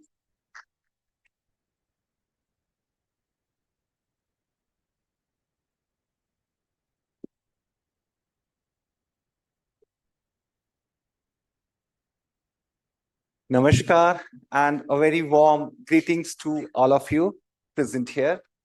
I would like to begin with a shlok in Sanskrit, which says, Lekh Gyan Nidhi Bharataha Vite Jagati Pat Pradaha Sansthanam Hi Sadamo Yatrev Niyate Stitha. Means, India is a treasure house of accounting knowledge, a global guide in finance, where the two principles of institutional ethics stand grounded in regulation. Once again, a very warm greetings to all of you. I welcome you all. With this shlok, at first, on behalf of the Office of the Institute of the Chartered Accountants of India, which we all know, it is the world's largest professional accounting body of the world, serving more than 15 lakhs members and students through its 5 regional councils, 182 branches, having presence in the 85 global cities of the 47 countries of the world. At first, I would like to welcome you all here to the second edition of the Global Capability Center Summit Series 2025, held at this iconic gift city, Ahmedabad. On behalf of ICAI, I extend a very hearty warm welcome to our most valued invited chief guest of the day, Honorable Shri K. Ramaramanji, who is the chairman of International Financial Services Centers Authority, IFSCA. So I request all of you to welcome sir with huge round of applause. We are extremely honored to have with us our Honorable President ICAI, CA Charanjot Singh Nandaji. Welcome, sir. Also, we welcome you, sir, here. I also extend my welcome to CA Sanjeev Sanghi, Central Council Member, and CA Abhay Chajarji, Central Council Member. Both of them are the convener and the deputy convener of the group to promote India as accounting GCCs. I would like to extend our welcome to CA Purushottam Khandelwalji, the Central Council Member and the Program Director, CA Neeraj Agarwalji, Chairman, Ahmedabad Branch of WRC of ICAI, CA Romil Shahaji, Chairman, Gandhinagar Branch of ICAI, CA Sagar Parmarji, Secretary, Gandhinagar Branch of ICAI, distinguished Central Council members who are present here to witness this event, this program, the Managing Committee members of the Gandhinagar Branch and Ahmedabad Branch, all respected speakers, distinguished guests, industry leaders, and esteemed participants who are here. And I would like to extend my special welcome to our Honorable Past President, CA Aniket Sunil Talati ji, who is also here to witness this program. So I request all the participants that you have to clap, you have to applause aloud for yourself, for the dignitaries on the dais, for the ICI, your ICI, my ICI, and our ICI. Thank you very much. As we all know, global capability centers are no longer just back-end operations. They have transformed into strategic hubs, driving innovation, digital transformation, and global competitiveness. The summit will provide an excellent opportunity for thought leaders, experts, and decision makers to exchange insights and explore the expanding role of GCCs in shaping the future of the business. With shared wisdom and collective vision, we can transform opportunities into global success stories. We are confident that the deliberations over the next 2 days will generate meaningful ideas, foster collaborations, and contribute to strengthening India's position as a global hub for the capability centers. With these words, once again, I extend a very hearty warm welcome to each of you and wish that the summit will have the great success, and would like to conclude as Sanidhi Lekhakar Sanstha Saniyanta cha Rashtra Vitsya Rakshakah Niyame Nishche cha ev ya isthara sacha bhaskaraha. The ICI, a regulator, a protector of national wealth, is steadfast in rules and its decisions shines like the sun. Thank you very much. I welcome you all here once again.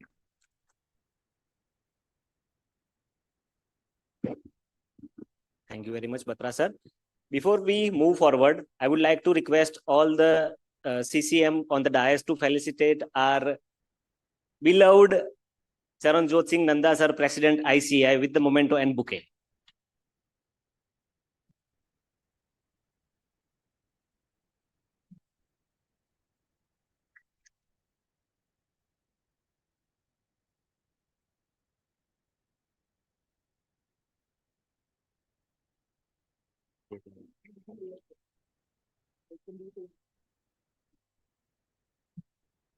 Thank you very much, sir. To provide us with an overview of this landmark event, now I would like to call CA Purushottam Khandelwal sir. But before I call him, let me tell you one story that he has told us or many members in one event, that there is one university जो doctors बनाती है या फिर doctors को degrees देती है, right? But after becoming the doctor, universities do not provide the patients. वो तो खुद ही आते हैं डॉक्टर्स की रेपुटेशन और स्किल के बेस.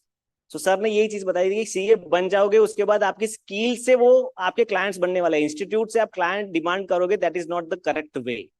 और टू कनेक्ट, वो बोल रहे हैं कि सबको मिलो, नेटवर्किंग बढ़ाओ, सबसे मिलोगे तो काम अपने आप बढ़ता जाएगा. So this is the landmark event. Sir, thank you very much for giving us such event. Stage is yourself. Thank you.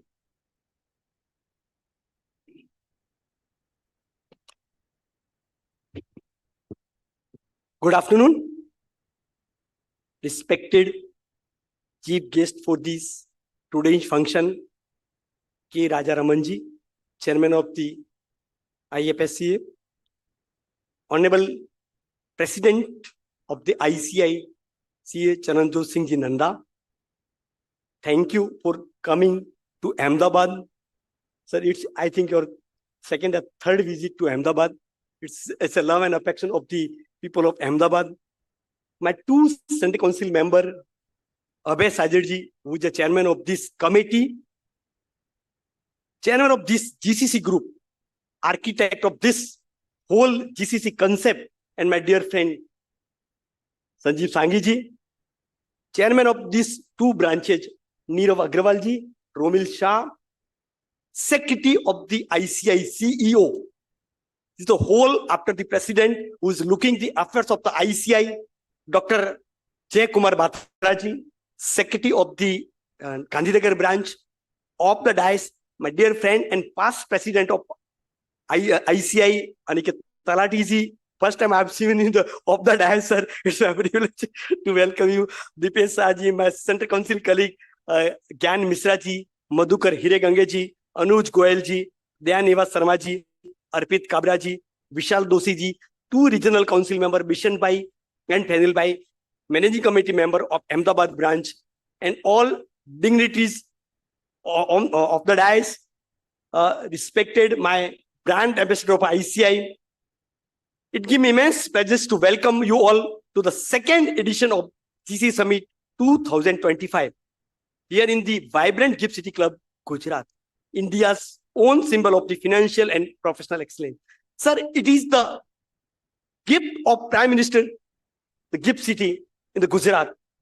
This is the concept and the baby of the Honorable Prime Minister, sir.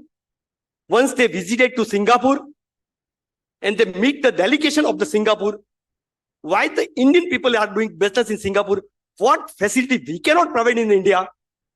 So the concept arises from the Singapore, and now you see this is the only GIFT City foreign within the India. As a program director, I am honored to see the platform involved into a national movement to position India as a global hub for the accounting capability center.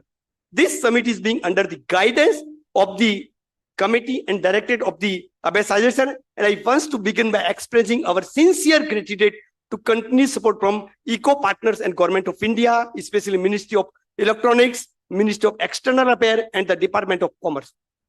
Their presence and encouragement validate the strategic importance of the initiative. We are thankful to our sponsor and Ahmedabad and Gandhinagar branch who stood firmly with us making this vision reality in Gujarat. In recent year, India's accounting talent, digital infrastructure, and regulatory program aligned with the create a powerful value of the proposition of the global business. This summit is more than just a gathering. It's a platform to discuss, collaborate, and shape the future of accounting GCC in India. The conversation we have here to next 2 days will help us to chart and course of the making India first choice of the global financial and accounting delivery. Let's use this opportunity to encourage deeply and boldly work together for the future of India, but leading in the knowledge, capability, and innovation. On that note, I welcome you all once again for this conference. Thank you. Thank you so much.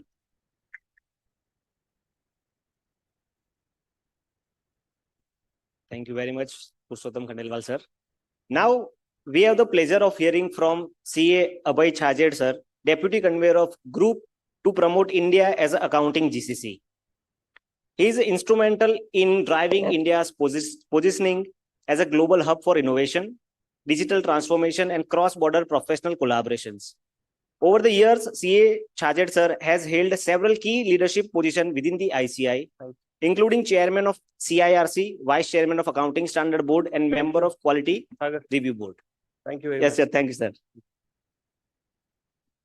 Thank you very much, Sagar. I think introduction, of course, is not needed. We have two very eminent dignitaries on the dais. More important for members to know about them rather than us. Of course, we are part of the council. So highly respected and honorable chief guest for today's inaugural session, K. Rajaramanji, the chairperson of IFSC. Sir, thank you so much for being here. Truly an honor and privilege to share dais with you. A big round of applause for Rajaraman sir. I think he's one person, and of course, along with Dipesh Shahji, the executive director, we had the delegation yesterday and a tour on the gift. I think truly it was so inspiring and encouraging for all the participants, sir. We've got wonderful feedback. Thank you so much, sir. And of course, Dipesh Shahji, thank you for arranging and organizing this.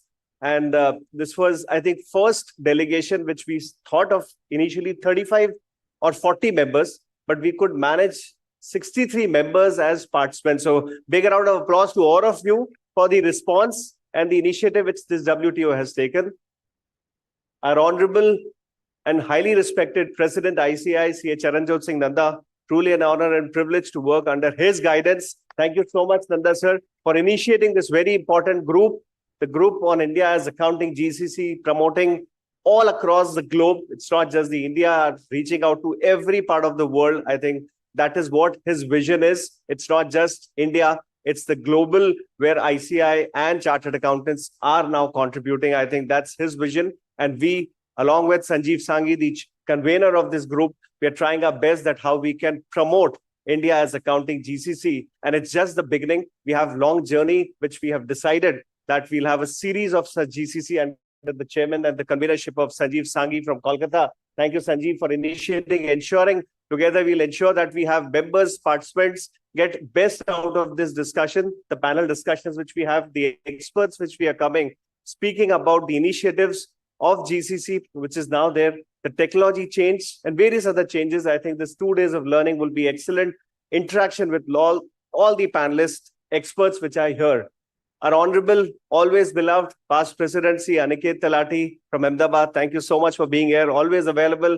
He's been traveling still, even after being a past president for members across the country. And today also he's here among all of us. Thank you, Aniket sir, for being here.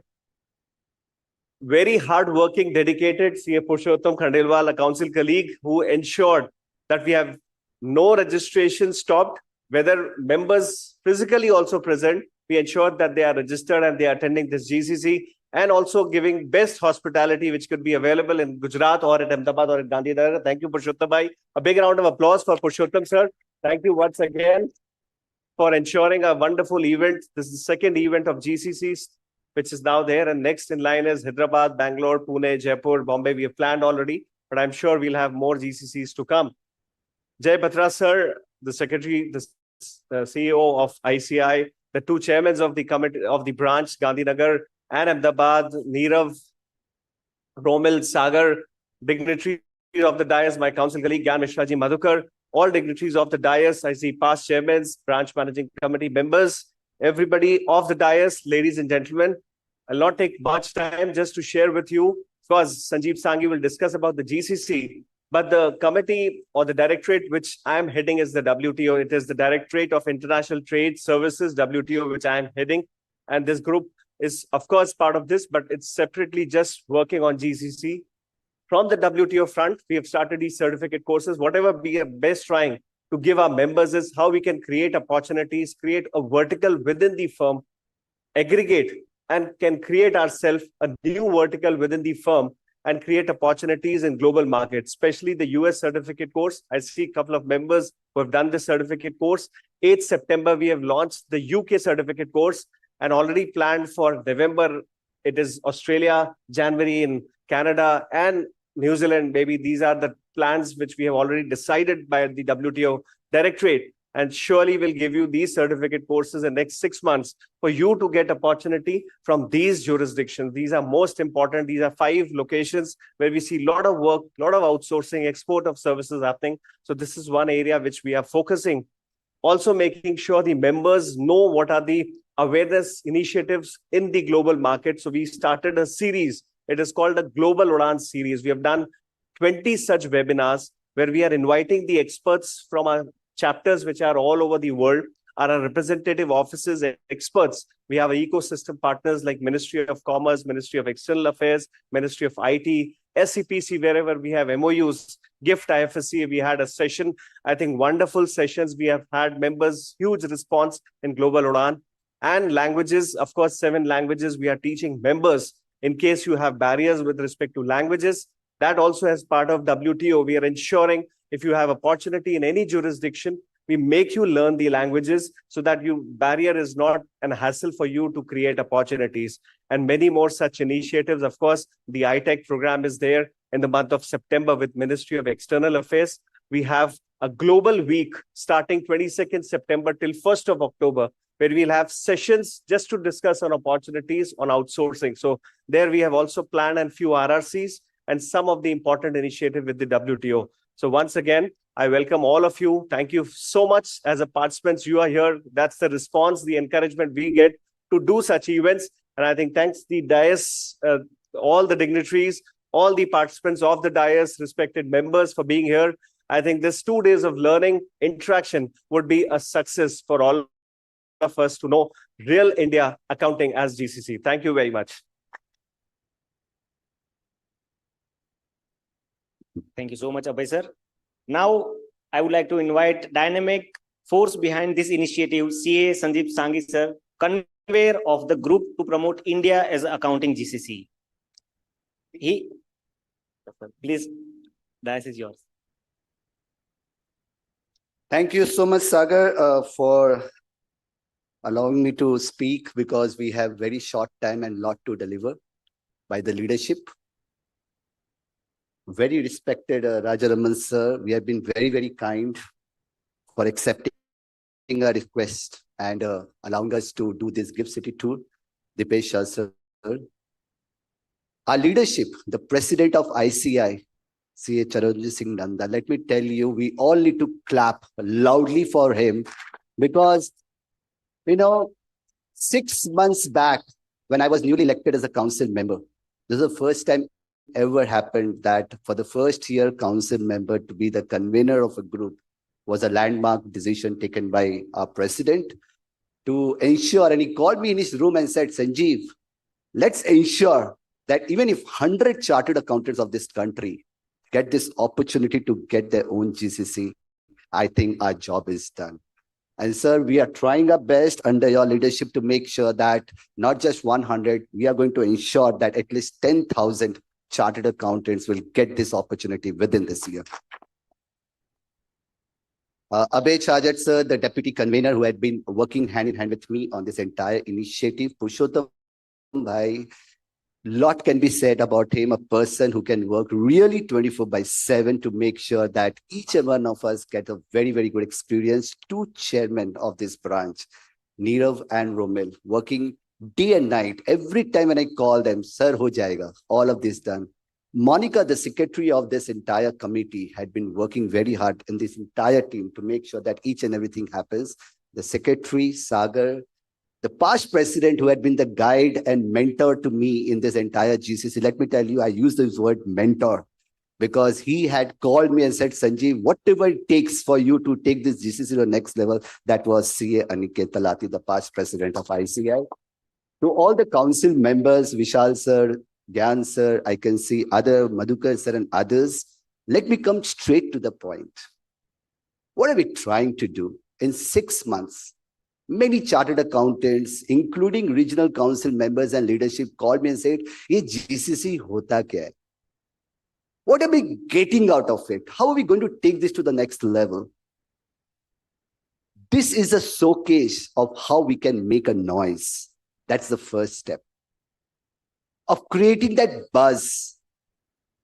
I remember going, me and Abhay said, to one of the conference organized by some different organizing committee. I don't want to name them. We went there as a delegate and there were IT professionals over there.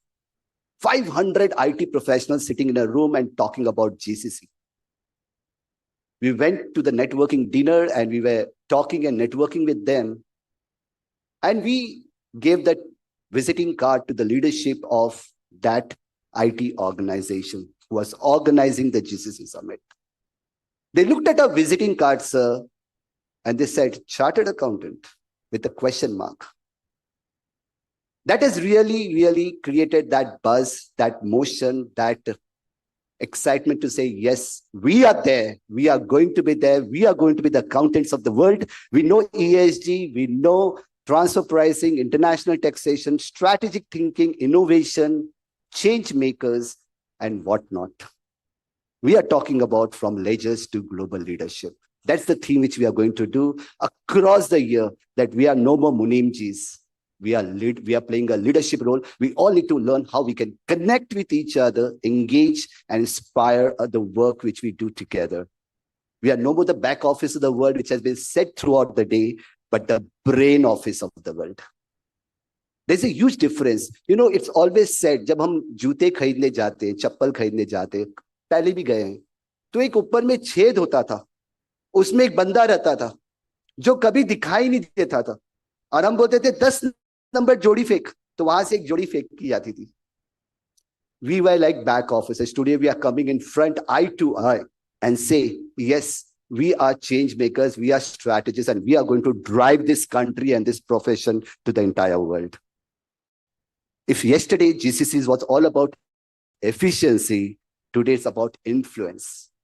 It's about that buzz which we wanted to create. We are talking to all the ministries.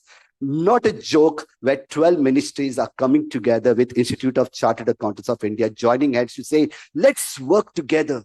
Let's collaborate together because we see such a wonderful, huge talent of 450,000 chartered accountants and approximately 12 lakh students, you have a huge family, a largest accounting body in the world, and you can make the difference. All these 12 ministries, and going forward, we are going to tie up with each and every ministries across the country to create that buzz to say, we are there, we are relevant, and we are going to work together for the betterment of this profession and the betterment of the world. If India yesterday, 10 years back, was told that it's the IT destination of the world, it's going to be the financial destination of the world, and we all can do that. We all together can do that. Just one more last thing which I wanted to share with you is that in this crowd, President Sir, the delegates who have come up over here are from 17 states.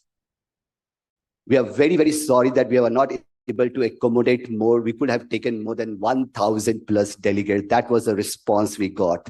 But we were able to accommodate only 450, out of which 17 states from across the country has come over here and participated in this GCC summit.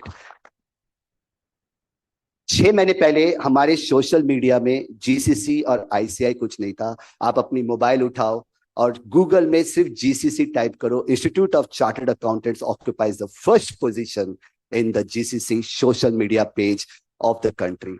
So if we can in 6 months do this, imagine a situation. We have around 90,000 chartered accountants already into the GCC ecosystem. We have 5,000 GCCs going to come in next 10 years. If India is going to be the third largest economy of the world, GCC is going to be the biggest contribution, and Institute of Chartered Accountants of India, and all of you as chartered accountants are going to play a very, very pivotal role. We just need to make sure that we can specialize, we can transform, and we can make the difference. Thank you so much.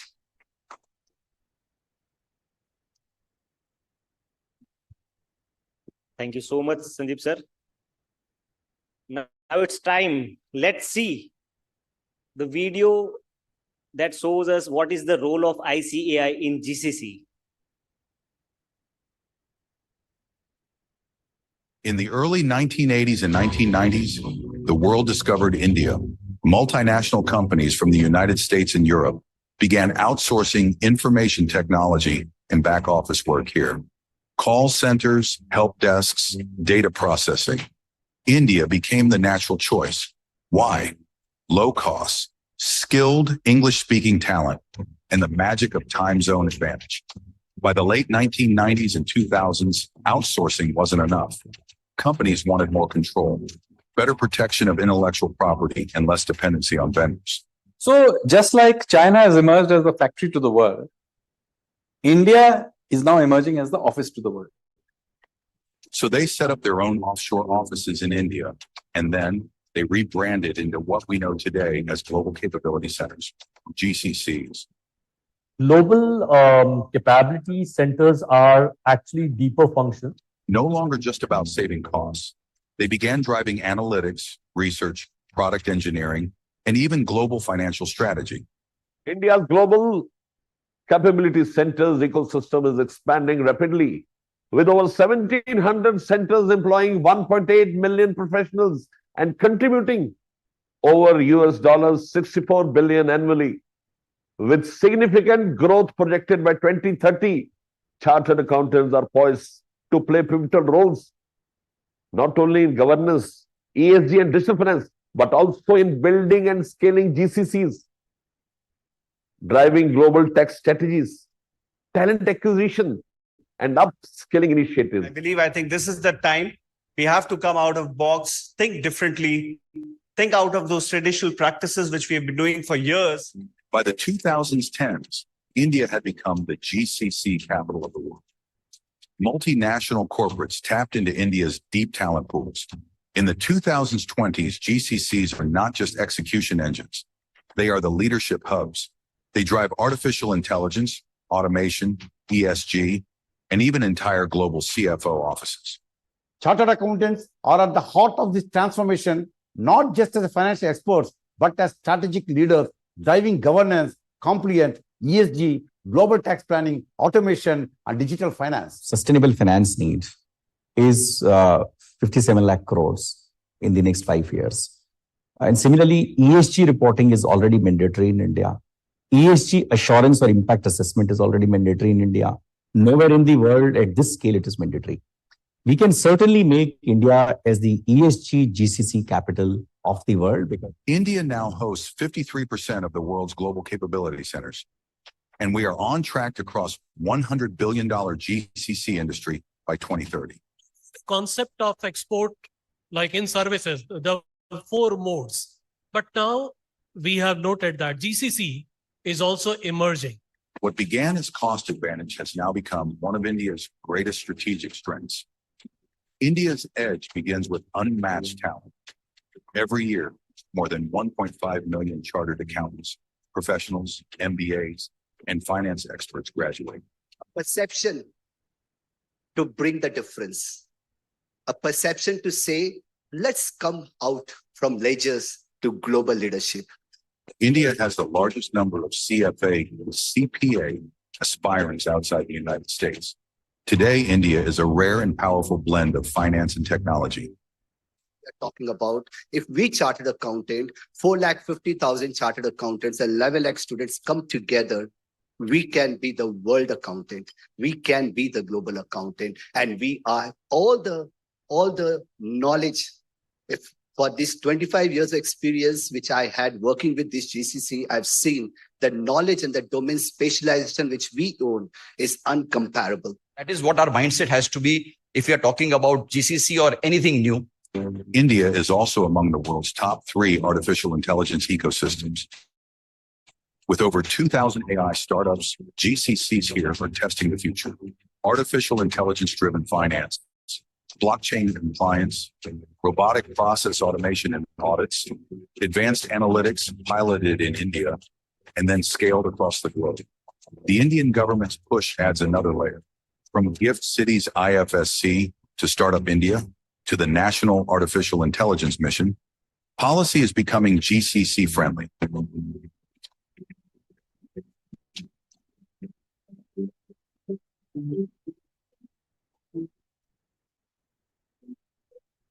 Progressive tax structures, simplified compliance and global finance laws all attract Fortune 500 companies to the Indian subcontinent.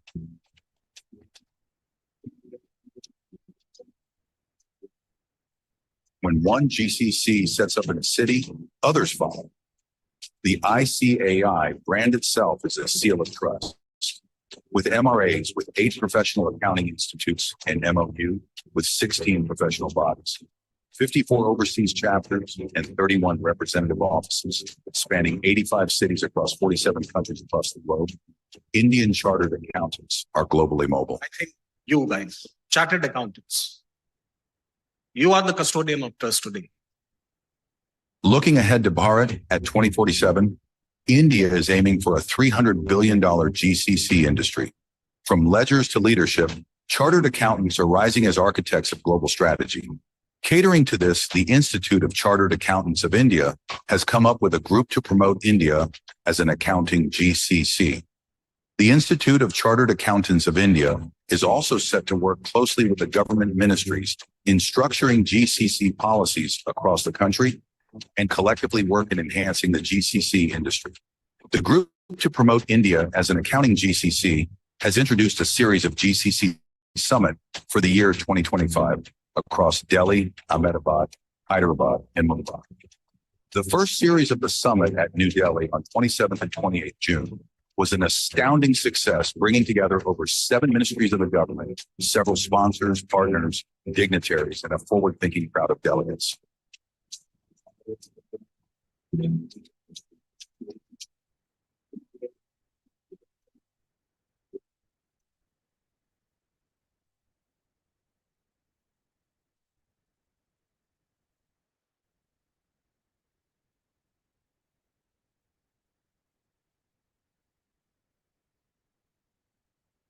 ICAI is here with the second series of the ICAI GCC Summit 2025 at Ahmedabad, the Gift City on 29th and 30th August.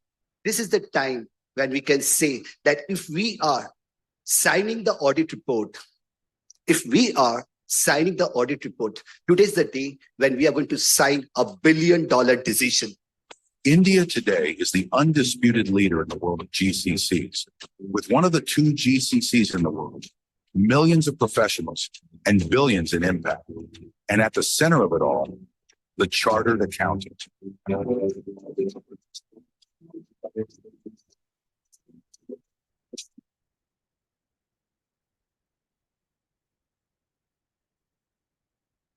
So that is the actual role of ICAI and we all chartered accountants in GCC.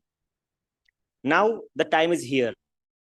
Ladies and gentlemen, please put your hands together for the person who needs no introduction, CA Charanjot Singh Nanda sir, President of ICAI, who got ET Leadership Excellence Award yesterday itself.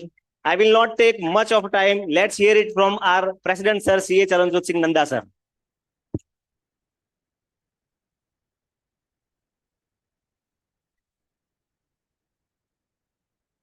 A very good afternoon, ladies and gentlemen. The most honorable chief guest of the day, K. Raja Raman Sahab, a man who has dedicated his entire thought process to ensure that India is envisaged as the most favorable investment destination internationally. Very respected president who hails from Ahmedabad, Niket Talati, Mr. Dipesh Shah, the ED of IFSCI. These three people, if I sit back and think about IFSCI, I think about these three people, Raja Raman Saab, Niket Talati ji, and Dipesh Shah ji, who ultimately brought it on our thoughts so that we are able to effectively use it to create value. The convener of the group, CA Sanjeev Sanghi, the man who thought of this and brought it into perspective. CA Abhay Chhajar, the chairman of the WTO Directorate. It is a subset. The bigger set is the WTO Directorate, which is headed by Shri Abhay Chhajar. Purushottam Khandelwal, Purusho mein Uttam, Purushottam. Working day and night. Night I reached at 12:30. I could see him running on the road. Where are you? Where are you? So totally involved. It seems the marriage in his house working in tandem, so that all of us could have well-settled, well-synchronized programs. Jay Patraji, the secretary of ICAI, Neerav Agrawal, chairman, Romal Shah, chairman Gandhinagar branch, Sagarji, secretary Gandhinagar branch, my very esteemed council colleagues, Gyan Mishra ji, Madhukar Hirigange ji, Vishal Doshi ji, my brother Anuj Goyal ji, other council members, MCMs, Ahmedabad and Gandhinagar, past chairmen, other dignitaries of the dais. Ladies and gentlemen, truly a momentous and hilarious moment. The dream which our forefathers and forebears saw years before has fortified today. We have always been speaking on areas which are least transferred, and those areas now have fortified into creating opportunities where chartered accountant wants to come in. Chartered accountants from 20 cities sitting here. The entire registration had to be closed because we had no more seats. We are witnessing this year. There were 2 conferences on artificial intelligence. 2 months before we have to close because 1,500, 2,000 seats were immediately filled in a day or 2. Indian chartered accountants are working. They are creating value. And I understand that the day from when we started 1st July 1949 with a humble background of 1750 members, we have now transformed as the largest accounting body of the world. मैं अकेला ही चला था जानबे मंजिल. मैं अकेला ही चला था जानबे मंजिल. लोग जुड़ते गए, कारवां बनता गया. कितना अजीम कारवां. I come on to the international position. Indian Chartered Accountants now rule the globe. You are aware we are having WOFA, World Forum of Accountants. It is being held in Expo Center, Noida. The dates, please mark it. 30th January, 31st January, and 1st February. It speaks only on transforming, on encouraging Indian Chartered Accountant, who is a nation building in the words of APJ Abdul Kalam Sahab. Now, partners in global building. We are shifting our roles, and indulgence of people like you in such seminars is ultimately creating value. I remember in 2004 when I was in the council, I could clearly see ourselves as second-run citizens.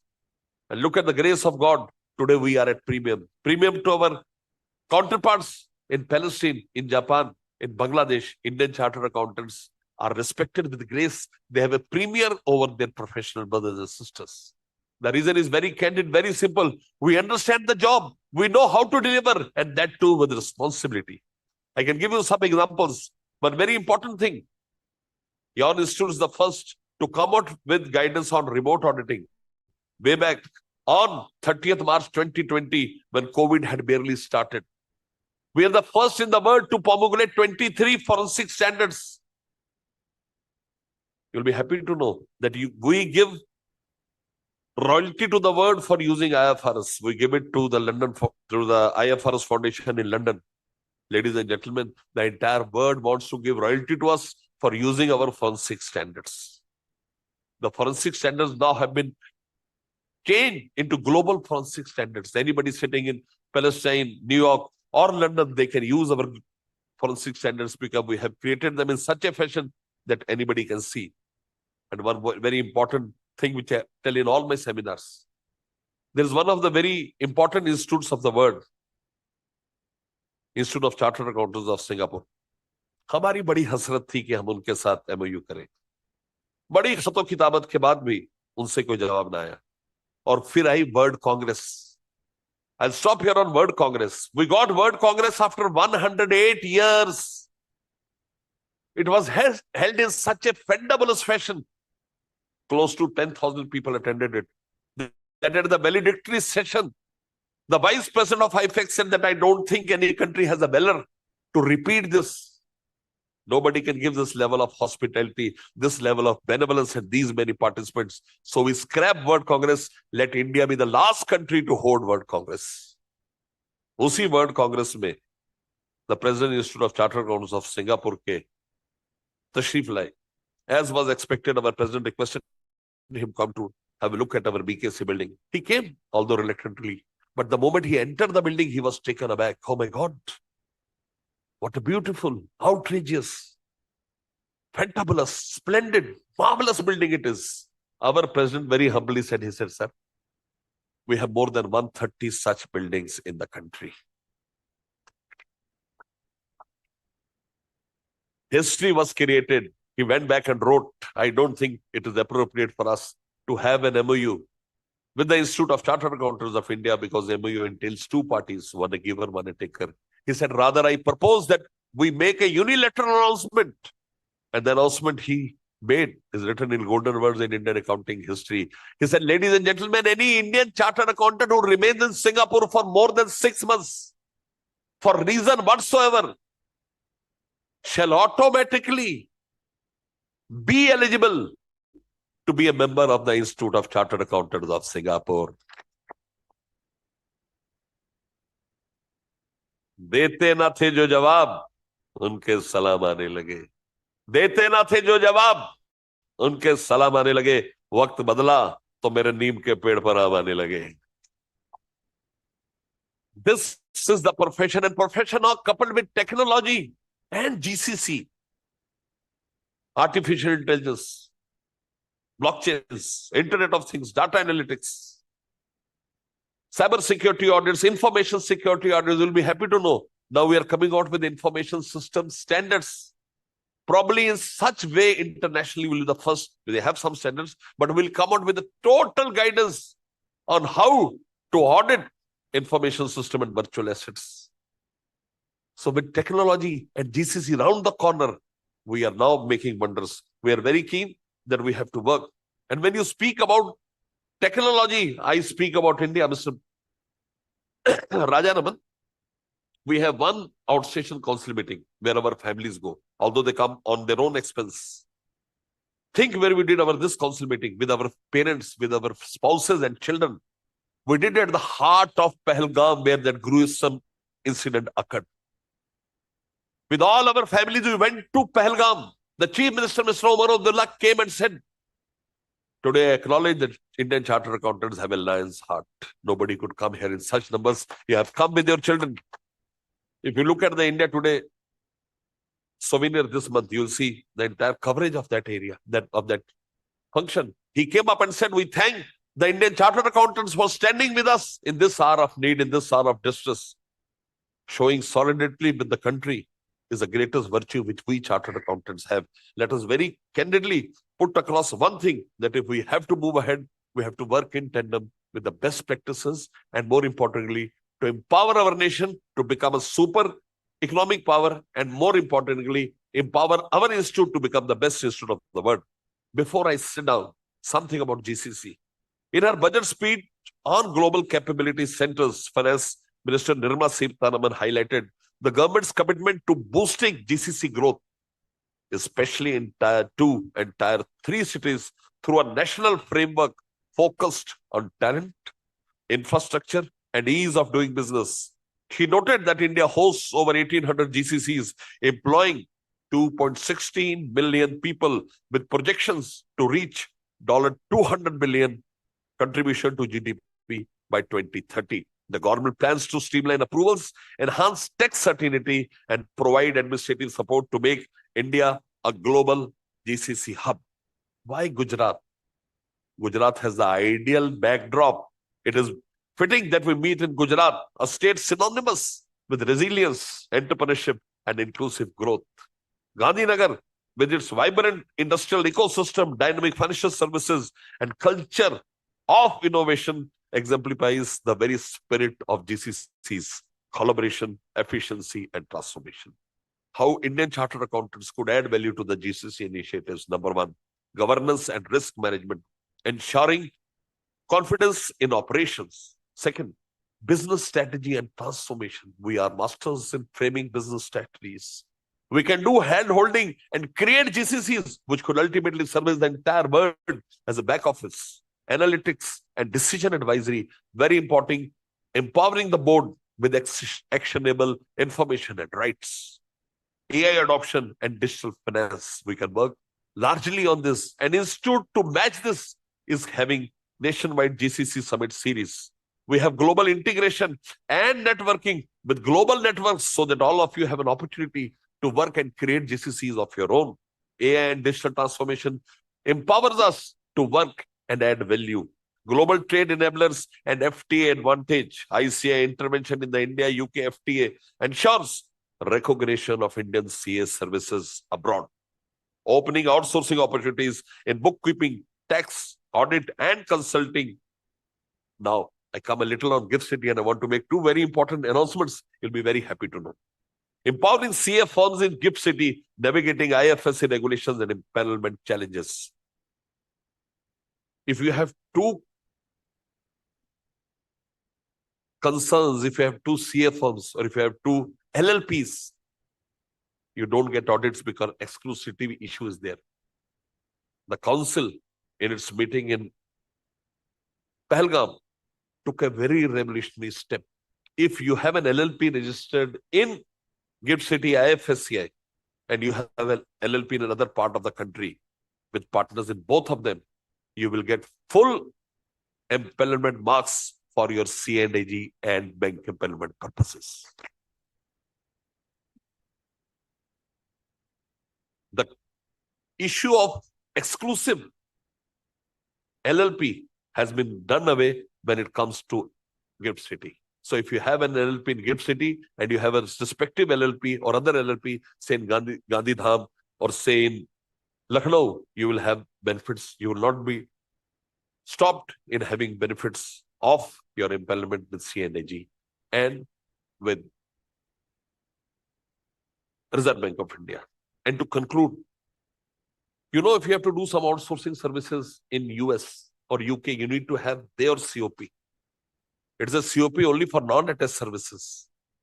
So if I want to do some activities, say in London, how do I do that? So your council has very graciously agreed to this fact and allowed an Indian Chartered Accountant to have two COPs.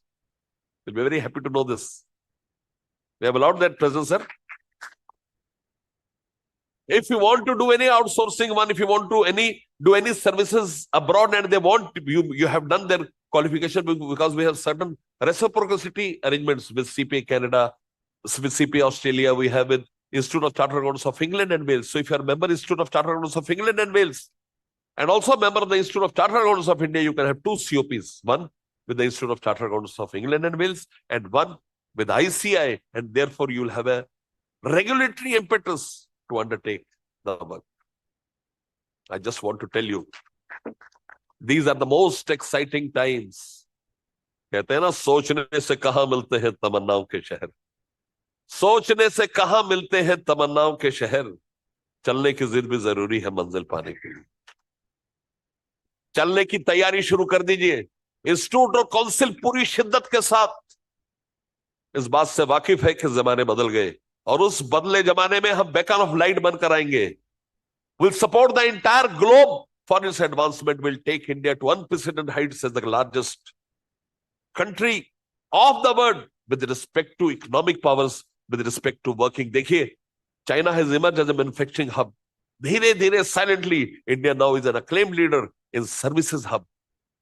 The role of chartered accountants can never be undermined, and we're very clear to work and take our country to unprecedented heights, and more importantly, make our institute the best institute in the world.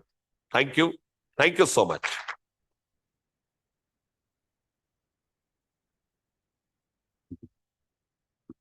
Thank you so much, President Sir, for your warm address. Now, for those who dream of a new era of professional excellence, the future is no longer a concept, it's a creation. I now invite our esteemed dignitaries to launch the second edition of GCC Summit Insights booklet. We sincerely thank CA Charanjot Singh Nanda, President ICI, and CA Prasanna Kumar D, Vice President ICI in his absentia, their trust and guidance in the leading this initiative.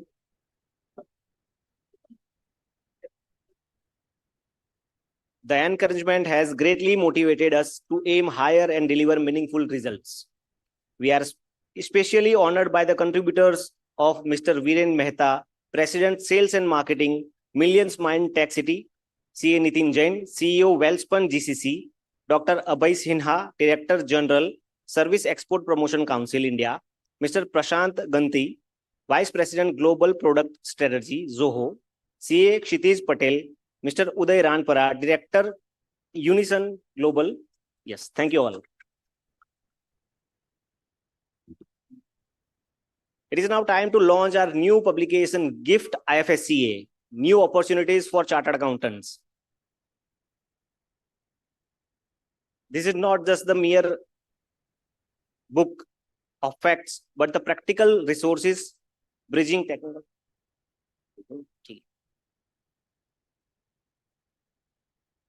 Yes. The Committee for Members in Practice and Development of International Trade Services and WTO Directorate expresses its deep gratitude to the leadership of ICAI, CA Charanjot Singh Nanda, President, and CA Prasanna Kumar D, Vice President in his absentia, for their encouragement and vision in supporting this initiative. We also sincerely acknowledge the valuable contributors of CA Yash Shah, CA Amit Kumar Kedia, and CA Jai Shah in authoring this work, along with the meticulous review by CA Swetang Pandya and CA Gaurav Kanudwala.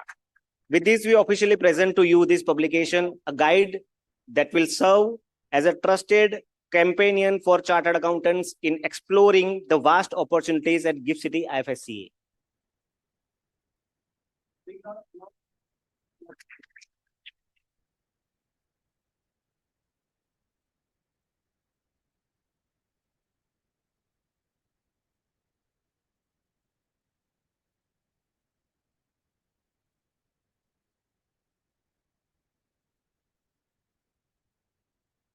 Thank you all. Before we conclude this session, I would like to recognize and invite our CABF contributors for receiving the token of appreciation. KMS and team, 25 lakhs rupees.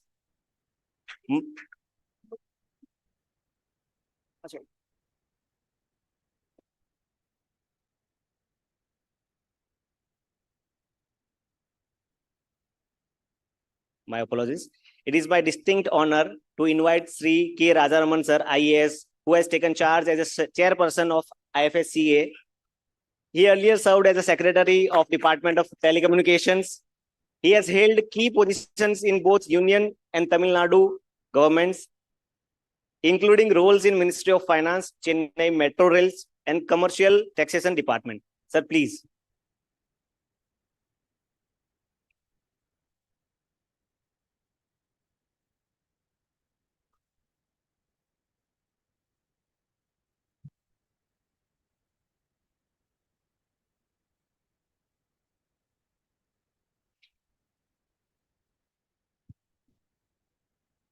The President of ICA, Mr.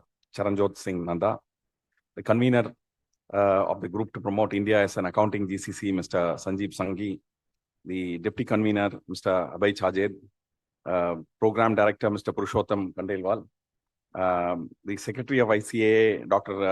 Jay Kumar Batra, Chairman Ahmedabad branch of WRC, Mr. Neerav Agarwal ji, and Chairman of the Gandhinagar branch, Mr. Romil Shah, and the distinguished past President, Mr. Talati, and many other distinguished members of the ICA who have gathered here for this workshop. First of all, I would like to congratulate the ICA for this for organizing this this event. It's a very, very important. We all know that how ICA is playing a very important role in actually propelling the economy forward by creating an atmosphere of trust, because whatever services you provide are all trust services. Basically, they create trust in the economy, trust in companies, trust in individuals, trust in the system as a whole and the economic system as a whole. So I think that is what you all provide, and therefore we expect that the quality of the profession is what upholds the overall trust in the economy, especially not only from domestic investors, but also in terms of the foreign investors' confidence in India. Today, the Indian economy is the toast of the town. Despite the ravages of COVID, the uncertainties of the domestic of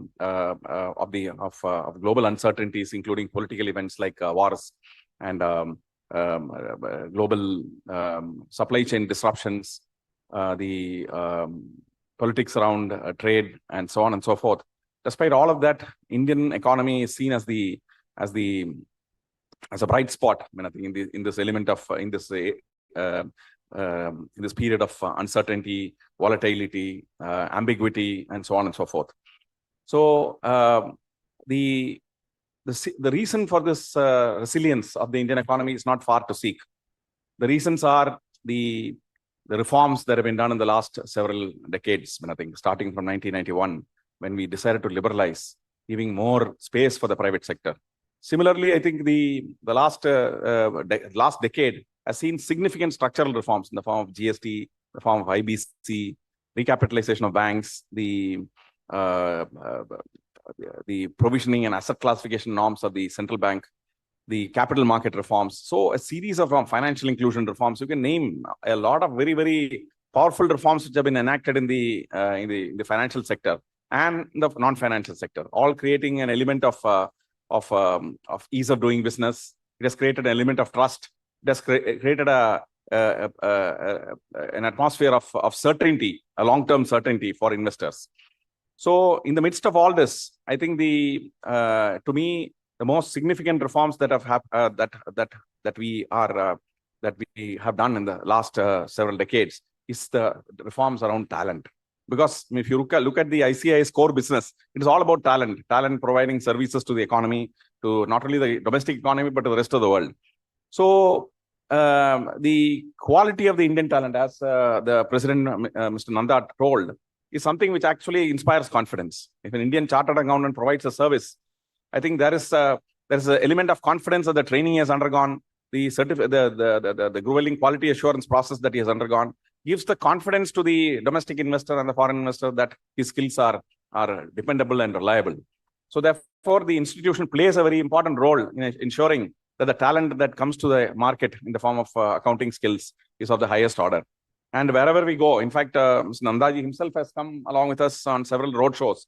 Wherever we go, we see that active crowd of chartered accountants who are actually leading the charge. I think they are truly, and in fact, I would say ICA is probably only next to the Ministry of External Affairs in the ambassadorship of the country. I think so. I must say that I must say that because you are the most prominent lot wherever we go, and I think so. And I must congratulate the institute for creating that that element of brotherhood and linkages, with not only within the country but also outside the country. This is very, very important.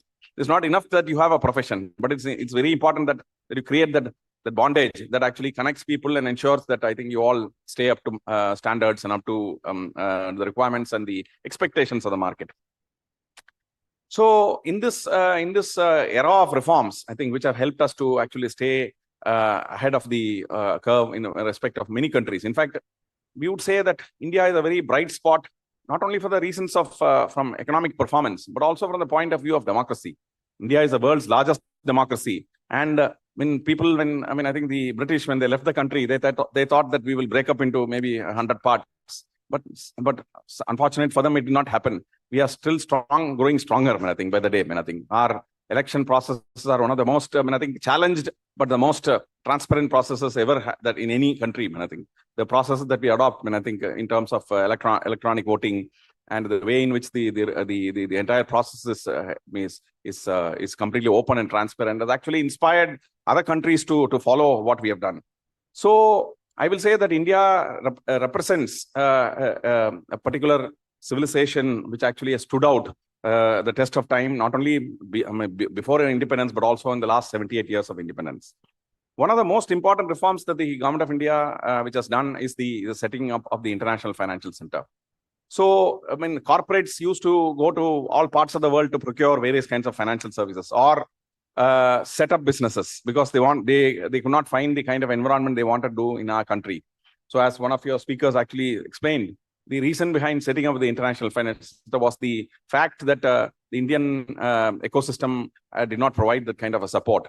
So let me give an example. If you look at the fund industry, I think a lot of India-focused funds are being set up, were set up in Cayman Islands, Virgin Islands, maybe in Bermuda, maybe in London, and maybe in Singapore and Mauritius, etc.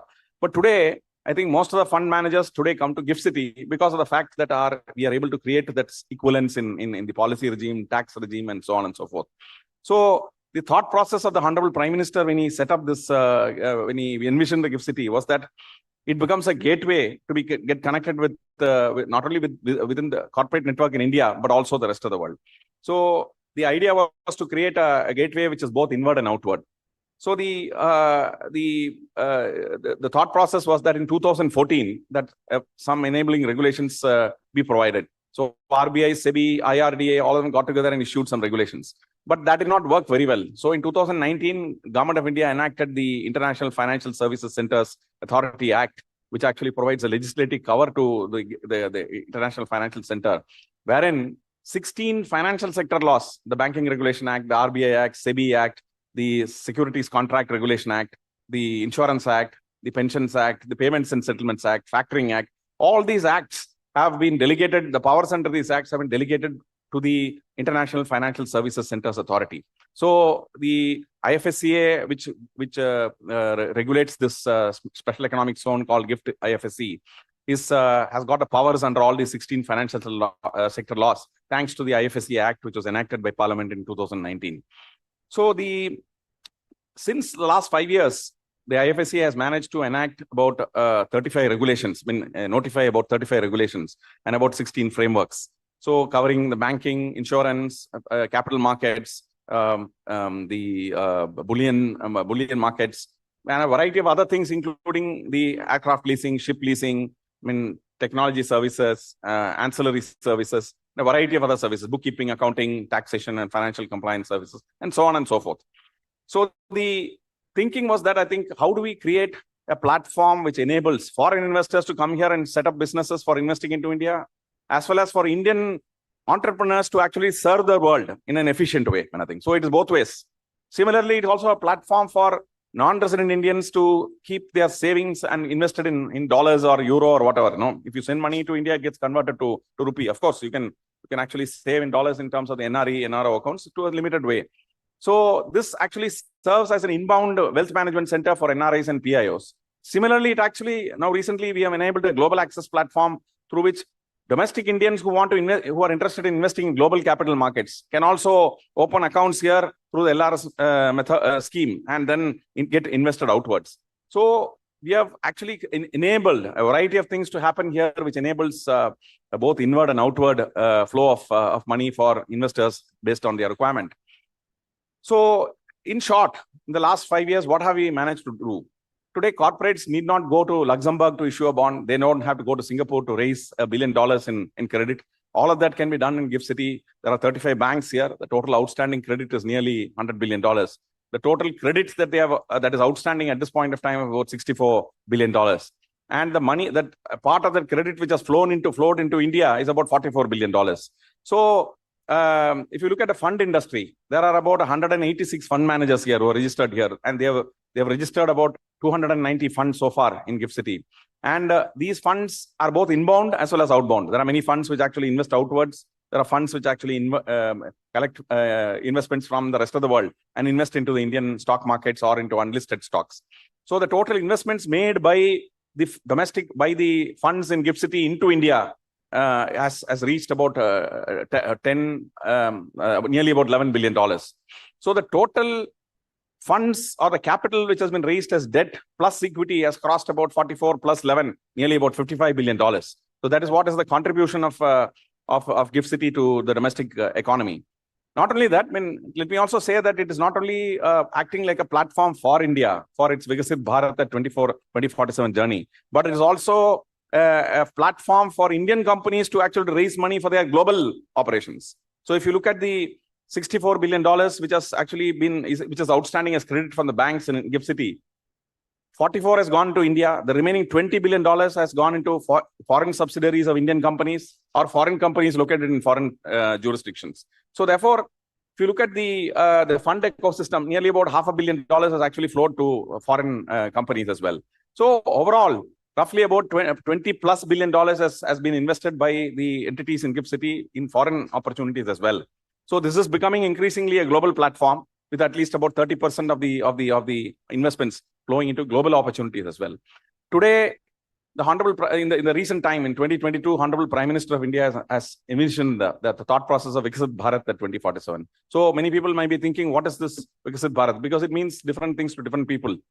So for us, I think it means an opportunity to support the Indian corporates in the journey towards 2047. And what is this journey towards 2047? When a lot of Indian companies will become global champions. And because Indian companies today are domestic champions, a few of them, a handful of them are actually global champions. We can probably count people like maybe Reliance or maybe the Adhanis or maybe people like the Tatas and the Birlas as companies which have some kind of a global footprint.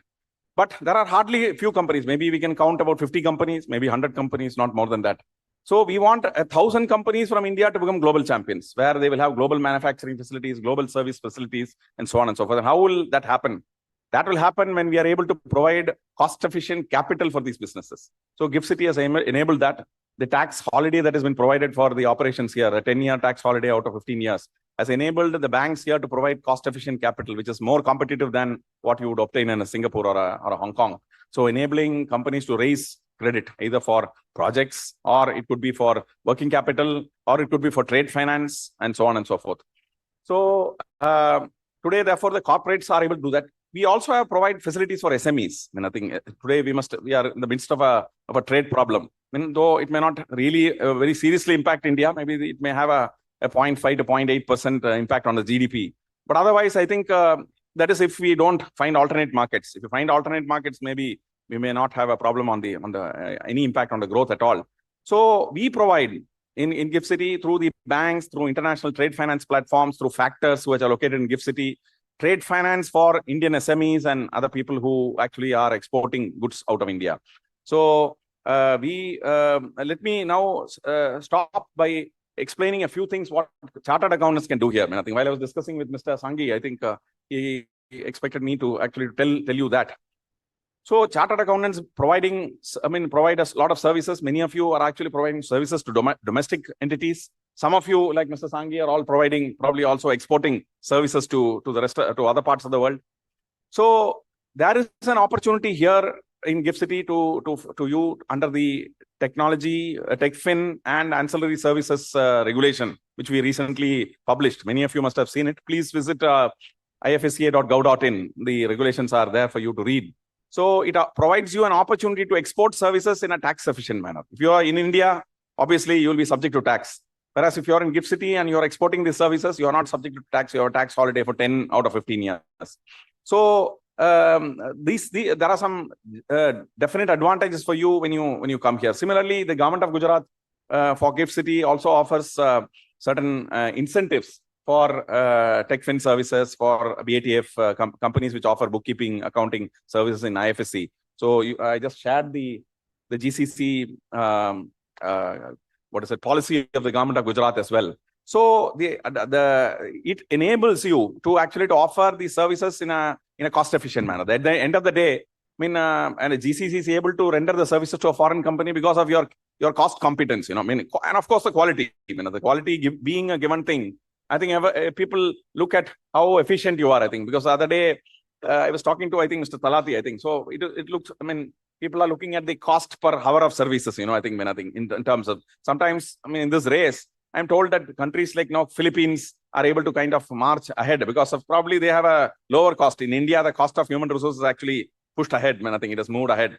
So therefore, the tax advantage that you enjoy here may give you that extra lead in competitiveness, which may actually overcome the rise in human resources cost that India has. But nevertheless, I will say the cost of human resources in India, the cost of living in India, the cost of real estate in India is actually still very low compared to, say, Singapore or Hong Kong or the USA. So many people would. That is why I think we have GCCs coming up in India in a big way. As Mr. Nanda had said in that video, there are more than about 1,800 GCCs in India which provide services employing about 1.7 million people and generate about $65 billion in revenue. It is expected that by 2030, the number of GCCs may go up to 2,200 with a turnover touching nearly about $100 billion.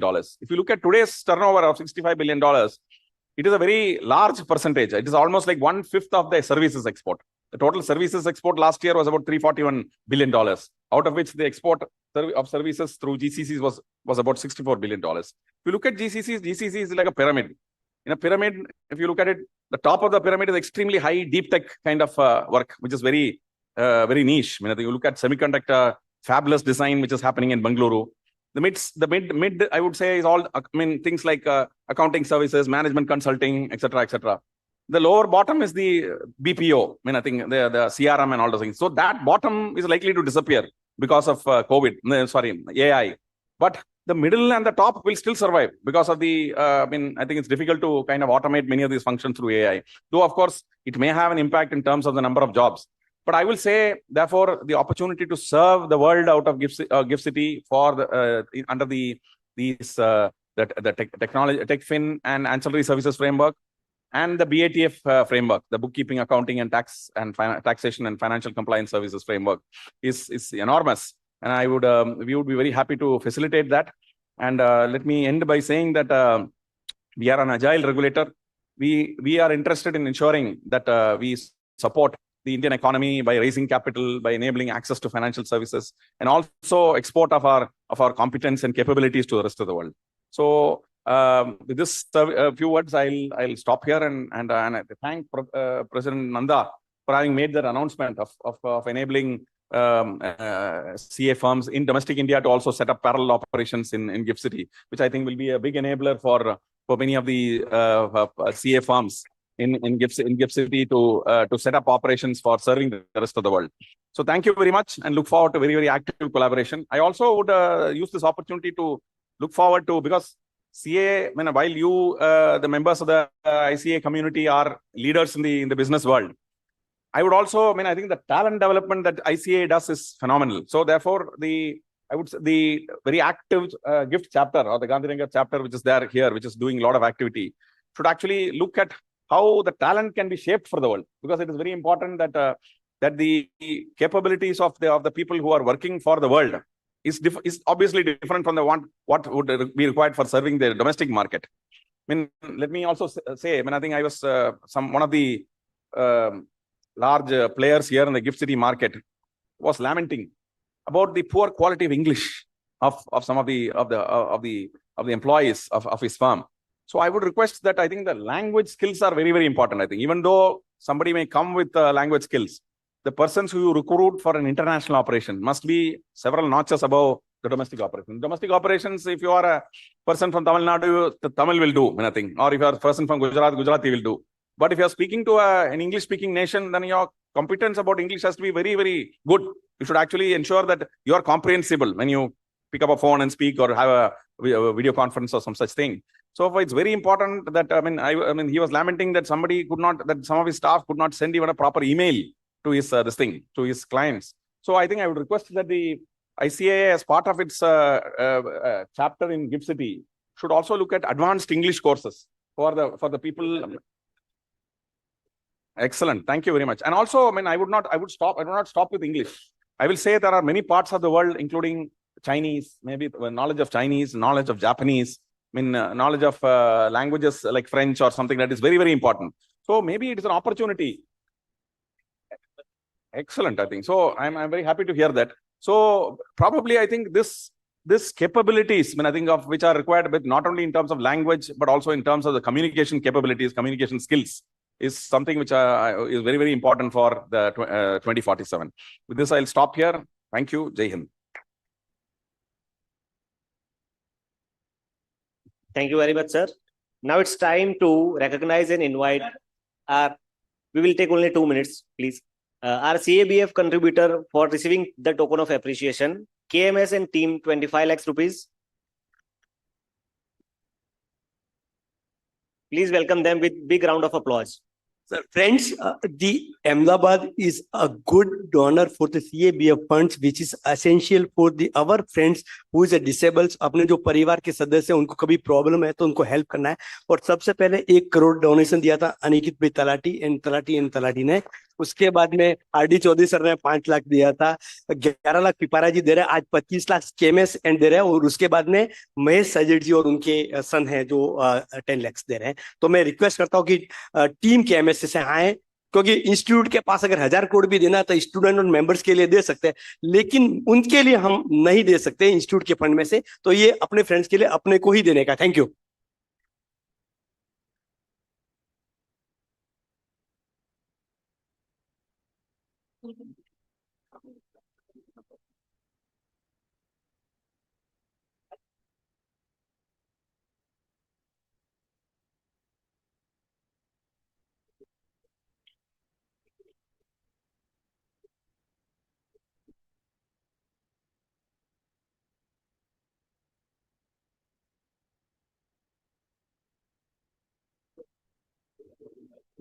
Thank you very much.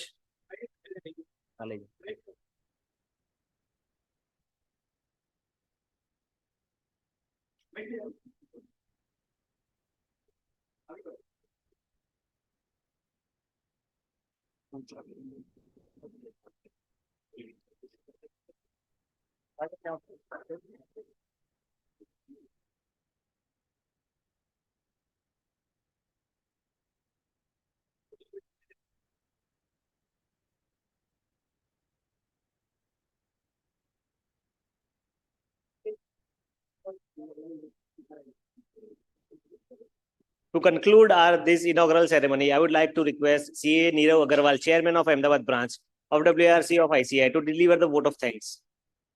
Thank you. The most respected Chairperson of IFSC, Raja Ramana sir, the Honorable respected President of ICI, Nanda sir, and respected dignitaries on the dais and off the dais. Before proposing a vote of thanks, it is my immense pleasure to welcome all the delegates from 17 states. And I also like to recognize the team efforts of Ahmedabad branch and Gandhinagar branch for making this conference a historic success. I would like to extend a warm gratitude and thanks to the group led by Sanjeev Sanghi sir and Abhay Chhaja sir for giving a full liberty and full freedom to Ahmedabad branch and Gandhinagar branch in hosting this event. Sir, thank you so much for reposing your trust and faith in Ahmedabad branch. Hope we match up to your expectation.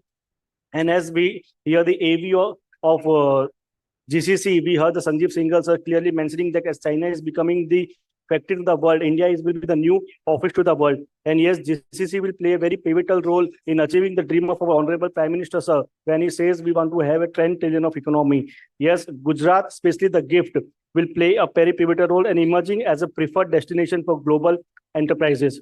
In this two-day conference of GCC, as rightly mentioned by our Secretary Jay Batra, sir, that GCC is no longer the cost center, but an innovation hub driven by the AI, digital transformation, and the knowledge outsourcing. ICAI is emerging as a knowledge partner in shaping GCCs. Friends, at ICAI Ahmedabad, we stand firm to create forums like this, which Summit, which collaborates and brings together various corporates, governments, and professional bodies together. Under the able leadership of our President, sir, and Vice President, sir, ICAI is working tirelessly towards capacity building, reskilling, and enabling young CS to take leadership roles in GCCs. I express my confidence that this second summit of GCC will pave the way for actionable strategies, meaningful collaboration, and futuristic opportunities. Thank you. Thank you all. I would request all the Central Council member and past President Aniket Talati sir to come forward for the group photograph.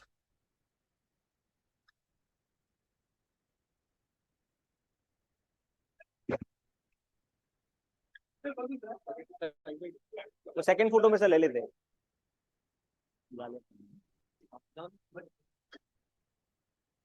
I would like to request all the RCM and MCM of the branches to come forward for the photograph.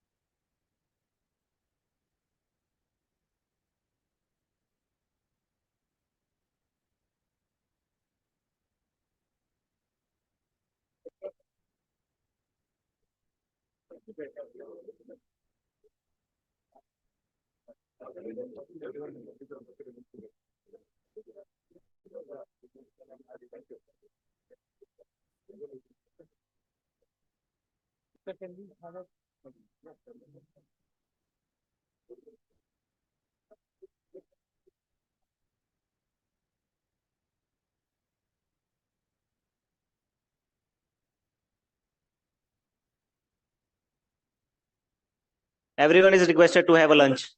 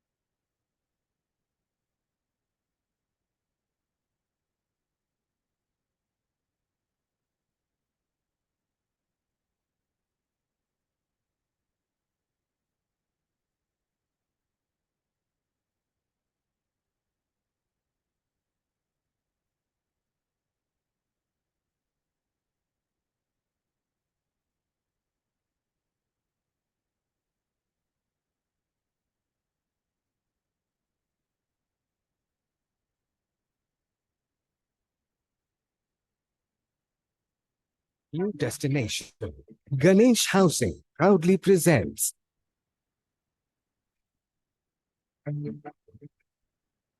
innovation, culture, collaboration now have a new destination. Ganesh Housing proudly presents Million Minds Tech City. In the heart of Ahmedabad CBD zone at Vaishno Devi Circle, a landmark tech space is poised to redefine the skyline. Welcome to Million Minds Tech City, spanning 65 acres, where futuristic workspaces blend innovation.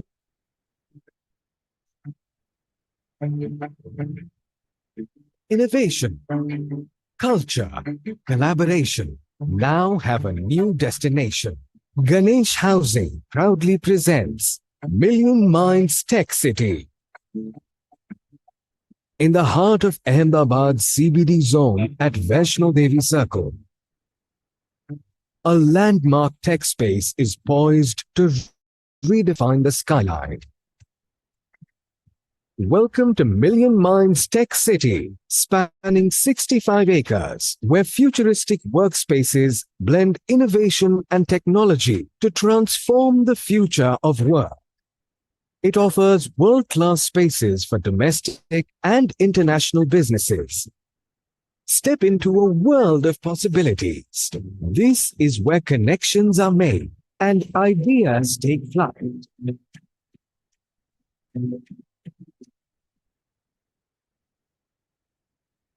Million Minds Tech City is a Grade A IGBC Platinum certified marvel, seamlessly blending smart innovation with green technology. From energy-efficient exteriors to serene floating gardens, sustainability is at the core of every detail. Welcome to the M1 Tower, featuring the largest floor plates the city has ever seen, with soaring 4.2-meter ceilings that create an atmosphere of openness and grandeur.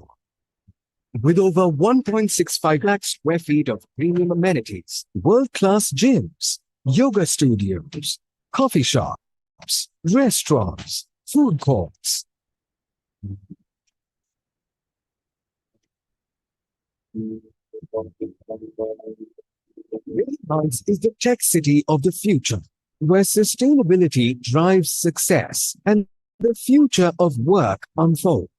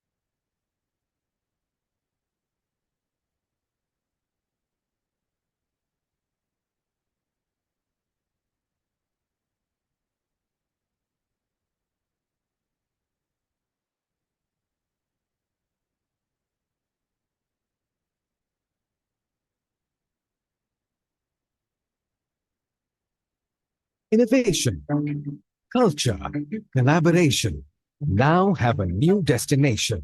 Ganesh Housing proudly presents Million Minds Tech City.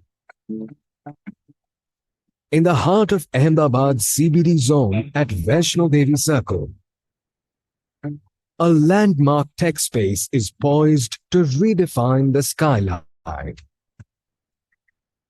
Welcome to Million Minds Tech City, spanning 65 acres, where futuristic workspaces blend innovation and technology to transform the future of work. It offers world-class spaces for domestic and international businesses. Step into a world of possibilities. This is where connections are made and ideas take flight.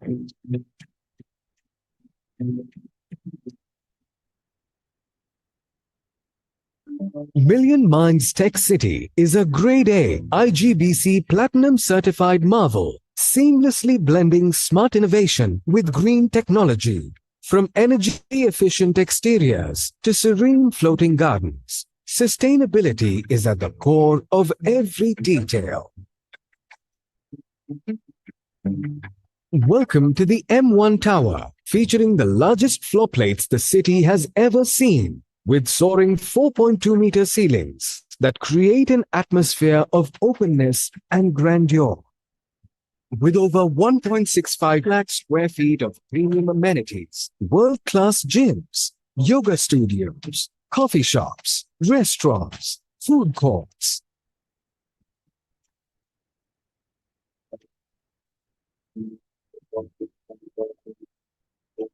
Minds is the tech city of the future, where sustainability drives success and the future of work unfolds.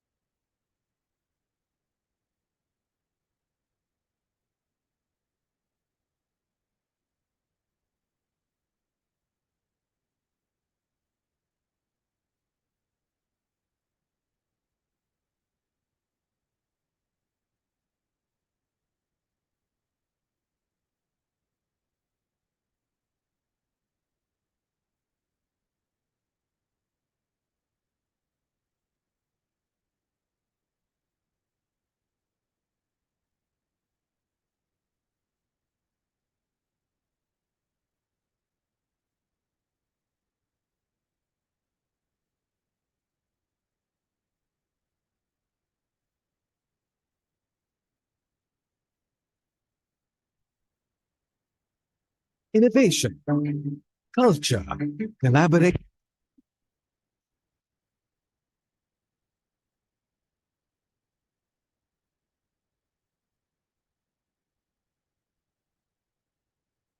Now have a new destination. Ganesh Housing proudly presents Million Minds Tech City. In the heart of Ahmedabad CBD zone at Vaishno Devi Circle, a landmark tech space is poised to redefine the skyline. Welcome to Million Minds Tech City, spanning 65 acres, where futuristic workspaces blend innovation and technology to transform the future of work. It offers world-class spaces for domestic and international businesses. Step into a world of possibilities. This is where connections are made and ideas take flight.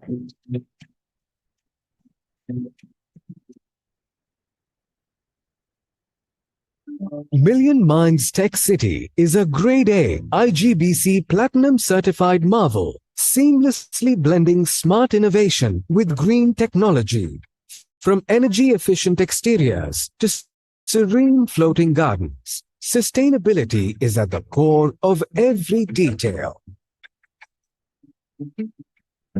Welcome to the M1 Tower, featuring the largest floor plates the city has ever seen, with soaring 4.2-meter ceilings that create an atmosphere of openness and grandeur. With over 1.65 lakh square feet of premium amenities, world-class gyms, yoga studios, coffee shops, restaurants, food courts.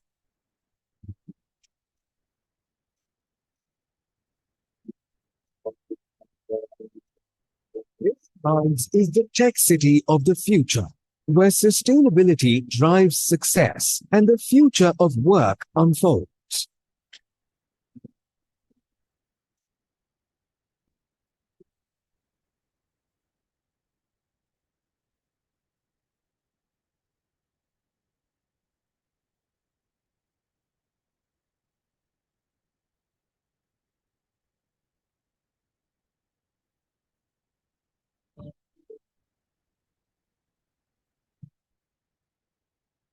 Innovation, culture, collaboration now have a new destination.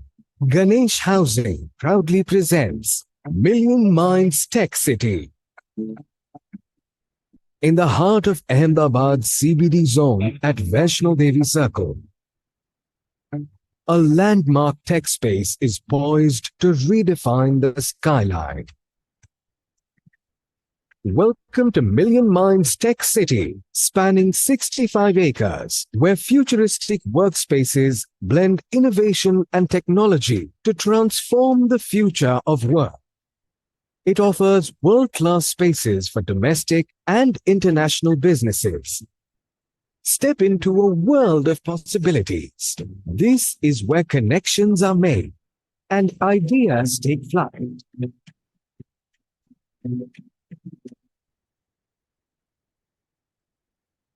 Million Minds Tech City is a Grade A IGBC Platinum certified marvel, seamlessly blending smart innovation with green technology. From energy-efficient exteriors to serene floating gardens, sustainability is at the core of every detail.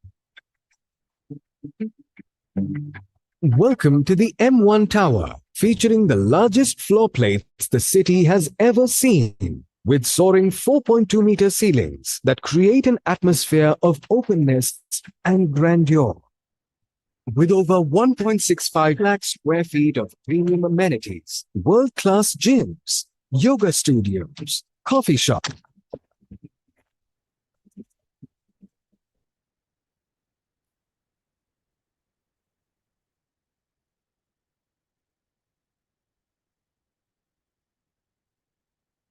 restaurants, food courts.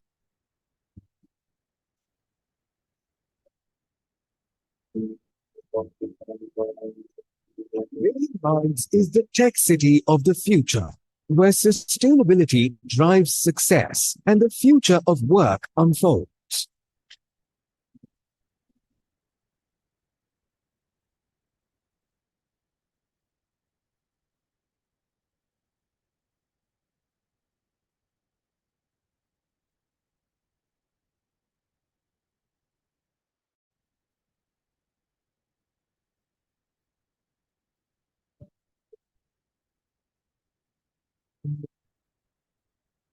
Innovation, culture, collaboration now have a new destination. Ganesh Housing proudly presents Million Minds Tech City. In the heart of Ahmedabad's CBD zone at Vaishno Devi Circle, a landmark tech space is poised to redefine the skyline. Welcome to Million Minds Tech City, spanning 65 acres, where futuristic workspaces blend innovation and technology to transform the future of work. It offers world-class spaces for domestic and international businesses. Step into a world of possibilities. This is where connections are made and ideas take flight.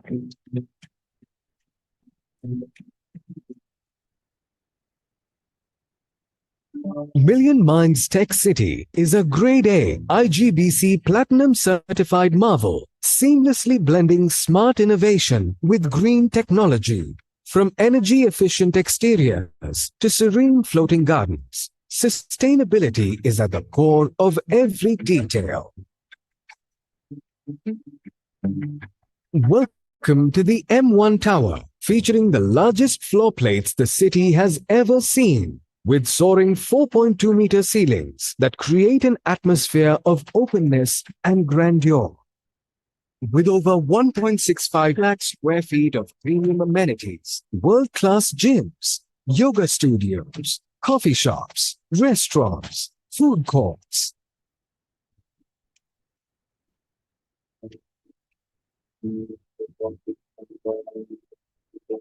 Minds is the tech city of the future, where sustainability drives success and the future of work unfolds.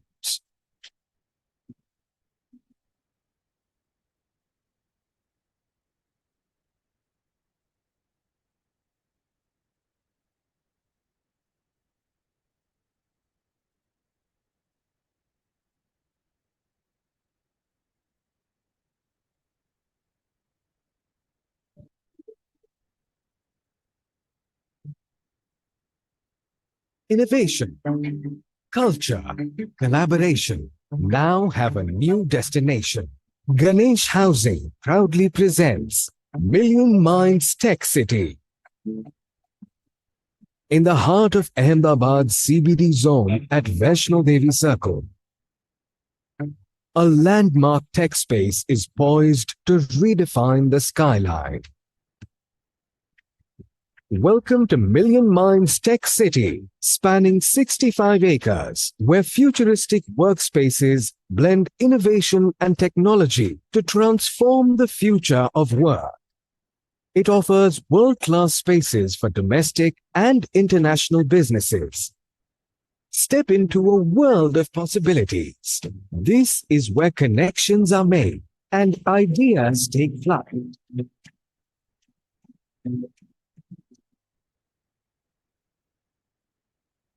Million Minds Tech City is a Grade A IGBC Platinum certified marvel, seamlessly blending smart innovation with green technology. From energy-efficient exteriors to serene floating gardens, sustainability is at the core of every detail. Welcome to the M1 Tower, featuring the largest floor plates the city has ever seen, with soaring 4.2-meter ceilings that create an atmosphere of openness and grandeur. With over 1.65 lakh square feet of premium amenities, world-class gyms, yoga studios, coffee shops, restaurants, food courts.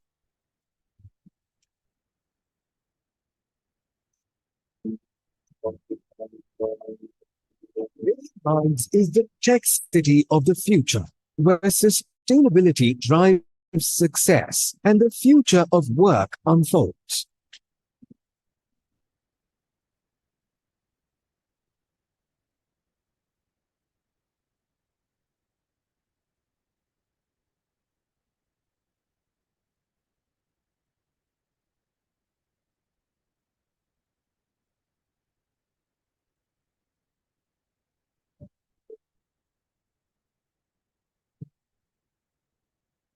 Innovation, culture, collaboration now have a new destination. Ganesh Housing proudly presents Million Minds Tech City. In the heart of Ahmedabad's CBD zone at Vaishno Devi Circle, a landmark tech space is poised to redefine the skyline. Welcome to Million Minds Tech City, spanning 65 acres, where futuristic workspaces blend innovation and technology to transform the future of work. It offers world-class spaces for domestic and international businesses. Step into a world of possibilities. This is where connections are made and ideas take flight.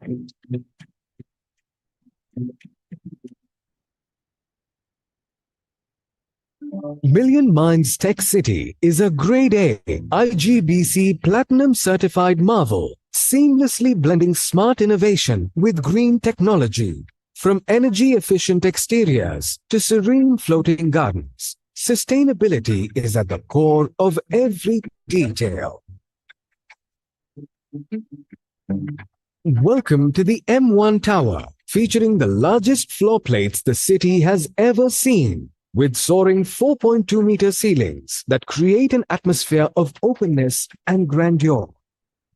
With over 1.65 lakh square feet of premium amenities, world-class gyms, yoga studios, coffee shops, restaurants, food courts.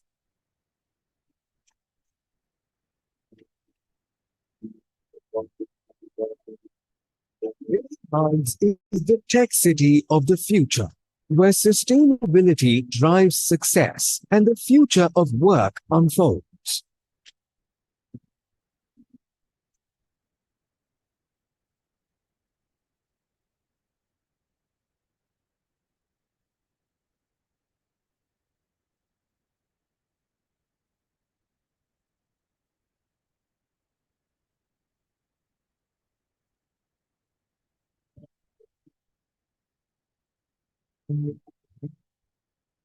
Innovation, culture, collaboration now have a new destination.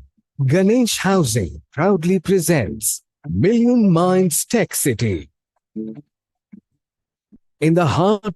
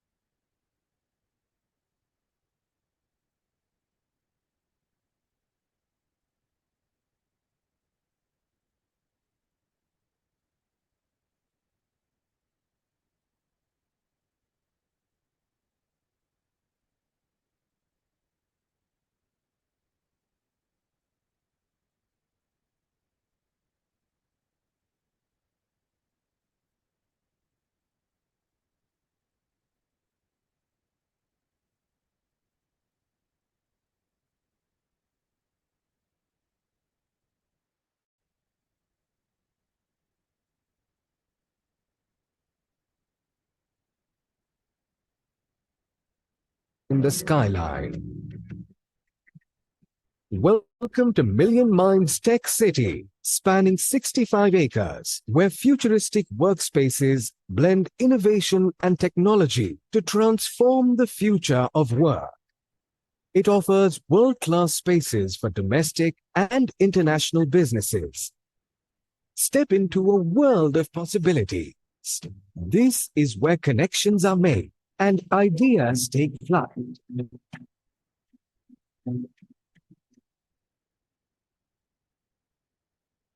Million Minds Tech City is a Grade A IGBC Platinum certified marvel, seamlessly blending smart innovation with green technology.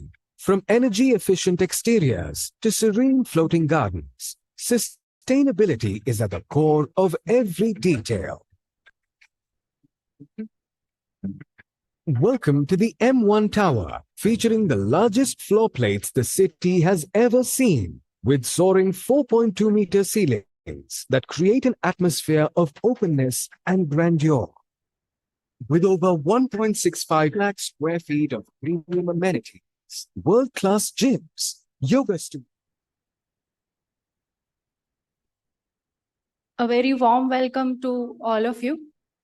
I now invite CA Anuj Goyal sir and CA Abhay Chajar sir to escort our faculties, Ms. P.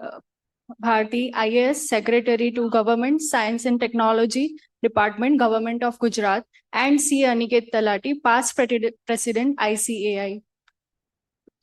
Mr. Dipesh Shah, Executive Director, IFSCA, will be joining us shortly.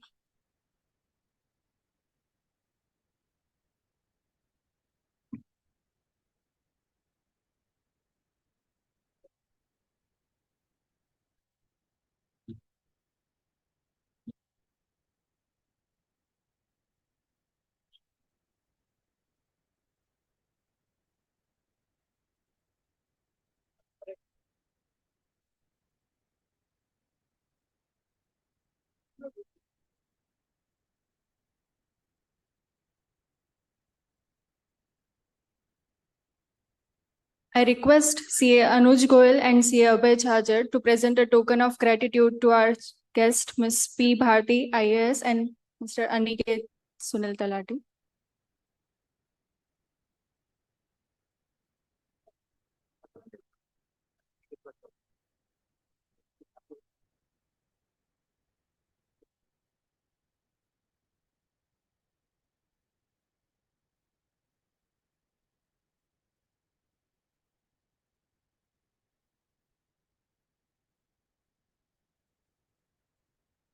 Yeah.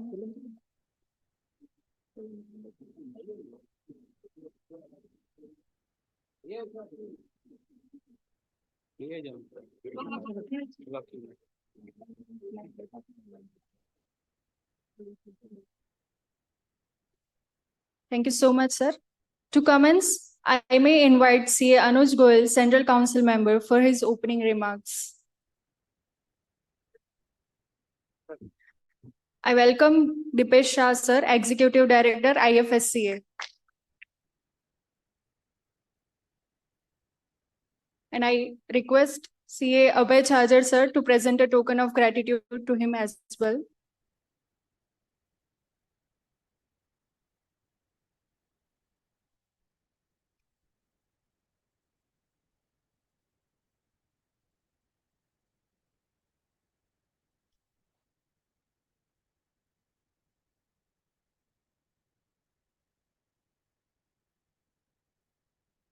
I request CA Anuj Goyal for his opening remarks. Yeah, very good afternoon, friends. I am really very happy that we are having the presence of our very, very prominent dignitaries today afternoon. In spite of a very, very busy schedule, we are having our Honorable past President from Gujarat itself, CA Aniket Sunil Talati ji. A very, very big round of applause, friends.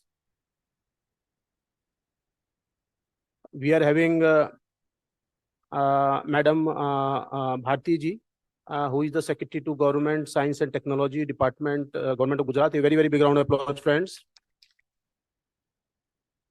We are having Dr. Dipesh Saji, Executive Director, IFSCA. A very big round of applause, friends.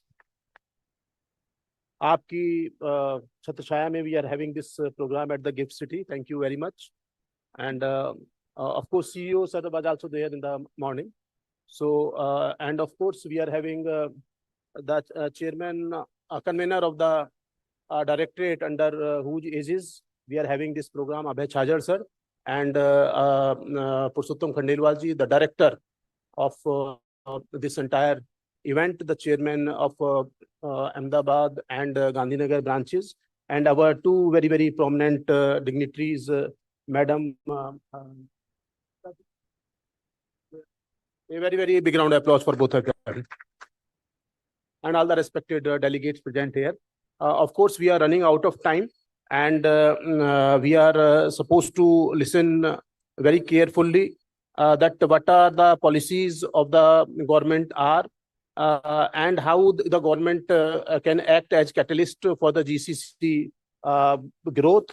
And I can only tell our honorable dignitaries that Indian chartered accountants are the best accounting professionals, not only in India, but across the globe. And there is no second thought about it. When we do have the mutual recognition agreement, MRAs, with other accounting bodies of the world, the terms of MRA is this, that our member has to apply for their membership, and they will get the membership, and their member have to appear in 13 or 14 papers of ours to become the member of the Institute of Chartered Accountants of India. And our president sir was telling that in Singapore, if I am there for 6 months and I apply, I will become the members of the Institute of Chartered Accountants of Singapore without having any other eligibility or the exam. Because why they are having, we are having these mutual recognition agreement in such a manner, because entire world know. I don't know about USA. GCC or the export of the services are the best way to see that how we can act as Vasudhaiv Kutumbakam. Because the Prime Minister Modi is also of the view that we have not to do the work only for the development of our great country, Bharat, but to see that how we can have the sustainable growth across the world. Sabka Saath, Sabka Vikas, how each and every country can prosperous. And our chartered accountants, the newly qualified chartered accountants, they are having the best of the knowledge of the IT. They are having the best of the knowledge of AI. They are having the best of the knowledge of the international financial reporting standards. So we are now producing global accounting professionals who can contribute for each and every part of the world. So we'll certainly like to see that how, with the help and support of all of you, and the Institute of Chartered Accountants of India is a statutory body under the Act of Parliament. We are not a private body. We are not an association. So we are the part and parcel of the government of this country. Ministry of Corporate Affairs is the concerned ministry. And if we have to make any amendment in our Chartered Accountants Act, only the Parliament can do the amendment in Chartered Accountants Act. And Aniket sir will tell that just after independence, before our country became republic, on 1st July 1949, the Institute of Chartered Accountants of India came into existence under the special institute Chartered Accountants Act by the Parliament of this country for the very obvious reasons, because unless and until the chartered accountants will be there, it would be really very difficult to do the sustainable growth in this independence country. So I once again welcome all the dignitaries on behalf of the Institute of Chartered Accountants of India and on behalf of all the chartered accountants present here. Thank you very much. Thank you so much, sir. I now invite CA Aniket Talati, our visionary past president, to share his insight. Very big round of applause, friends.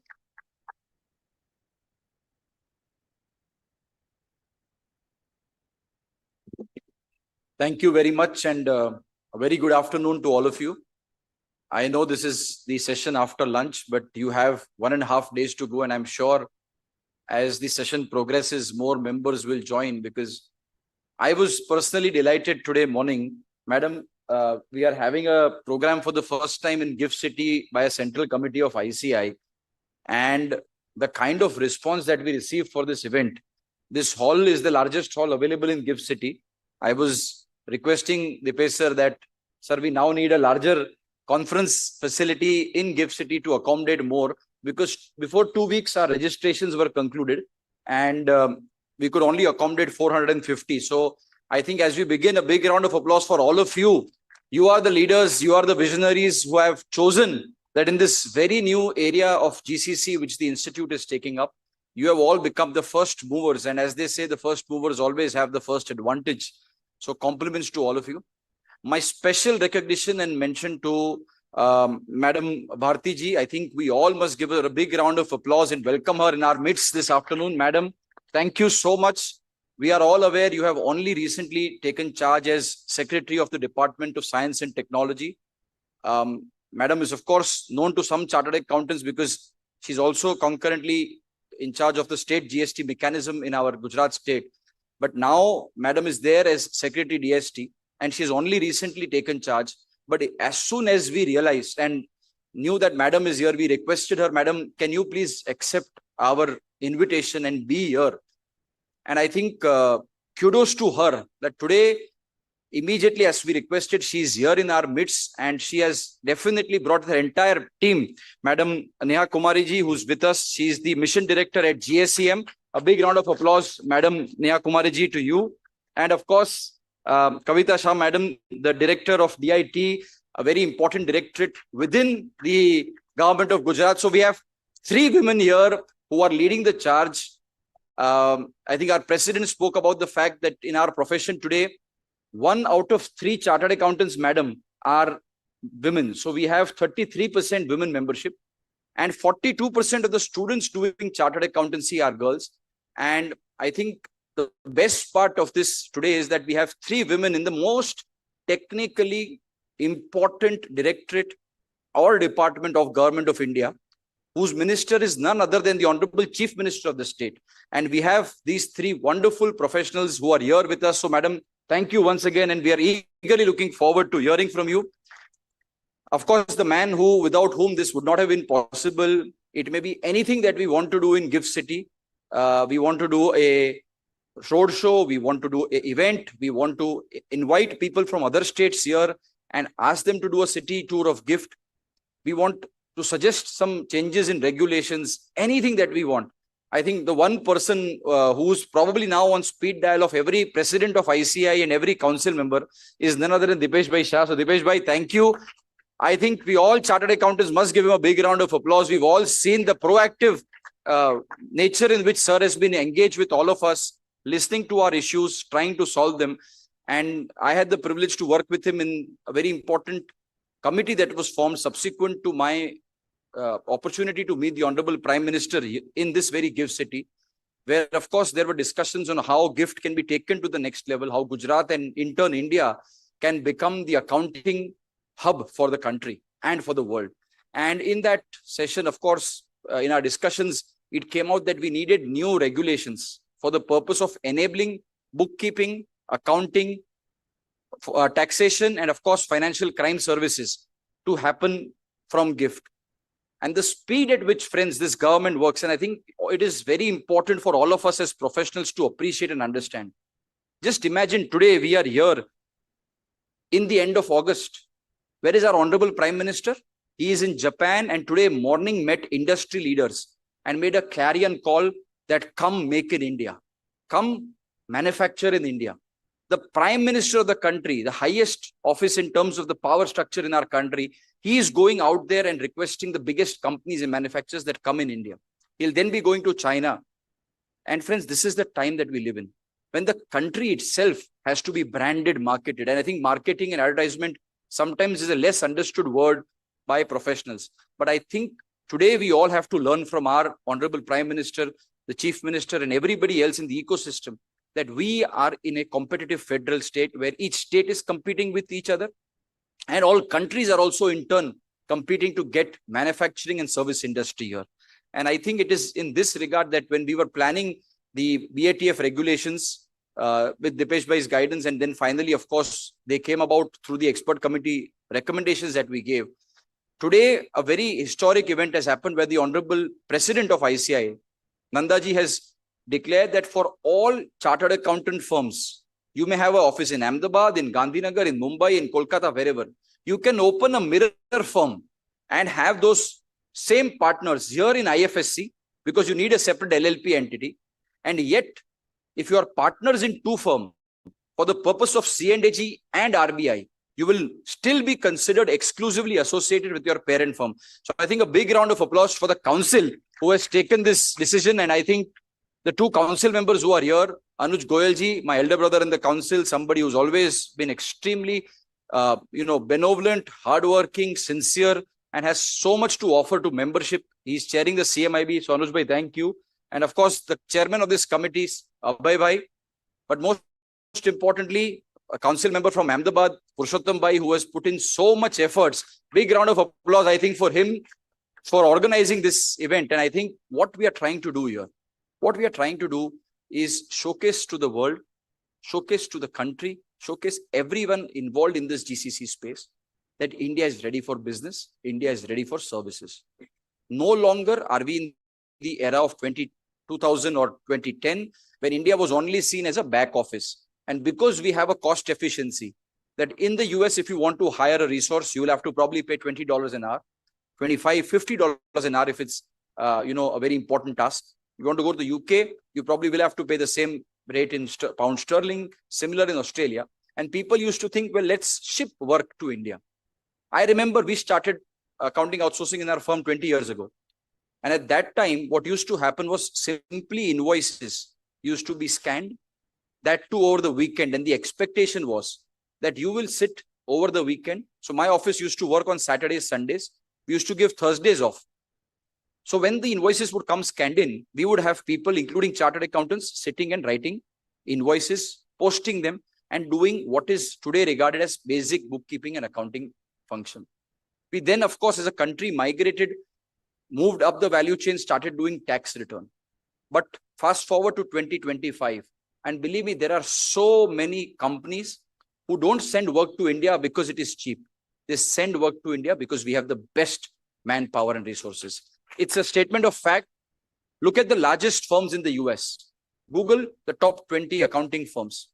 And I can challenge you, 90% of those firms have an office in India today, not because they find cheap CAs or CPAs here, but because they know that when they ship work here, they will get top quality work delivered out of India. And therefore, I think the shift from outsourcing and back office to GCC has happened. Today, we have CXOs who are sitting in India and organizing and managing and owning the P&L of various companies.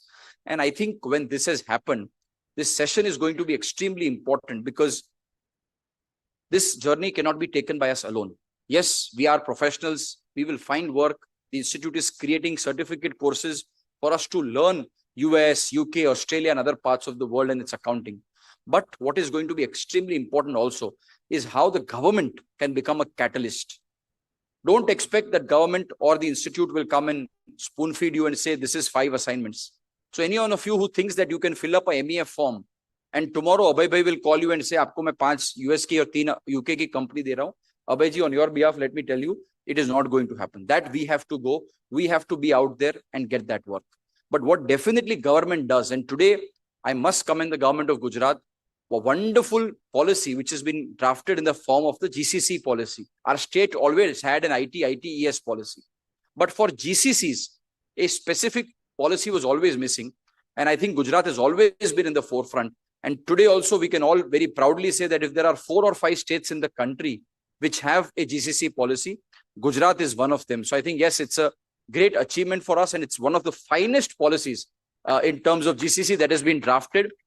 My request to all the players here who are already in the GCC space, to the consultants, to the chartered accountants who will advise companies to set up these GCCs, look at Gujarat, look at the opportunity that is there in Gujarat through the GCC policy. And of course, look at IFSC. Dipesh sir will mention about this, but what a wonderful location where we can put bookkeeping, accounting, and taxation services in one entity. No GST, no stamp duty. And the best part is that for 10 years, out of any 15 years of your choosing, so 1st to 10th or 5th to 15th, depending on how your projected PNL is working, you enjoy 100% tax exemption under the Income Tax Act. I think today, as we sit here and celebrate the GCC Summit 2.0, the first edition was in Delhi. Of course, the subsequent editions will be in the south because they have already taken the lead. It may be Bangalore, it may be Hyderabad, it may be Pune, where there are already so many large GCCs. I think if all of us here in Gujarat pull up our socks, and especially for those who are coming from outside, you come here and set up your GCC. It's one of the finest states. I can speak as a proud Ahmedabadi. We have recently been ranked not only as the cleanest city, but also as the safest city in the country. I think it's a great infrastructure that is available. The only challenge people had in GIFT was whether there is a social life and whether we will have opportunities in the evening. Today, you have heard speakers address before us also. That has also been resolved and, proposed to be further streamlined going forward. We will have the best infrastructure in terms of social infrastructure available here also. So I think the opportunity is knocking our door. Question is how many of us are willing to open that door and take that leap of faith and ensure that, yes, our organization is leading in this GCC space. And as the president has said, as all our council members today have reiterated, I think it is our opportunity that out of the 1800 GCCs which are active, if you do a round analysis, 70% of them work on IT, but 30% of the function is FP&A. And I think it is our opportunity to ensure that when it is finance, it is planning, it is accounts, it is now data mining, it is now whatever dashboards that have to be created using AI for the purpose of P&L, for the purpose of analysis of accounting processes, us chartered accountants should take the lead. And therefore, as I always say in the end, let us all believe that I am the I in ICAI. शुरुआत भी आपसे, अंत भी आपसे, institute भी आप, India भी आप. Thank you.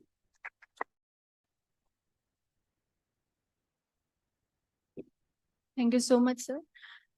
I now invite Mr. Dipesh Shah, sir, Executive Director, IFSCA, for his valuable perspective.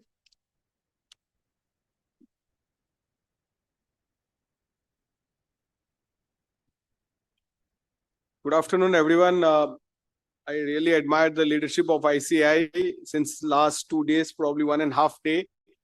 I'm witnessing so many ups and downs, and still the event goes on, which is the beauty of, I think, the people involved in the ICAI and the management and all the people who are associated for making this possible. I always say that for chartered accountants, is always a problem statement. If you present a problem statement, they really thrive on that. They really make business out of problem statements. Sometimes when they don't get problem statements, they create a problem statement.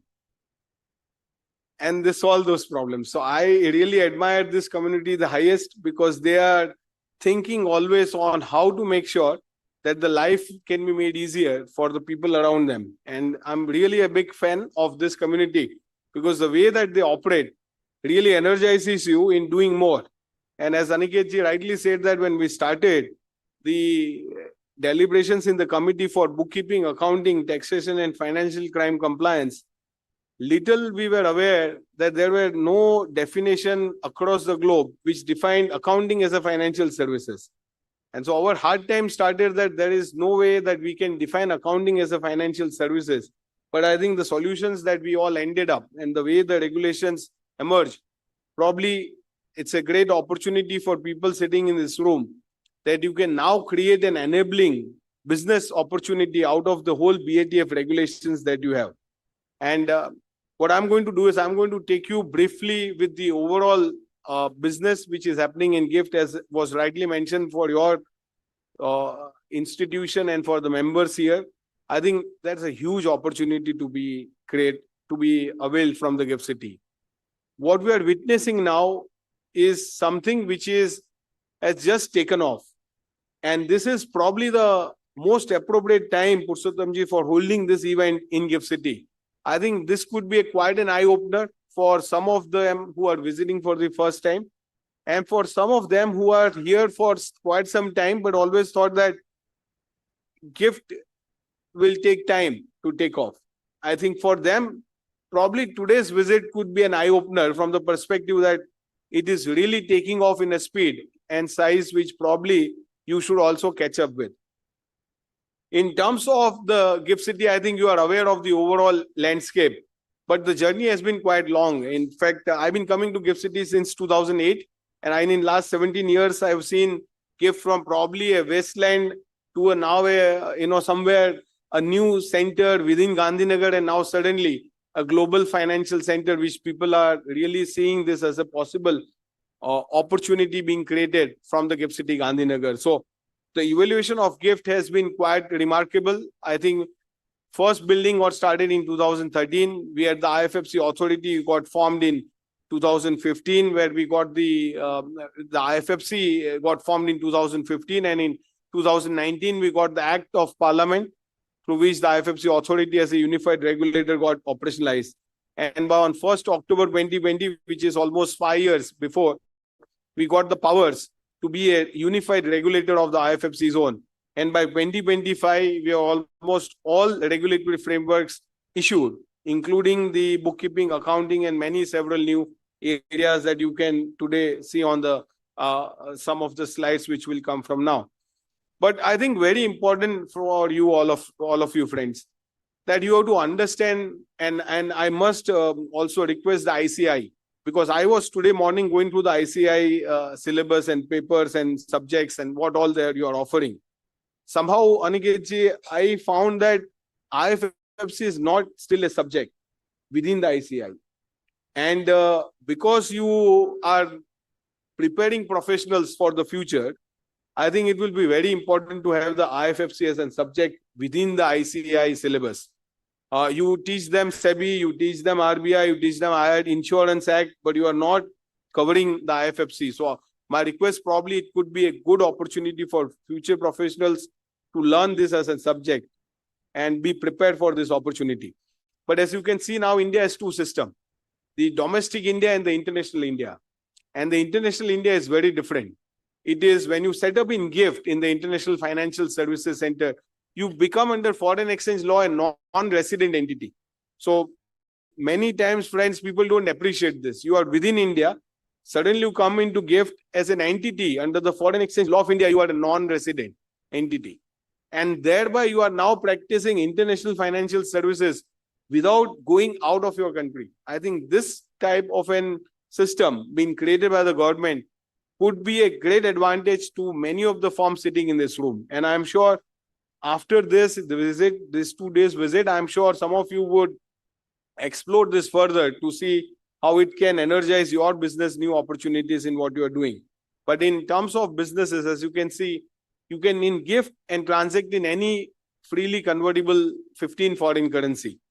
The only currency in which you can transact when you are in the IFFC zone of GIFT is Indian rupee. You can't bill anyone in Indian rupee when you are in the IFFC zone. And from tax-wise, as was mentioned, out of 10 years, no tax.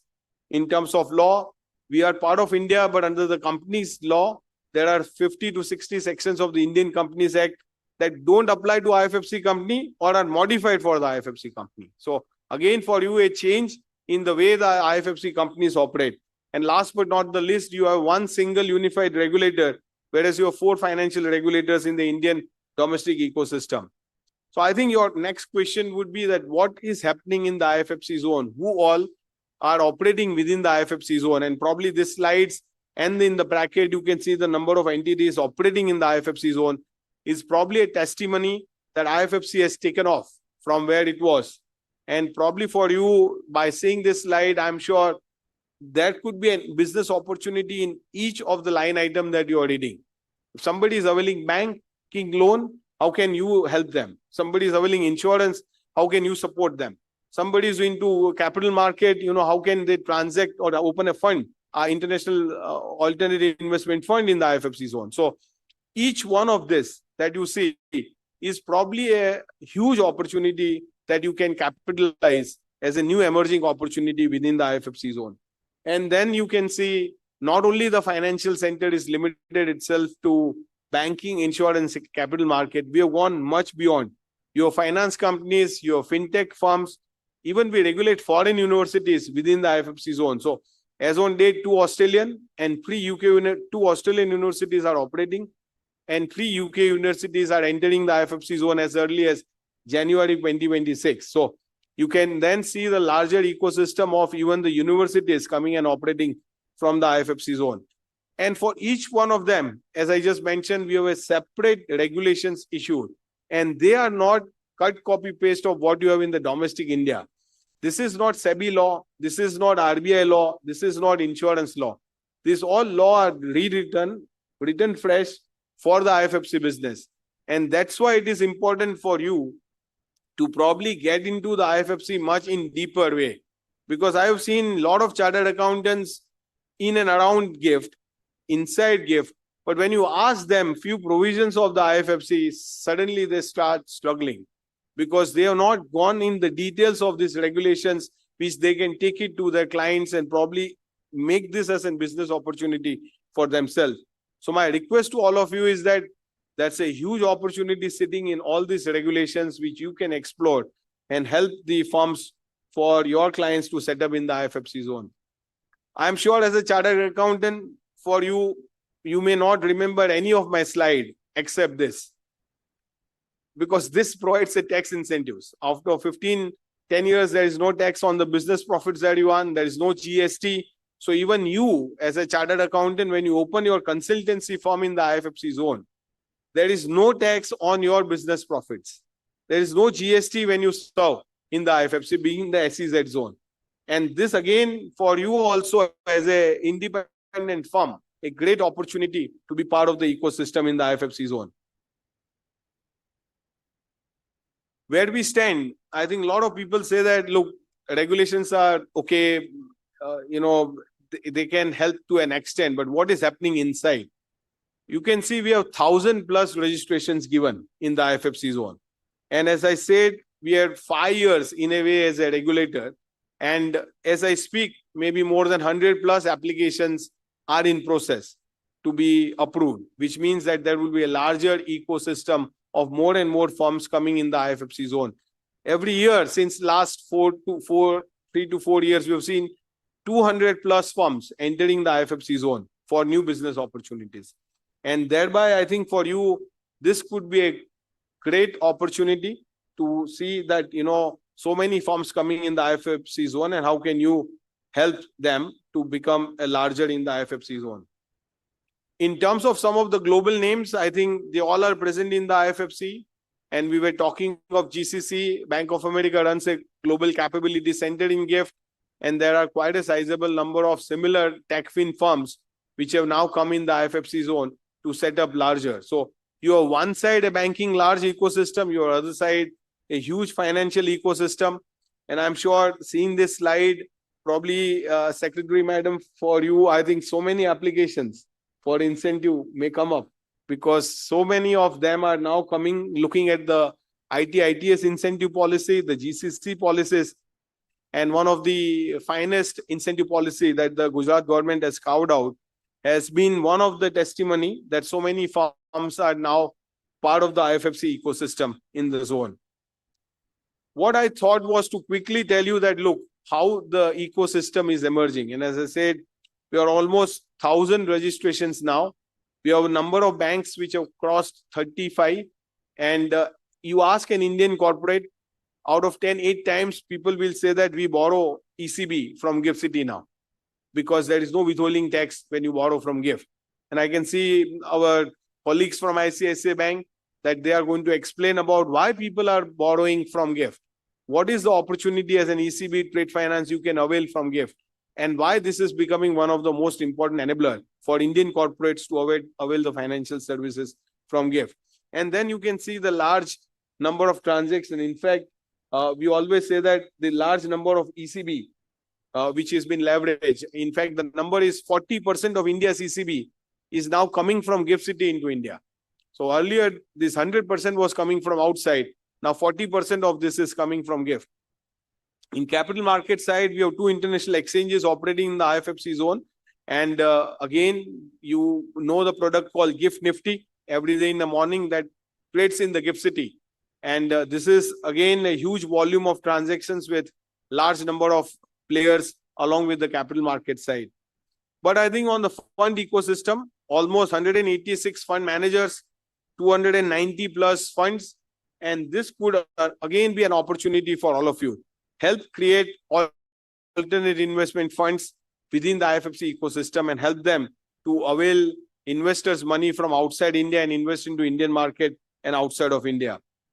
On the insurance side, we have now almost 48 firms present, giving all dollar reinsurance business, and then large number of tech fin and fintech firms operating from the IFFC zone.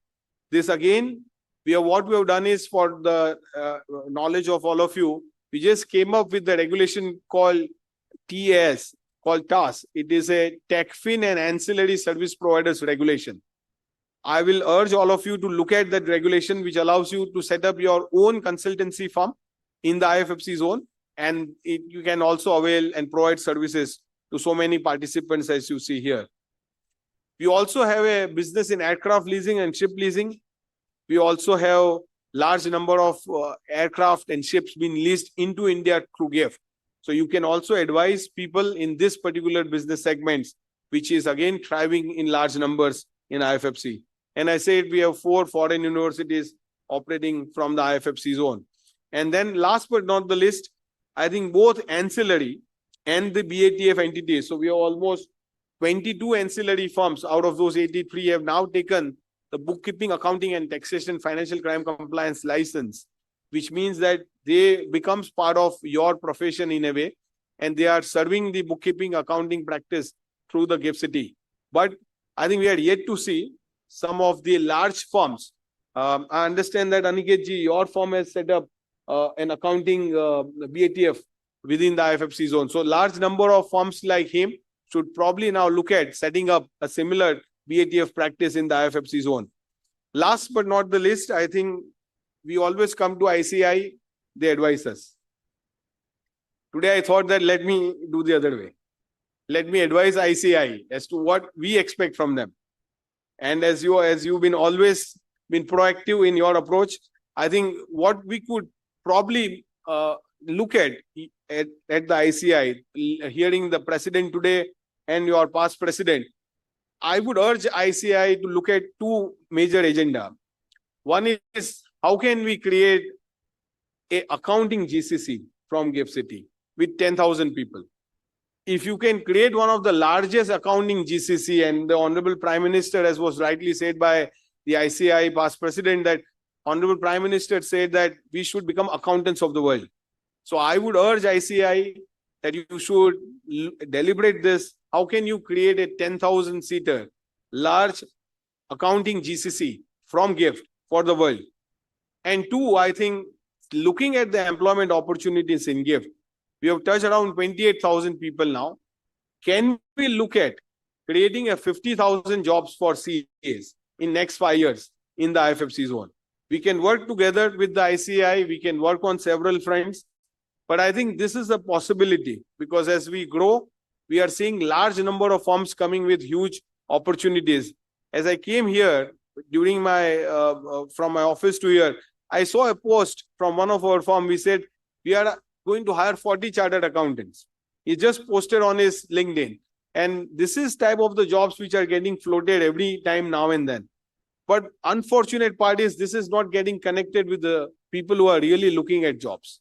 So how do ICI probably create with IFSCA, with GIFT company, whatever you find appropriate, probably a job portal where the chartered accountants can probably log into and get these opportunities also avail.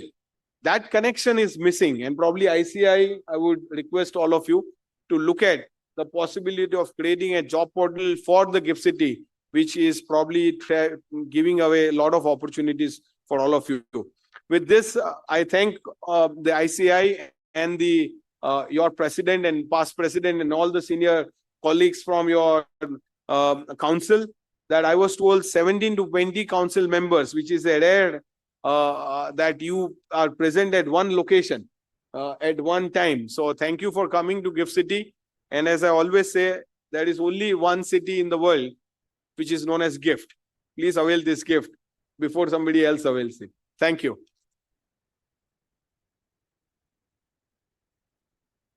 I think it's a very, very good suggestion. And with the permission of the past president and the council members, we would like to have the special campus placement at Gift City next month itself. So that our newly qualified chartered accountants can be available, and we will be having the dedicated job portal specifically for the Gift City. We are having separate job portal also, 24/7 job portal, but specifically for the Gift City, we'll have job portal for the newly qualified chartered. Thank you so much, sir, for taking us through all the opportunities. Now I'm honored to invite Ms. Bharti for her valuable insights.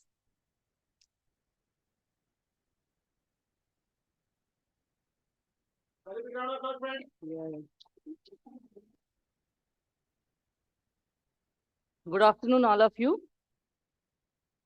हमको तो afternoon session दिया है, so I'll make it very, very short, crisp, and you understand the importance of today's meet.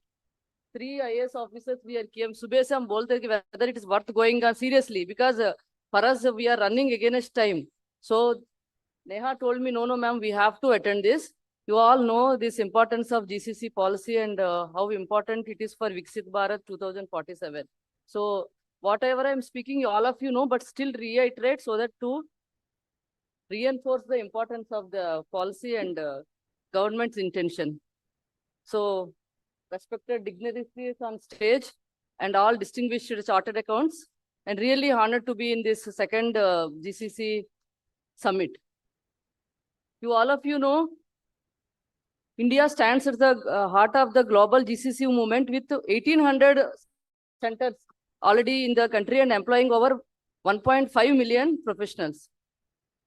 It is a transformation period, and with all of you financial professionals, especially CS, who have ensured this GCC in India became built on the pillars of governance, compliance, and transparency and trust. It's all happened because it is a win-win situation for all of us and strong partnership between industry, talent, and we as a government. All three of us together, I think we made it this possible. Our focus in government is making it ease of doing business, proactive governance, future-ready infrastructure like Gift City and all, and state-of-the-art facilities to progressive policy.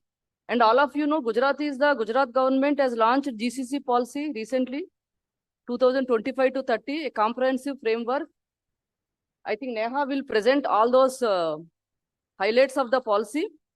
And policy we have, I think we are the only state, we have CAPEX also, we have included a lot of other things, and I will not bore you again. Neha will have a very detailed presentation on policy. And again, I'm telling you, all of you know the importance, and there is a lot of scope in India.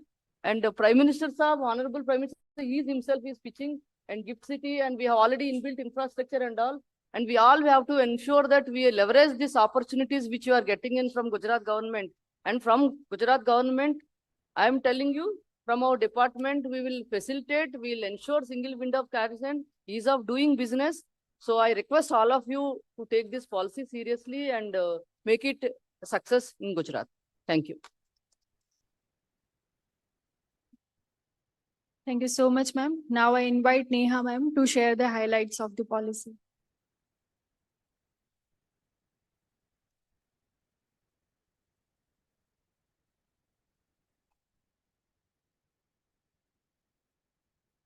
So as Madam and everybody has spoken on stage about the importance of GCCs. So currently from a 64 billion market, just a projection we have, which is going to be about 110 billion by 2030. So we can see the growth rate right away. From 1,800 centers, madam, it would be about 2,400 GCCs by the end of 2030. And 115 new GCCs get set up every year. Alongside, from 1.5 million of headcount in employment, it would be to 4.5 million. So exactly the 3 times a workforce employment generation would be there. And states like Gujarat, even Karnataka, UP, and certain other states also have a policy. So why would what would be the enablers of these drivers for GCC policy? So the expansion into tier 2 and tier 3 cities, moving beyond the usual Bangalore, Hyderabad, etc. Because of the rising costs, the saturation in the metros, Ahmedabad, GIFT also are the rising stars, I would say. The focus also has been slightly moving from, transactionally definitely, but to deep tech, to innovation hubs. Focus also includes AI, cloud, semiconductors, and Industry 4.0. You know better than me. I guess everybody would be on board of certain companies. So, and the transformation to leadership roles. So moving beyond execution to global R&D, ownership, and strategy and design. Also, there has been a very significant support from the government, from MeitY, as well as the progressive policy support of the state governments here. Now, why Gujarat? So when I speak of Gujarat, of the total GDP of the country, it holds 8.6% of the GDP and 19% of the manufacturing GDP, and 30% of our exports are from Gujarat. It has world-class infrastructure, and absolutely no doubt about it, the hall we are sitting in is in GIFT, and it is here in Gujarat only. So also one of the main pillars is proactive governance, unmatched ease of doing business, progressive policies. I'll talk about the policies soon. Then we also have a very varied talent pool. We have institutes like IMA, IIT Gandhinagar, IIIT Baroda, GTU, and of the likes, many other premier institutes which are stationed in our own state. Then I would like to tell about, GIFT, which has a distinct edge for GCCs in terms of whether strategic location, in terms of smart digital infrastructure, urban architecture, in terms of regulatory edge through IFSC, through tax and business incentives, through rapid ecosystem growth, smart city benchmarks, excellent connectivity, and even I think walk to work would be a very a dream which is going to come true very soon. Also, the policy is a visionary policy which would position Gujarat as a leading destination for high-value global capacity centers by fostering innovation, enabling global world-class ecosystem that promotes sustainable growth, employment generation, and global competitiveness. So these are the sectors. As we know that ITS policy already exists, but beyond that also, we have telecom, data, AI, analytics, industrial manufacturing, fintechs coming into our state, semiconductors, automotive and mobility, retail, e-commerce, defense, we have a lot of new players coming in our state. Banking and financial services, definitely Gujarat is a hub for that. Cybersecurity, legal consulting, FMCG, and pharma. So all these sectors would be prospective GCC players, and they could definitely take advantage of this policy. Now I'll go to the policy. What does it offer? As already mentioned by our Secretary Madam, our policy gives a very good CAPEX support. So that is 20% for the non-IT infrastructure and 30% for all the IT infrastructure. So that CAPEX components would include construction and even purchase of the building, computer software, etc. And we can also share the policy document with you at the end. We'll have a QR code and you can read the policy in detail. Moving on, the OPEX support, in terms of the cloud rental, in terms of patent support, lease rental, bandwidth, power tariff, OPEX support at 15%, capped bandwidth and cloud rental would be capped to 35% of the eligible CAPEX. What are the special incentives? So amongst the special incentive, the employment generation incentive, it would be a very appeasing kind of incentive wherein for every new job created, the 50%, one time, 50% of the CTC would be given to the company. At the same time, EPF, for 100% EPF reimbursement, the and 75% for the male employees. Interest assistance up to 7% on term loans and electricity duty incentives, exemptions. Other incentives would include, so skilling of local talent through 50,000 support and 50% for working professionals and 75% for undergrads. Quality certification, 80% of reimbursement of that up to 10 lakhs and for 5 certifications. Incentives also under IT/ITS policies, which can be claimed by ICT and deep tech incubators, and startups using GCC incubation acceleration can also avail incentives under this ICT and deep tech startups. So that's about the policy, and we would like to connect with any of you who would be interested to avail this benefit, and we welcome all the players for this. Thank you.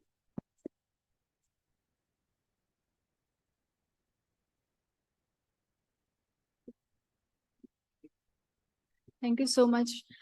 If anyone is having any question respect to this, you may please ask right now.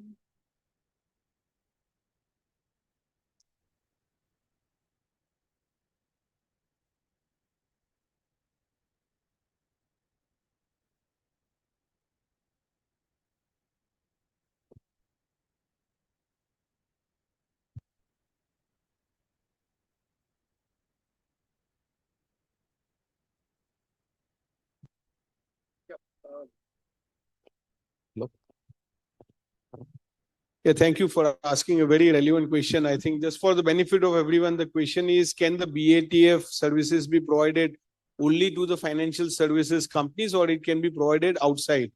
So BATF now has been notified as a financial services under the IFFC regulations that we have, which means you can serve within the IFFC any entity, and outside of IFFC you can serve any financial or non-financial entity, anyone, because that activity itself is defined as a financial services. So you can serve a departmental store, you can serve a bank, or you can serve a finance company for BATF within IFFC and outside also. Thank you. Thank you. See, earlier the ancillary framework used to be there. I think that's where your confusion is imminent. But now, because of this BATF regulations, all entities, so if imagine there's a manufacturing company in UK, which is, or an airline company in the Middle East, if they set up their GCC here, you will still be able to qualify for the exemption. Yeah.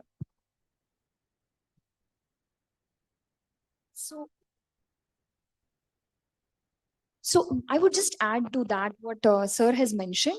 Infineon is a company which has its actual manufacturing abroad. So it's a France-based company, but it has a GCC center, and we recently launched that, and it's having its first semiconductor kind of GCC here. So yes, it has a MOU with Keynes for the production of MEMS sensors. So that kind of collaboration is also available, and in standalone situation also it can avail this benefit. Thank you. Any other question? Yes. Thank you so much, everyone. I would like to invite CA Abhay Chhajar sir to conclude this session. Yeah, thank you very much. So I think that brings us to the end of this very important session. Thank you so much. I really express my deep sense of gratitude to Madam Ms. Bharti, the Secretary, Department of Science and Technology, Government of Gujarat, Dipesh Sasar, the ED, GIFT, IFSCA, Madam Neha and Kavita. Thank you so much for sparing your valuable time. CA Aniket Talati, past President, CA Anuj Goelji. Thank you so much, my council colleague, and truly an honor and privilege to propose a vote of thanks for this, I think, very, I would say, enlightened session. Very important for us to know the, the background of GIFT IFSC. Of course, some of you already had a discussion yesterday when we had the tour, the GIFT tour, and now I would also request Dipesh sir that we may plan, or anybody maybe can have a group of members again if there's a request. Maybe in times to come, maybe a month or so, we can plan another GIFT tour and we can have a discussion if you permit, and we can have a delegation again bringing here to Gujarat, will be an opportunity for all our members to understand the opportunities which are available, especially you mentioned in terms of the benefits. I think there we want to tell the entire country that what are the benefits best available in the gift, where the opportunities can be well benefited for the clients more particularly, I would say. And I think, like you mentioned, in terms of the numbers you're looking at from chartered accountants, our council member, the chairman of this very important committee of members and industry and business, he's been proactive and adding centers in each state and cities where we can have campus placements for members. And the 3 exams now which we have in May, September and January, I think the numbers will go up. Definitely, this would be an opportunity. And like he already mentioned, Anuji, that we would have a campus placement specifically at the GIFT and a portal being created. So thank you, Dipesh Bhai, for sharing. I think this very important initiative. And of course, proactive Anuji for responding.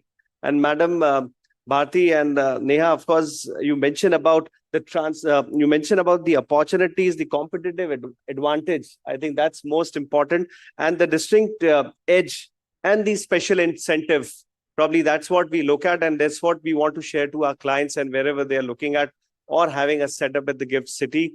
And of course, our honorable, always beloved past President Aniket, he spoke about, the advantage now which we have, the council decision which has been taken now can have a mirror firm in terms of LLP. If you have an LLP already, now you can have an LLP as a mirror firm here, still get the advantage of exclusivity, I think, in terms of CNAG and Reserve Bank. And of course, the policy of GIFT, or I would say the policy of GCC in the state of Gujarat under the chairmanship of Madam Bharti, I think is one of the best policy. I think deserve a big round of applause for having this among those 4-5 policies, but this being the best policy. And I think none other than this place, we are having this, I think, very important sessions on GCC, and I'm sure we'll have a lot of such deliberations in these sessions. So thank you one and all for being here. It was truly an honor, and all the participants, it's always been a privilege to have you encourage us to have better and better sessions. Just to add quickly on point which I wanted to share in my earlier speech was that we have started at ICI and a portal which is on accounting process outsourcing. This portal is specifically for any Indian firm or entity would like to create opportunities for themselves. This is apo.icai.org. I would sincerely request just have a look to the portal where we're asking the Indian firms to register and foreign entities also to register, creating a platform for both these entities and creating opportunities for themselves. So thank you very much, one and all. That brings us to the end of the session. Thank you.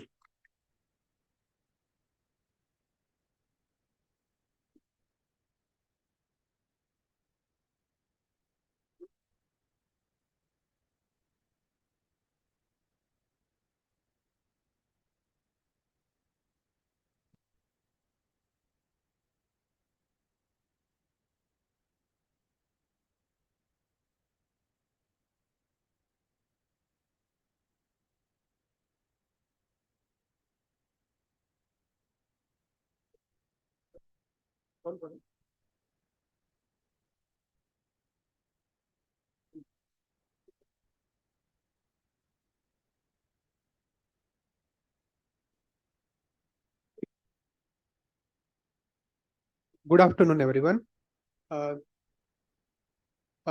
Thank you for gathering over here. Now we'll discuss. Now we'll proceed with the next panel discussion on IFSC and GIFT City, where opportunities meet expertise.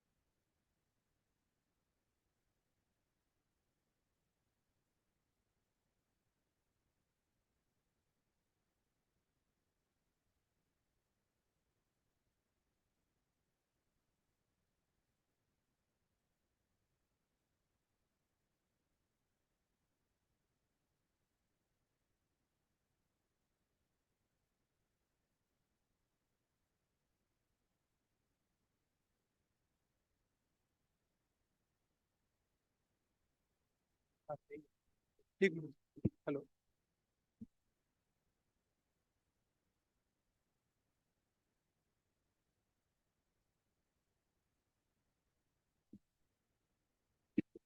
Good afternoon, distinguished guests, respected dignitaries, and dear participants. Welcome back to the next session. Now I would request Madhukar sir and Purushottam sir to please let the dignitaries get on the stage.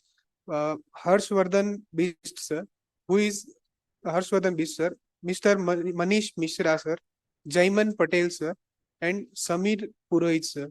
Sir, please get on.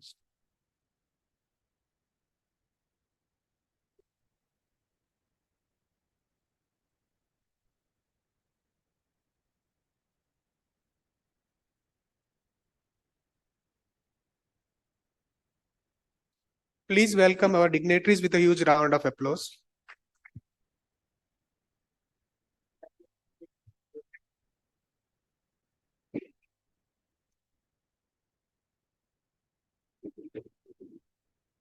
Thank you, sir. Now,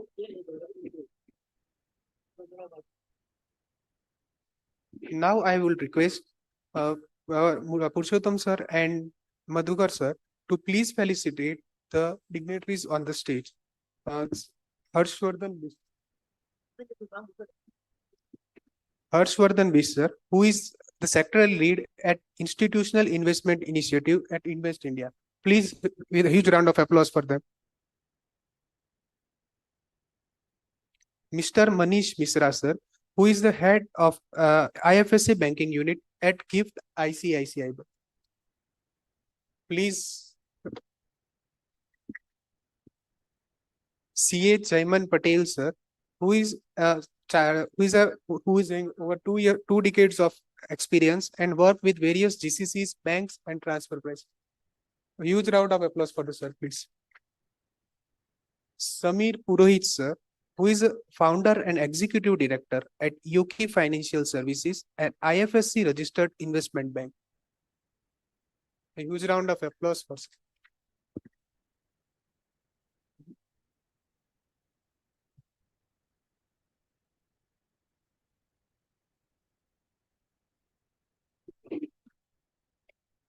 Thank you very much, sir. Now, I would request CA Madhukar sir for the opening remarks.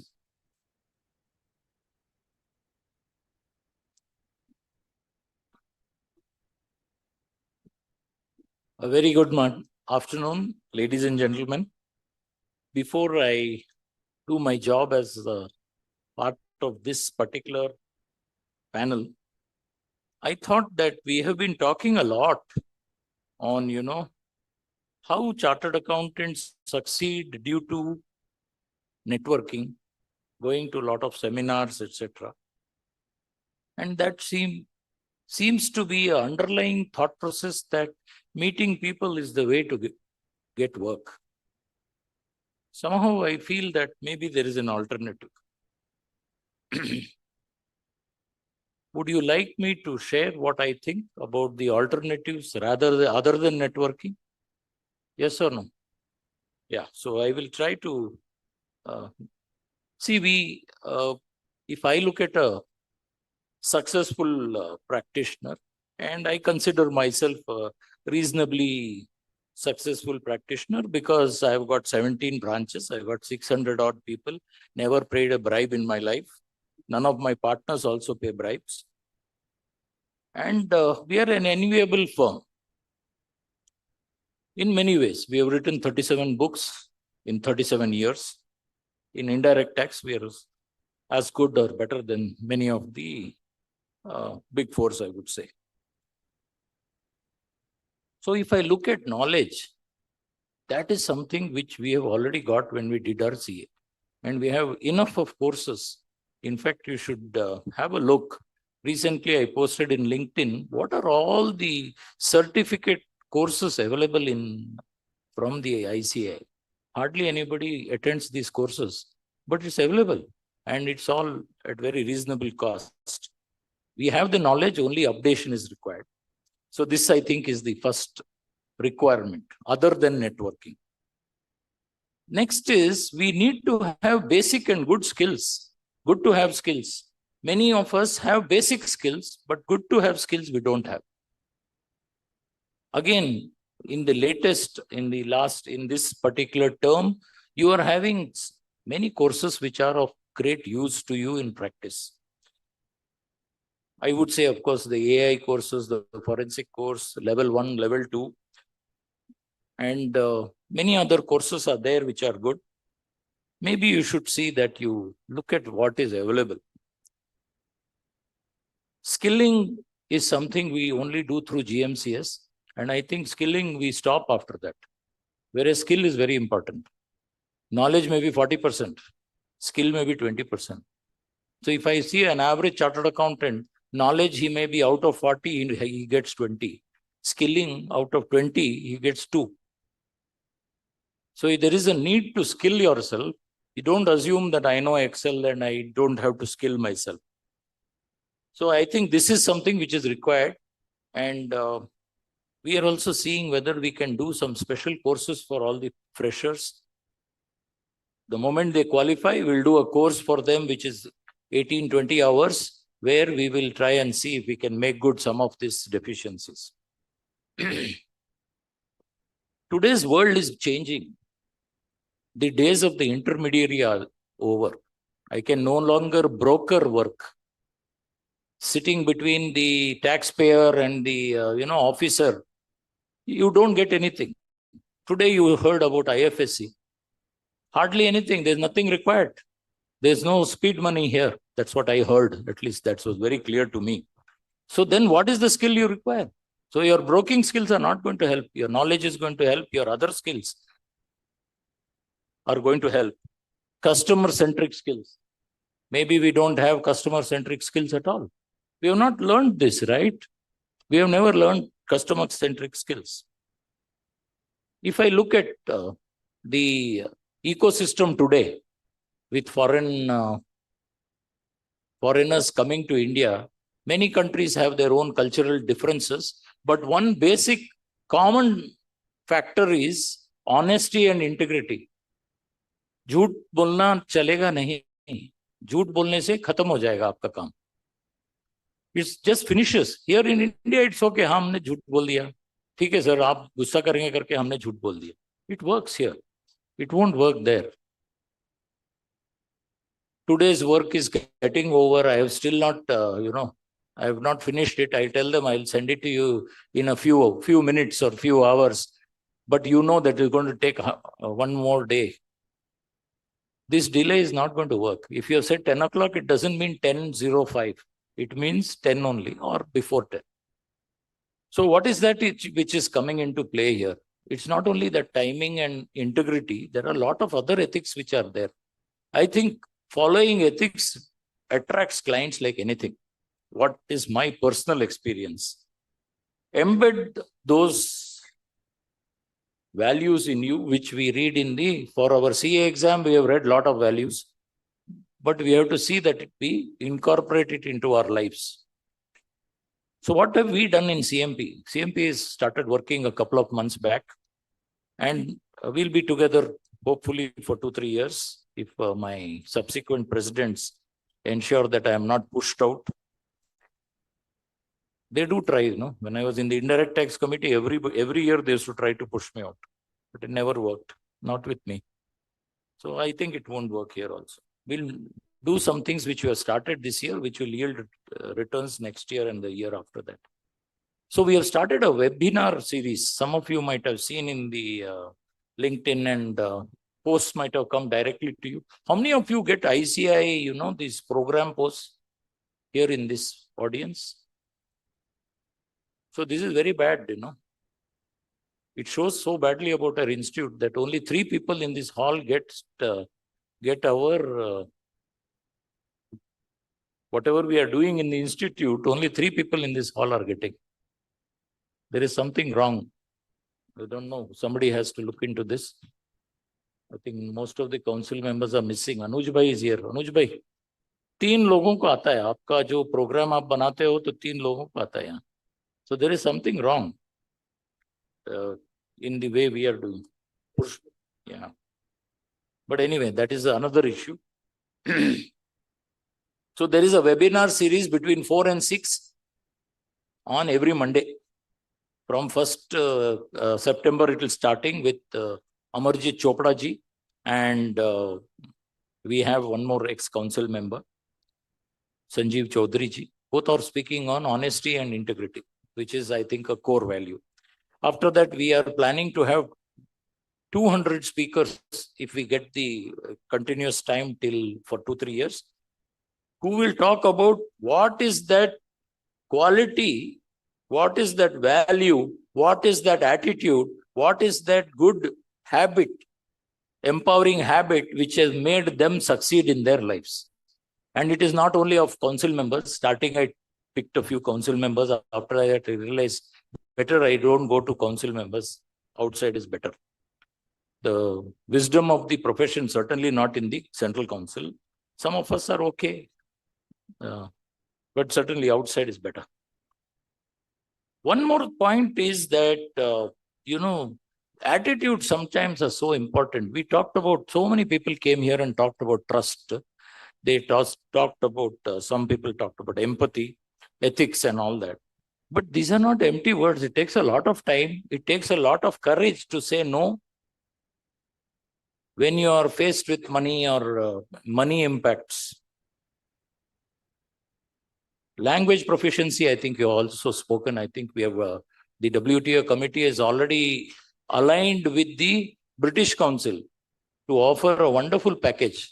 How many of you have heard about this package of English? Again, only 2. How many of you think your average in English you would like to improve? So there is something wrong happening here, Purushottam Bhai. See, so many of them want to do whatever we have got, whatever we are offering, nobody knows about it. So I think there's something drastically required to be done. I don't know what should be done. Maybe some of you can, after this, you can tell me what you think you should do. We have also started a written, we are planning to start a written course. One is a English course by British Council, which is 9 months course. It is online, so you can learn from that.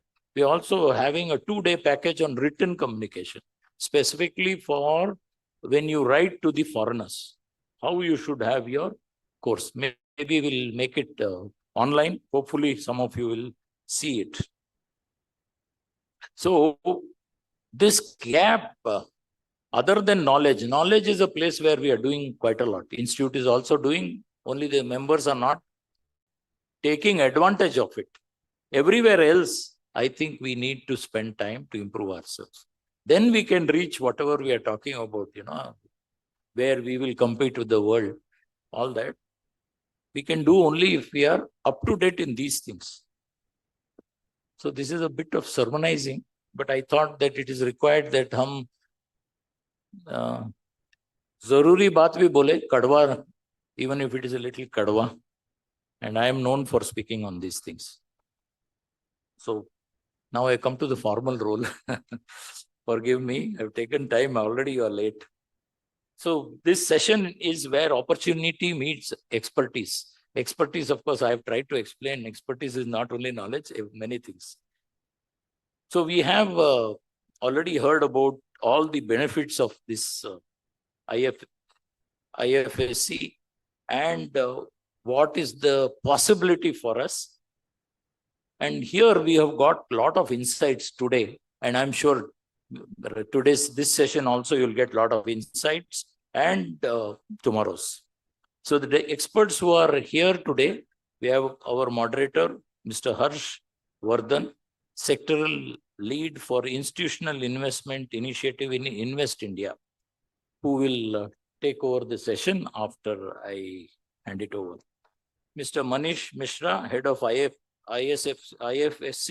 banking unit at ICI Bank, Gift City, who brings his real-time experience. He's already here within this wonderful dynamic environment. We have CA Jaimel Patel, who is also a leader in financial services space, and he would possibly give us some idea when asked proper questions by Harsh. And we have Samir Rajendra Purohit, who is again founder and executive director of Yoki Financial Services, which is an IFSC registered investment bank. That means, again, he's already there, who can offer us some perspectives and real big insights. I'm confident that all these discussions will bring knowledge to all of us. Thank you very much for this opportunity. Over to you. Thank you very much, Madhukar sir. So without any further delays, I'd like to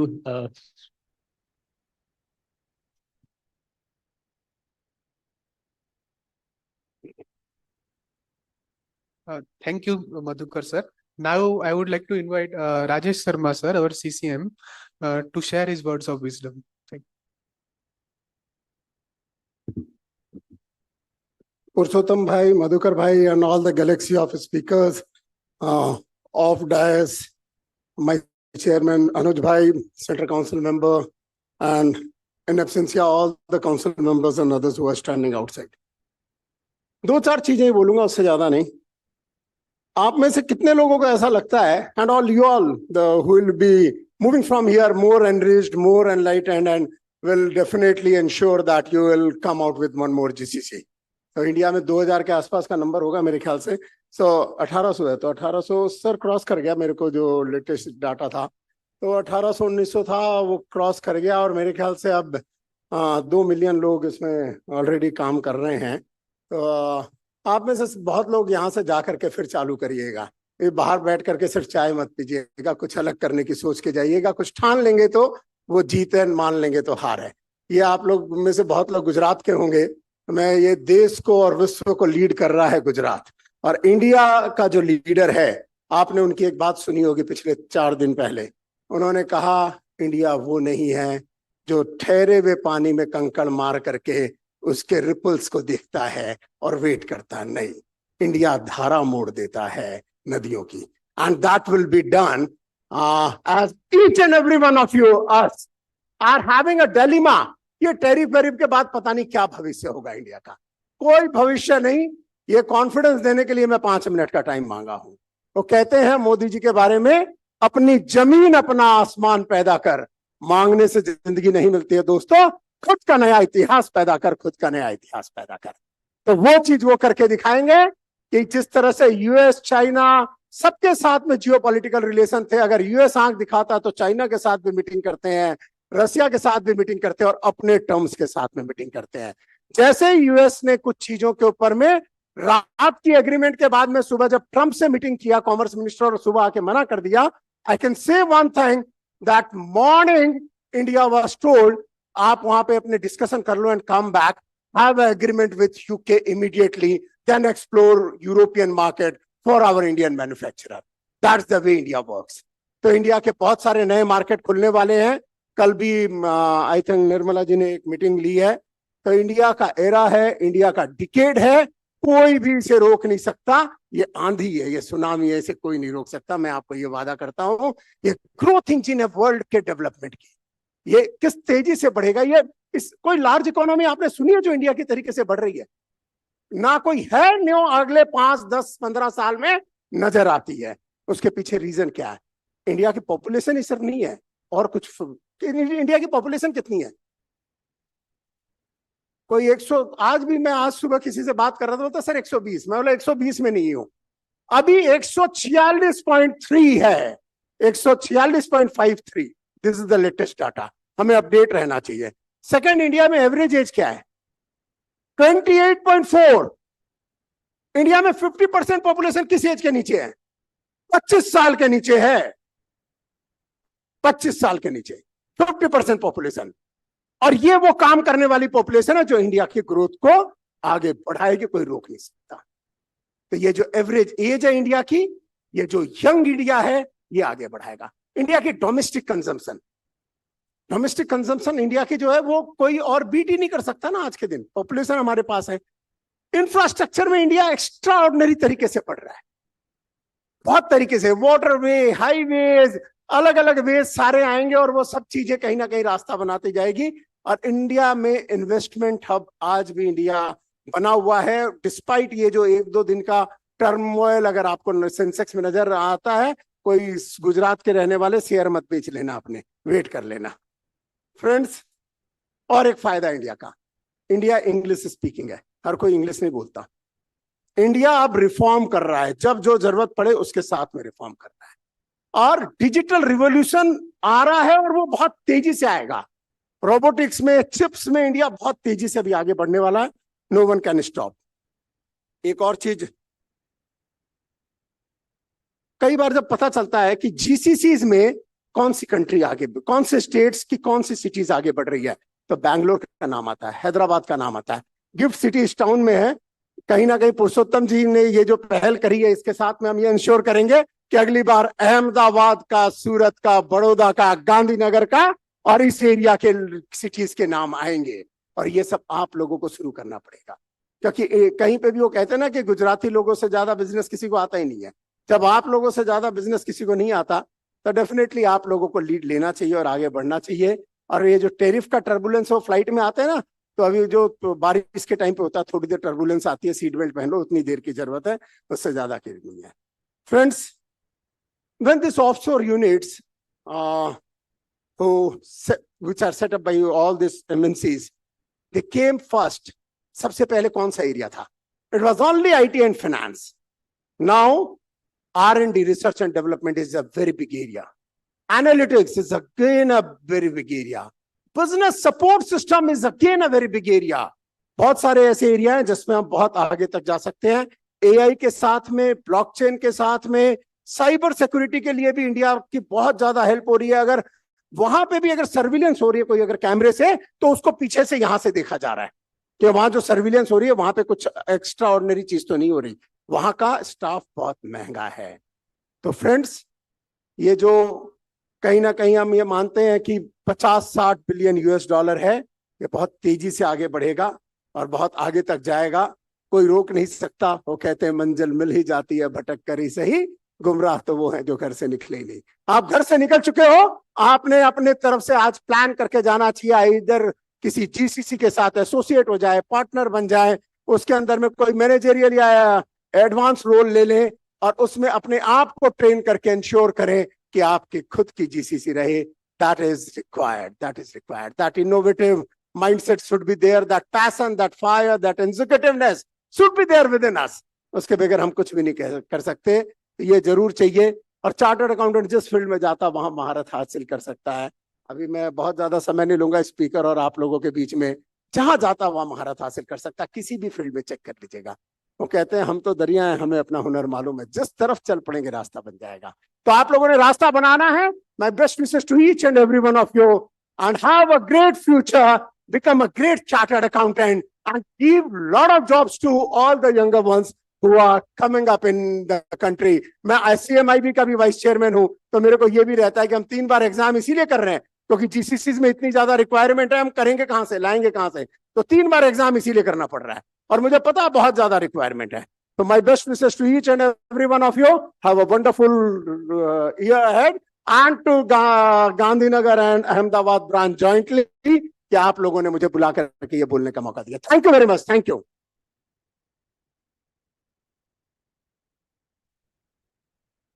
Thank you for your insight, sir. So straight away jumping to the questions, my first question would be to Manish ji. And at Invest India, what we have been doing is that we create the India story as to why we should be investing into the India. So we talk to all the limited partners that include sovereigns, pension funds, and of course that's another story that S&P took it 14 years to identify that gap.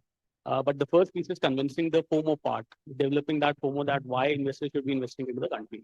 The second piece is where in India, to which sectors the investors should be looking at when it comes to strategic priorities. And the third piece is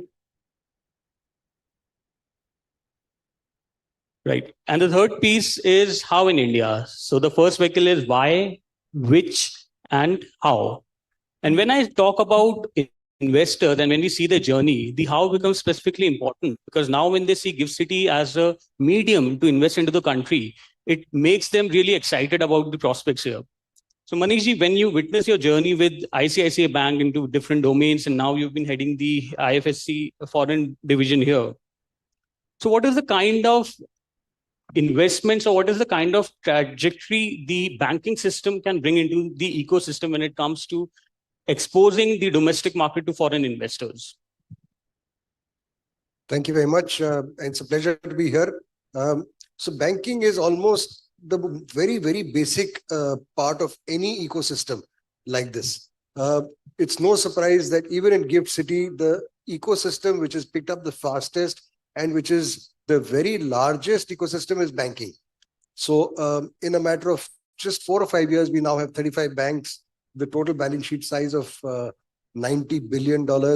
As Dipesh mentioned, 40% of ECB's stock is given from here. And on an incremental basis, I would say it's closer to 80-85% of all ECBs are going from here. I would say 3 ways, that banking, like I said, this banks were the first people to come here, create the ecosystem, and around that, create demand for other services. My colleague Jevan is here. A lot of work that we do is with consultants and other partners like him. So we are not just providers of service to all of the participants here. We are probably the only type of entity which services all the entities here, be it the exchanges, be it the clearing, the brokers, be it funds, insurance companies. We provide them banking services, clearing, settlement services. So we are core providers of services. We ourselves act as anchor tenants and create demand for other services. And third thing, a lot of the work services that we consume also go to create new products, be it in terms of trade, in terms of startup that are working with us in the consumer side, on the trade side, on the wholesale side. We are trying to create new products, new use cases over here. So in a nutshell, banking is very, very core to GIFT City's development. It is the single largest ecosystem. We act as anchors, attract other services, provide services to every single type of entity which is here, be it in terms of lending, banking, clearing services, and also in terms of creating new and more innovative products for different use cases out of GIFT City. Thank you. So we got that insight from the banking sector. I would also like to get those insights from the capital market side. So Mr. Sameer, my question to you would be that, being an investment banker throughout your life, and when you see the listing of many of the firms happening here, so how do you see that activity coming in both from the foreign as well as the domestic Indian companies into the GIFT City? And if you can, give any example of any marquee kind of models that are emerging here, that will be very helpful. At the onset, thank you for having me here. And just to give a background, so when I was with ICICI Securities, I was a part of the committee. We were the only investment bank who were in the founding committee, and seeing this grow in the last 5-7 years. So this was amazing. And the genesis was thinking out of the box. That was the mandate from the government. Deepam, let's think out of the box. So that continues to be there. And coming to the question per se, so basically what we are seeing, so as of now, we are working on the largest IPO GIFT City is going to see equity fundraising by a US company. We are mandated as a bank and, we are working on that. So the whole thing is that what we need to focus is thinking out of the box. So we are competing with giants like a DIFC or a Singapore. So what we are seeing the ecosystem, that the kind of products we need to be on the equity side. At the same time, the debt market, you would have seen Dipesh sir putting up that $70 billion have been raised in the last 2 years. Magnificent number. But equity side, there are challenges. Because why will someone not go to a vis-a-vis different exchange or a different platform? And we have seen failures in the past also, like a Luxembourg stock exchange. So convincing clients or, convincing people why India, that is a key challenge. And that cannot, there is a regulatory policy framework which helps. That is one place. But when it comes to numbers, money, and the legal structuring, that is which is important. So we need to think out of the box. which we are working with the regulators very closely now and often. In the last, say, 3 to 4 months, as recent as last week, we were in Sri Lanka, and very soon you will see that there are 2 Sri Lankan companies who will also come and list here in the GIFT City. So it will take its own time, but we have to choose our markets. We cannot be competing, and the kind of liquidity what we are seeing is we cannot go and say that, okay, we are going to be as huge as US. So placing it well is something which we think as a market, and the products which you say, equity and the debt piece, green bonds, social bonds, we are not into sukuks, but that is something which is not a concentrated effort.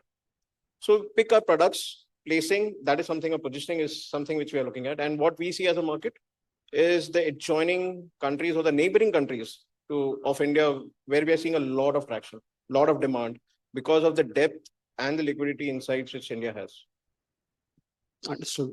So, Jamin, coming back to the central theme and you being a tax and regulatory expert, so when you talk about GCCs, so what are the key IFSC regulations that are applicable today for GCCs to come up and set up in GIFT City? Yeah, thank you. And thank you for this opportunity. I think there are 3 main regulations that are applicable in GIFT if someone wants to set up a GCC in GIFT City. Now, before we get into that, a key question that comes is that, how is a GCC framework different in GIFT City vis-a-vis the rest of India? I think the answer lies in twofold. One is that, a GCC which is set up in GIFT City in the SEZ zone enjoys a 10-year tax holiday vis-a-vis a GCC in rest of the India. Second is what we covered is the state incentive policy. I think Gujarat offers one of the best state incentive policies for GCCs which are set up not just in GIFT but the entire Gujarat. So I think these are 2 key differentiators. And there are 3 main frameworks under which a GCC can be set up in GIFT City in the IFSC zone to claim, the tax holiday as well as state incentives. First is the BATF regulations, which we covered, in the previous session, which basically says that, if anyone wants to do bookkeeping, accounting, taxation services, then you can set up under the BATF framework. This can be set up by a company in any sector. It can be set up by a CA firm, a corporate, an MNC, by anyone. I think the focus is on the nature of service, which is bookkeeping, accounting, and taxation. And this is relevant, for all the working professionals like we discussed, whereby any CA firm in India can set up a GCC to support a global CPA firm or a mid-size CPA firm. It's a very common practice which is happening, in the mid-market segment across India. So any practicing CA firm can also open a BATF firm in GIFT City as well. The second is the GIC framework, which is, more for captive companies which are regulated by financial services regulators. Like, Citibank, Bank of America has a large GCC under that framework. But here the focus is that you have to be a regulated company and not a non-regulated company. And the third is a TechFin framework, which is also very interesting. This is relevant for all software companies who can come and set up a GCC center in GIFT City. I think here the focus is that the ultimate client to whom the service is being rendered should be in the FS segment. For example, Infosys has set up their center in GIFT City. The condition is that they can render services only to financial services companies. So I think different regulations have different criteria in terms of whom you can service or who can be the client or the nature of service, depending on the applicable framework. Understood. Manishji, what we are also seeing that renewed interest is coming from many of the NRI communities when they want to establish their firm here or when they want to establish that through their capital through GIFT City. So how do you foresee that that journey to be in the near future? Thanks. And I think that's a very appropriate question because a lot of our CA friends here would have NRI clients. So the way we as ICICI Bank see it, we complement whatever India offers to NRIs. So to NRIs out of India, we offer NRE, NRO and FCNR products. And out of GIFT City, we offer foreign currency products which cannot be offered out of India. So at a very basic level, rupee, you can do short-term, long-term savings through NRE and NRO. In foreign currency, you can do only long-term, only in 5 currencies, right? GIFT City gives you the flexibility of offering up to 10 or 12 currencies, right? many additional currencies like Euro, HKD, AED, which are not offered in India. And with the flexibility of as low as 7 days fixed deposits and even savings bank account. So completely flexible. So if you look at it from the NRI's perspective, India is great for the rupee products or long-term foreign currency. Gift City is ideal for 10 currencies short-term this thing. Now that's from a deposit perspective. Gift City is also a very, very tax efficient route for him to invest into India, right? There are a lot of things, and German is the tax expert, but because of the tax carve-outs which have been provided to Gift City, any fund set up here is probably one of the most efficient ways from a dividend tax perspective, interest tax perspective for an NRI to invest into India. There is also talk of because you have the NSE's exchange subsidy over here, you have BSE India INX and NSE IX. There will be a possibility of UDRs, unsponsored depository receipts of Indian companies, which will get listed here. From again a tax perspective, returns filing perspective, your ability to hedge using full futures and options, Gift City would be a very, very efficient jurisdiction for NRIs. So if you look at it really, NRIs keep barely 10-15% of their money in India, because the money that is in India is largely in rupee. There's a perception that it's a depreciating currency. A very, very large part of your NRI customers' wealth can also find its way into India through Gift City. So that really is, and then it could be for deposits, fixed income, equity, exposures, AIFs, the entire plethora of investments depending on the risk appetite of the customer. This will be the preferred hub for a lot of NRIs to invest into India. Yeah, and maybe I can add on the tax part, Harsh, if you have time. I think Manish raised a very interesting point on NRIs, global NRIs, who wants to access Indian products like, mutual funds, insurance policies or bank deposits. These are, common products in which NRIs are interested. I think the differentiator for Gift City, one, is that if they place a deposit with a Gift City bank, the interest income is completely tax-free. You don't need to have a permanent account number. You don't need to file a tax return. If you take a life insurance policy from an insurance company in Gift City, one is that it's dollar denominated, and second is again your policy proceeds are completely exempt from tax for the NRI. And third, if you invest in any AIF or a mutual fund in Gift City, which is investing back into the Indian mutual fund, back to back, an NRI investing in a Gift City AIF, which is investing in an Indian mutual fund, then the income is completely tax-free at all levels. The Indian mutual fund is tax-free. The Gift Cat 3 AIF, which is also tax-free, and the income in the hands of the NRI is also tax-free. So this gives you exposure to Indian equity markets, in a tax-efficient manner. Understood. Samit, you were also talking about the various opportunities other IFSCs in the world have when it compared to Gift City.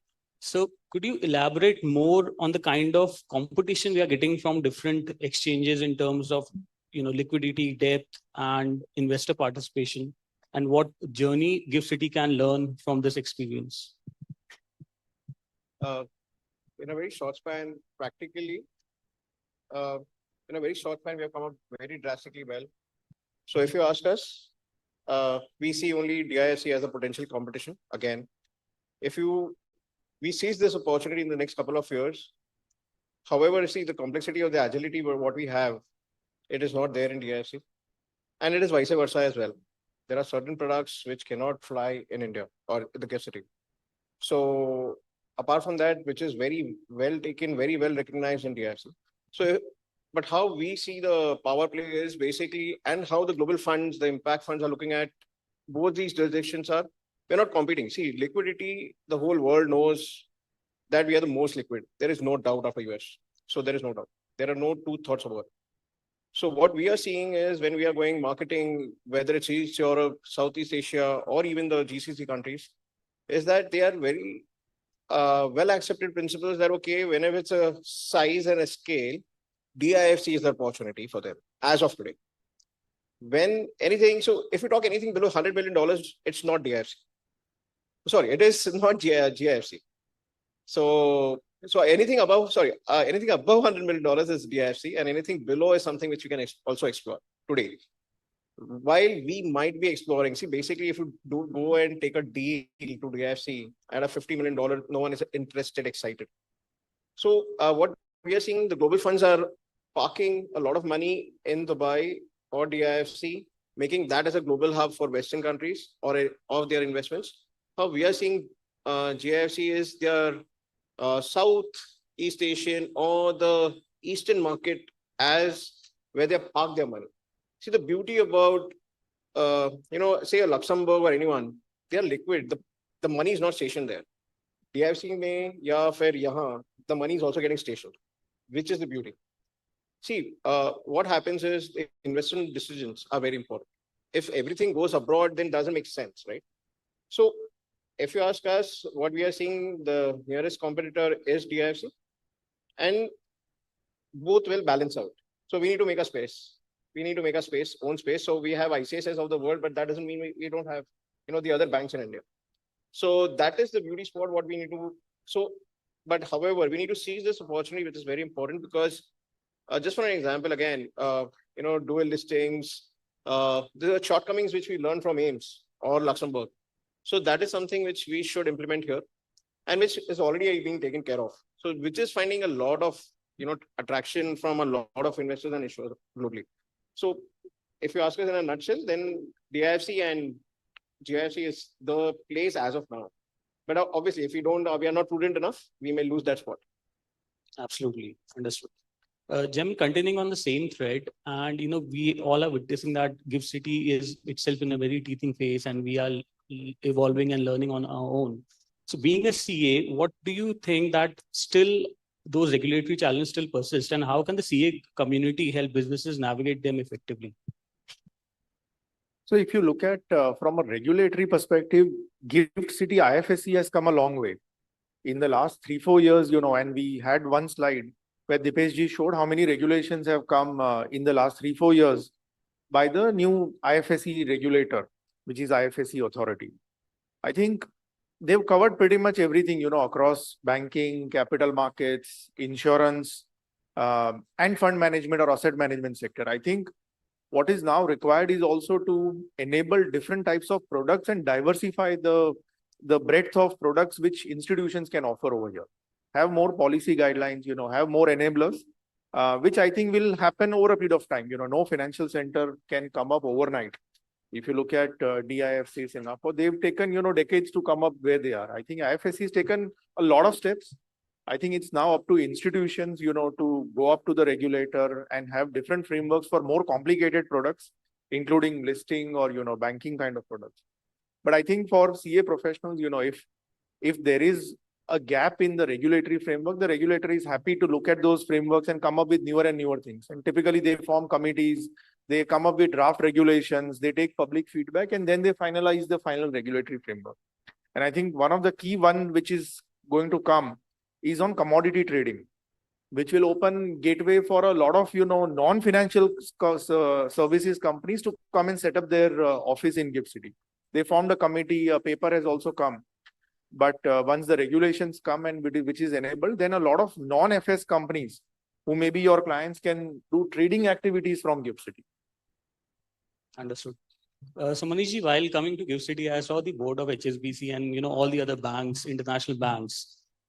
They are also entering into GIFT City. So how do you see global banks collaborating with the Indian banks in GIFT City, and to build that depth and to bring in that expertise in trade finance, treasury, and offshore lending? Thanks. That's a great question. Actually, the opportunity, there's so much capital that India needs to really live up to its potential. The more the merrier. I think we need a lot of foreign banks. We need a lot of Indian banks, and they can work in close partnerships because we have complementary strengths. Global banks come with larger balance sheets, lower costs of funds, but they don't have the risk appetite or the risk frameworks or the distribution strengths. So I think you can bring those together, and we see that happening in syndication deals, risk participation, trade finance, where we are able to fund MSMEs out of India and rely on, the pools, the liquidity pools that a lot of foreign banks bring. So I think there's a lot of complementarity, and genuinely, I believe there is so much capital requirement. I think the infrastructure space needs a lot of this thing, and probably, through different instruments, through plain debt, vanilla debt, through InvIT structures, through, bond issuances. So I think we are the people who can source a lot of that because of our relationship, our credit appetite, our distribution strengths, and marry that with the deep pools of liquidity which a lot of foreign banks bring to the table. I'll just quickly add on to an example, very beautiful example, what he said. So last week when we were in Sri Lanka, always, this was my first time I thought कि Sri Lanka में भी काम हो सकता है.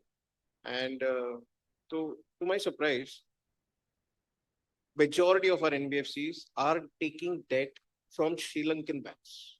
Sri Lankan banks have taken an exposure of $100 million to issuers in Uzbekistan.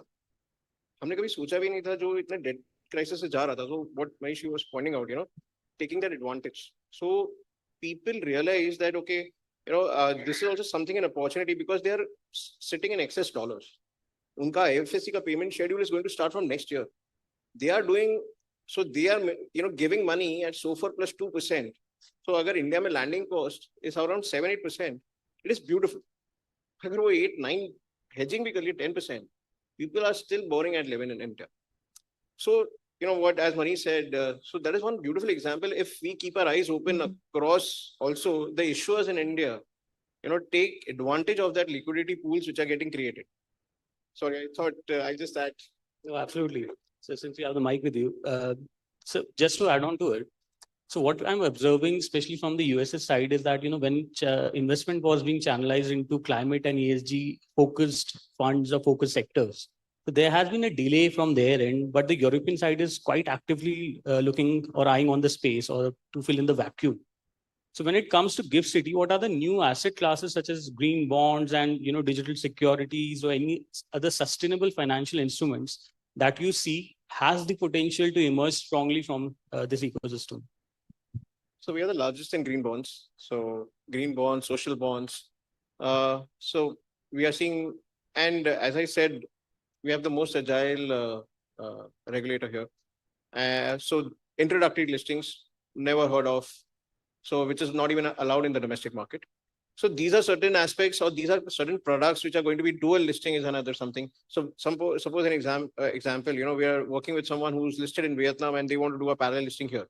So we all would have historically heard about ADRs, GDRs, but this is something which is going to be unique.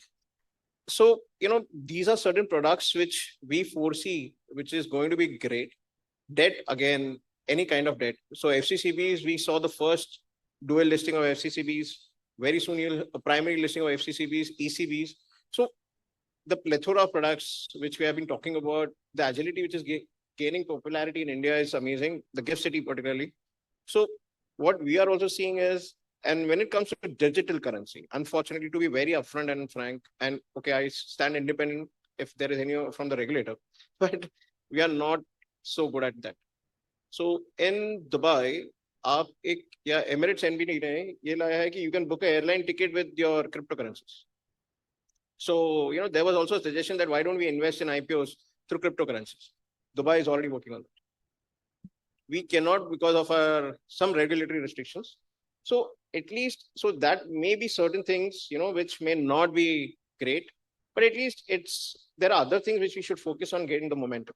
And the other thing is sukuk bonds. Basically, we are not that great, and hopefully, or, we may not be so agile to that climate.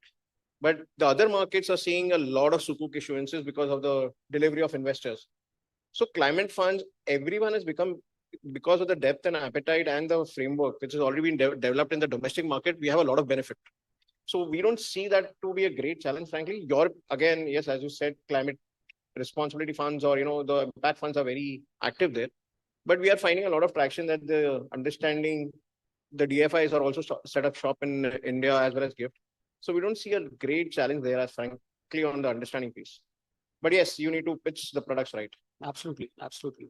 So Jamie, next question would be to you. So just 30 kilometers from here, when Micron was setting up its first plant, so government of India had some component of capex, government of Gujarat also gave, and then ultimately some capex was put in by the firm. So when you see the kind of incentives GIFT City is offering to the investors today, so what is the right balance that you feel should be in terms of ensuring long-term credibility of the framework, of GIFT City's framework? See, I think the gift incentive policy, which we discussed in the previous session, which Bharti ji mentioned, is quite attractive. And we've done a comparison of the gift GCC policy with other states as well, And in terms of overall quantum of monetary wise, for a non-mega unit, the government offers 50 crores a year. And for a mega unit, up to 200 crores. I think these are very, very large sums of money when you are setting up a GCC. And frankly, in GIFT City, there is no limit on how many employees you can have. So you can have a GCC of 10 employees or you can have a GCC of 1,000 employees. There is no limit on how much capex you have to incur or how many employees you have or minimum capital norms. So the regulations here are very, very flexible. I think we should explore this for all our large corporate clients, who are interested in setting up an accounting GCC or a tech company who wants to do software development for FS clients. I think the policy initiatives are great. They are here for the next 5 years. So if you set up today, for the next 5 years, and one of the key things which was there in the previous slide in all these GCC incentive was reimbursement of provident fund. I think the 12% employer's contribution of provident fund is reimbursed by the state government. And there is no limit on the number of employees or the salary of the employees. So this can be direct saving to the employer to the extent of 12% of the employee's contribution.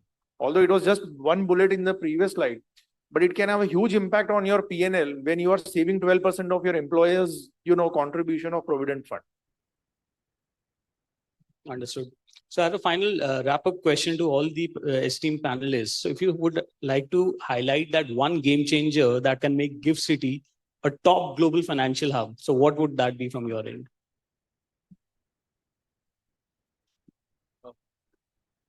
Dual operability, convertibility, that's it. We are home. Dual operability.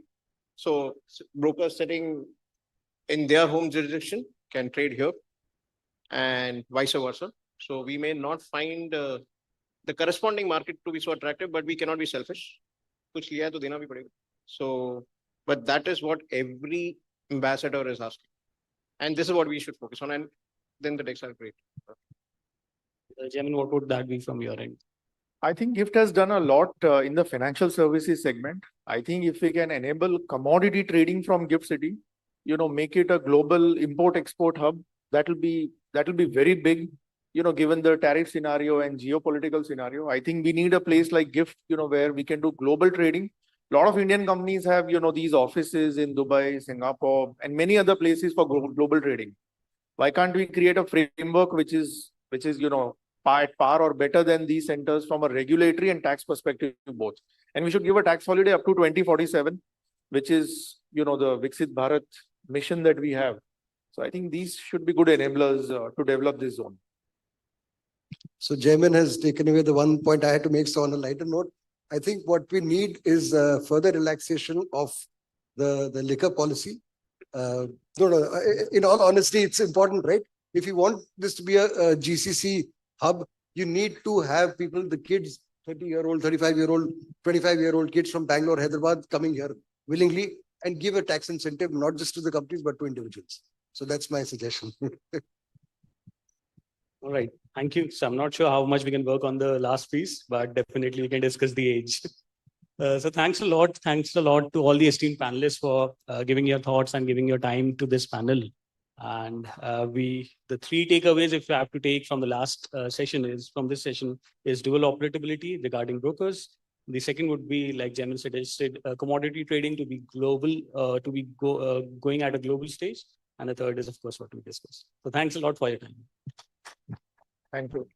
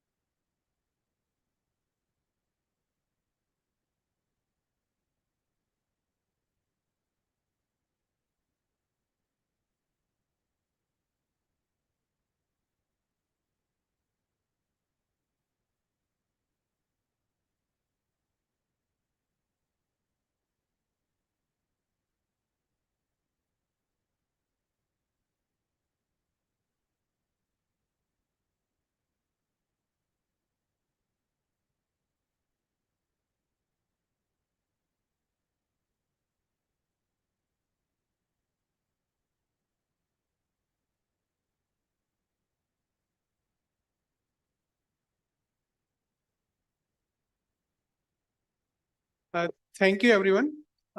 Tomorrow we'll be starting at morning 10 a.m. So please be on time. Thank you very much.